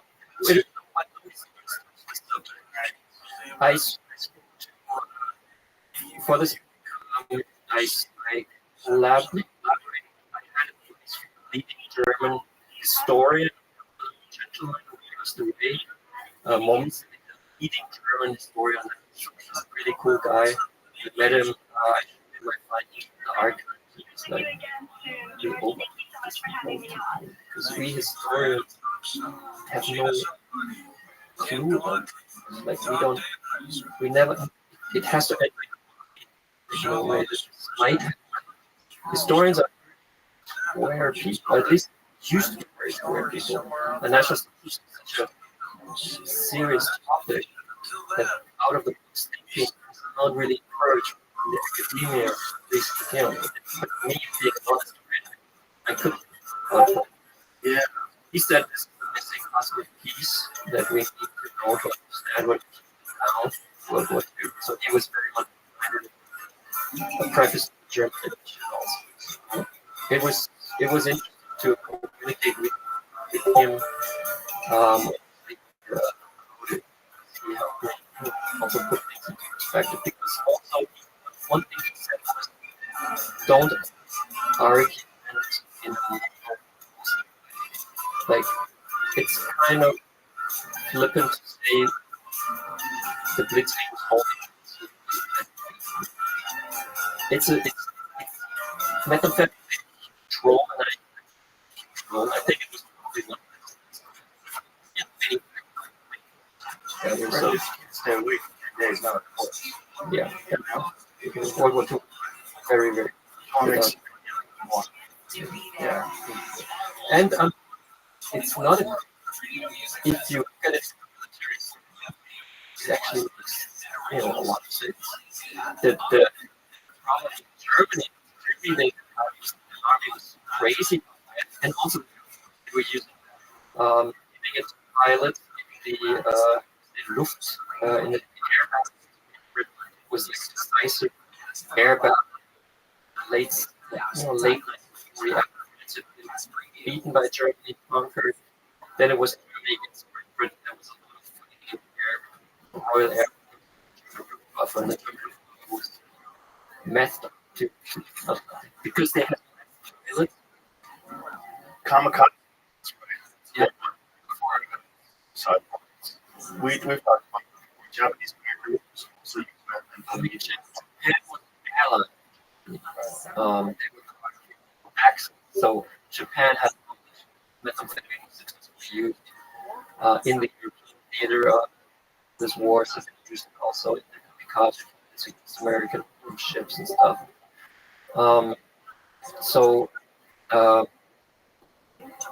Where were we were aware of the effect on the soldiers, and also the effectiveness during the Blitzkrieg, but then also Japanese pilots. The Japanese were using it, kamikazes were using it. I mean, the problem with the military, because then suddenly they were, for example, so-called Führer, like used to like a Nazi. He was like an anti, because he said he like you are superheroes because we are superior weapons. We don't need a stimulant to perform these miraculous acts of reality. So he wanted to stop. I studied up like high command Ministry of Health. The army basically said, "You're not stopping. It's a modern army. We modern means to, achieve our goal." This actually shows that it's not full of shit. You just need to install the right thing, and then actually Germany was a very modern system that was using this to their advantage.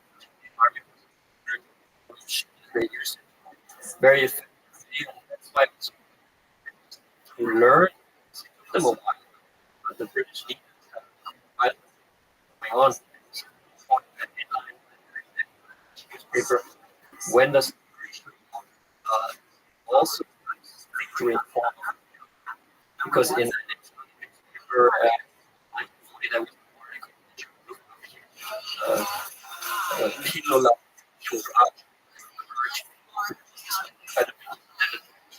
became like after we have to explain, they actually had England comparing methamphetamine, the British guys.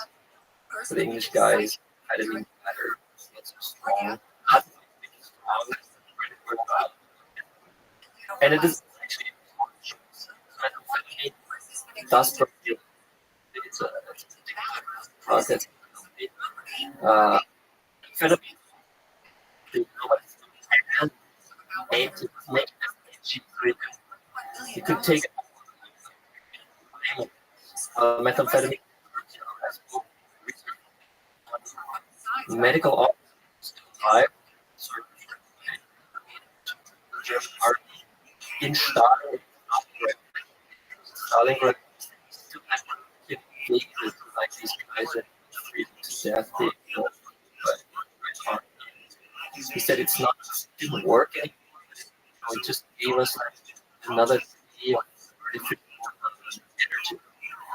So methamphetamine is very in a long, in a short, it actually after the attack, leading because there was combat. These terrorists had used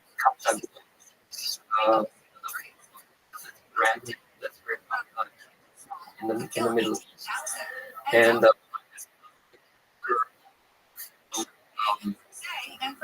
April last year, 23, was a report by the newspaper that large Gaza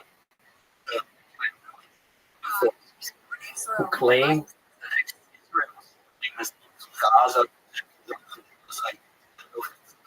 It's just what happened, but for sure it was coming in the Gaza. I'm totally convinced people used it when they attacked. And that is not when terrorist attacks. Paris had amphetamine. They seized $1 billion. It is word the Assad regime in Syria is behind the of the gold. So they kept going to man. 15 tons. Whoa. It's been Yo, how? so Kapta gold. Wow. And have to go. Is it there? wow. So I guess What makes especially I had a in LA Blitz afterwards. Special a lady approached me,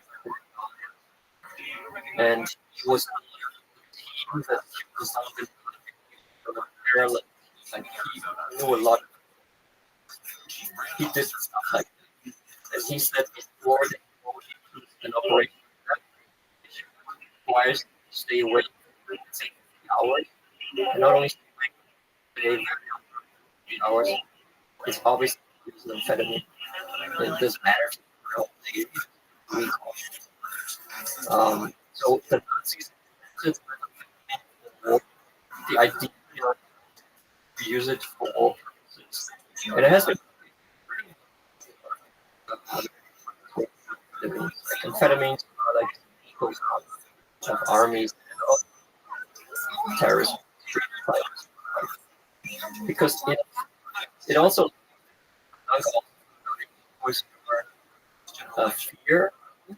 So when you're less afraid, it lowers your level. Like you're not inhibited. Like you would like so because it's real another it's a very stressful, really, but studies you're more like easier for you. So it's really the Nazis pioneer. how Adderall. Yeah. I think someone that prescriptions in a recent year. It's the one like drugs, which basically isn't. It's just certain people. I don't mean to these types of modernize because it's also like psychiatry. This actually. You need to take it. What is it you see? You need to take it. You need to take it. Very smart thing. No, I mean, Especially I know a lot of who use Adderall well, to be productive. yeah, and I would say if you want to pay the price, so that's maybe bad for your brain. But maybe you think you write better. So that's the like chance that writers like who wrote Electric. No, android like sheep. So Phil, Yeah, right. He was here. I heard pure so drugs are big. Don't become Nazis. Amphetamine. It creates a state in your brain. Might be, yeah. But you also might be because your self-criticism is lower. Yeah. So Kerouac, being a very good poet, he was just writing on the word. particularly Adderall, you say it's absolutely terrible. It's terrible. You lose the subtlety, the connection with the audience, and you're not. It's like you're not being silly, and you're still everything you say is brilliant. Yeah, I wouldn't. No. I mean, which is interesting because like they are. It also depends on your self-control, right? You can have the amount of self-control and the amount of objective analysis that you're doing with your life. You recognize that that's right. Are you map? You figure out how to figure out use it effectively. Saying so it's very disciplined way. I'm gonna take it because I get this done, do my best, and then afterwards,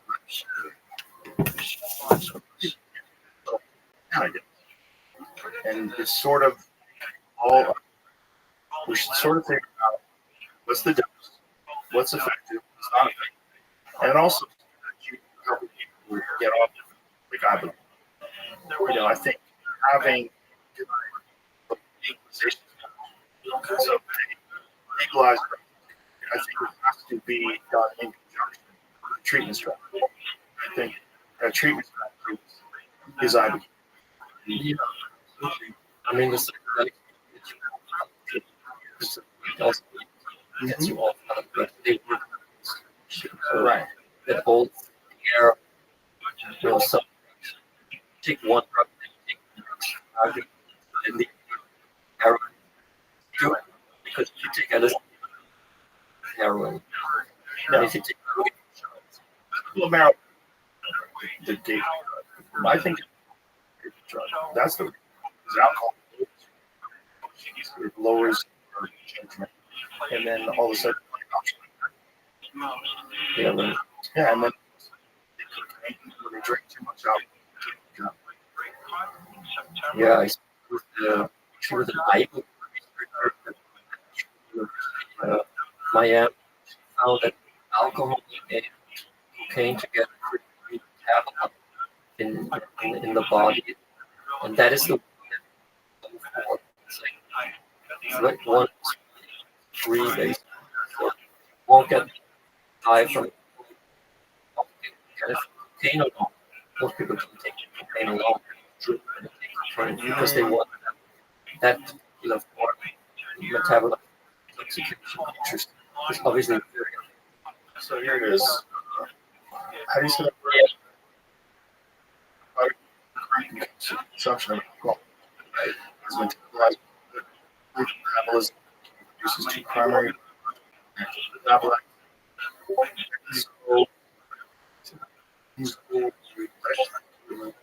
Go benzo and ecgonine methyl. Well, that's right.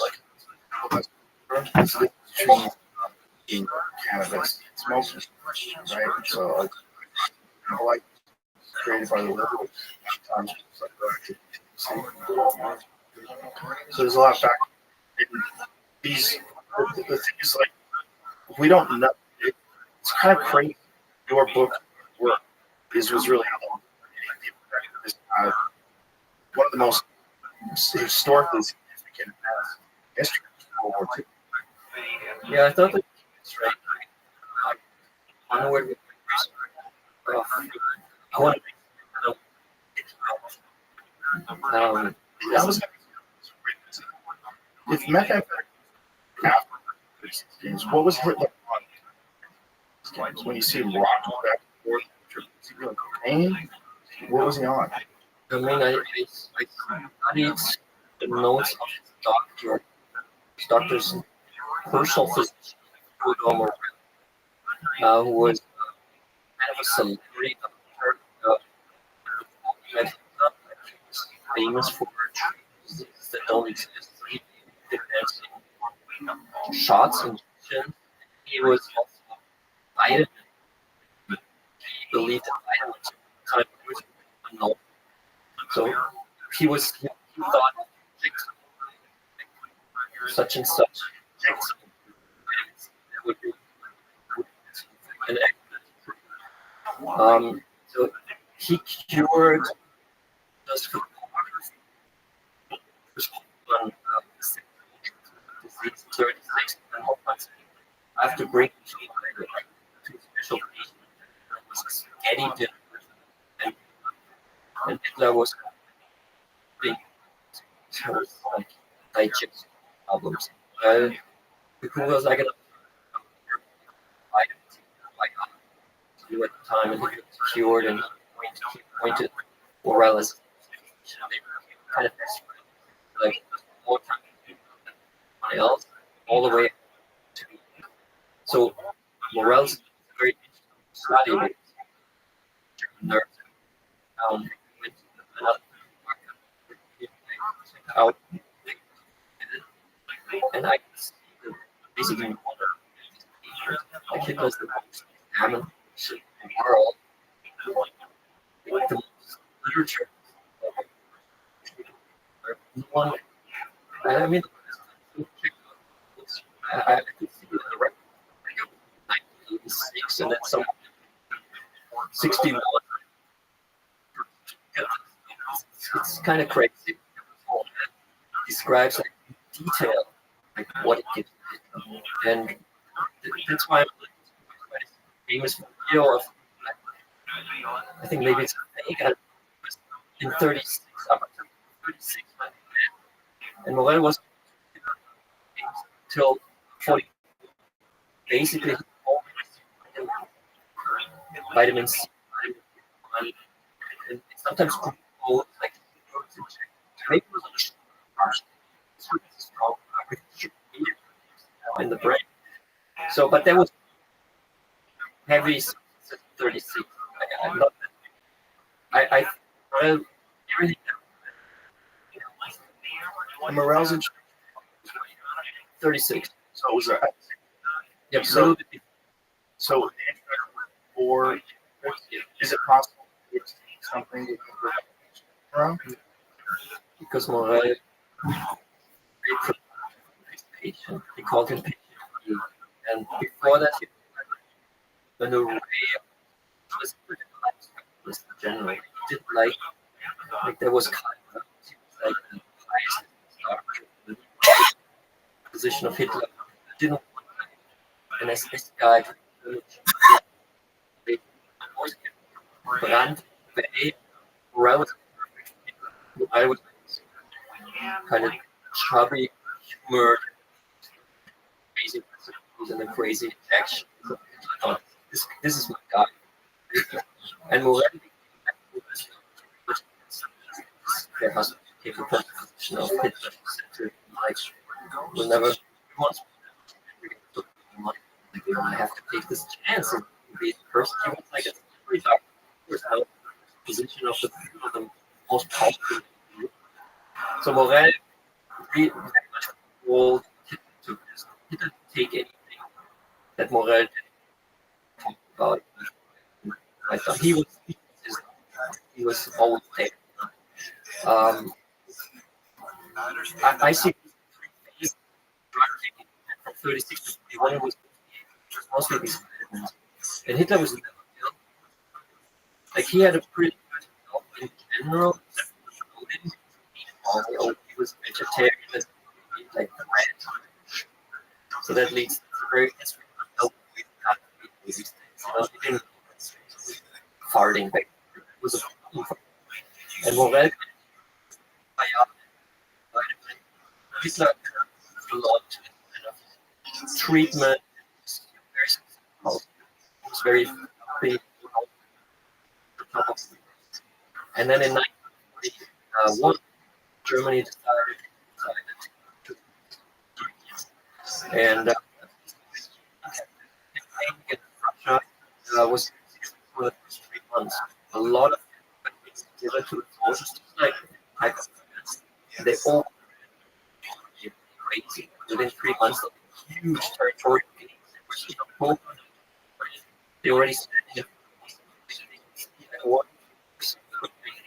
By not see the tram, like the last tram station was possibly, so they were right. And the thing was, August, in the middle of the campaign, started the first 41. So August, they gained a lot. Hit of the first time, he had what they call like camping. So he was, maybe try that. The Russian, which made him stay in like very higher shape. Well, national Germany, reading all this, look at things no one had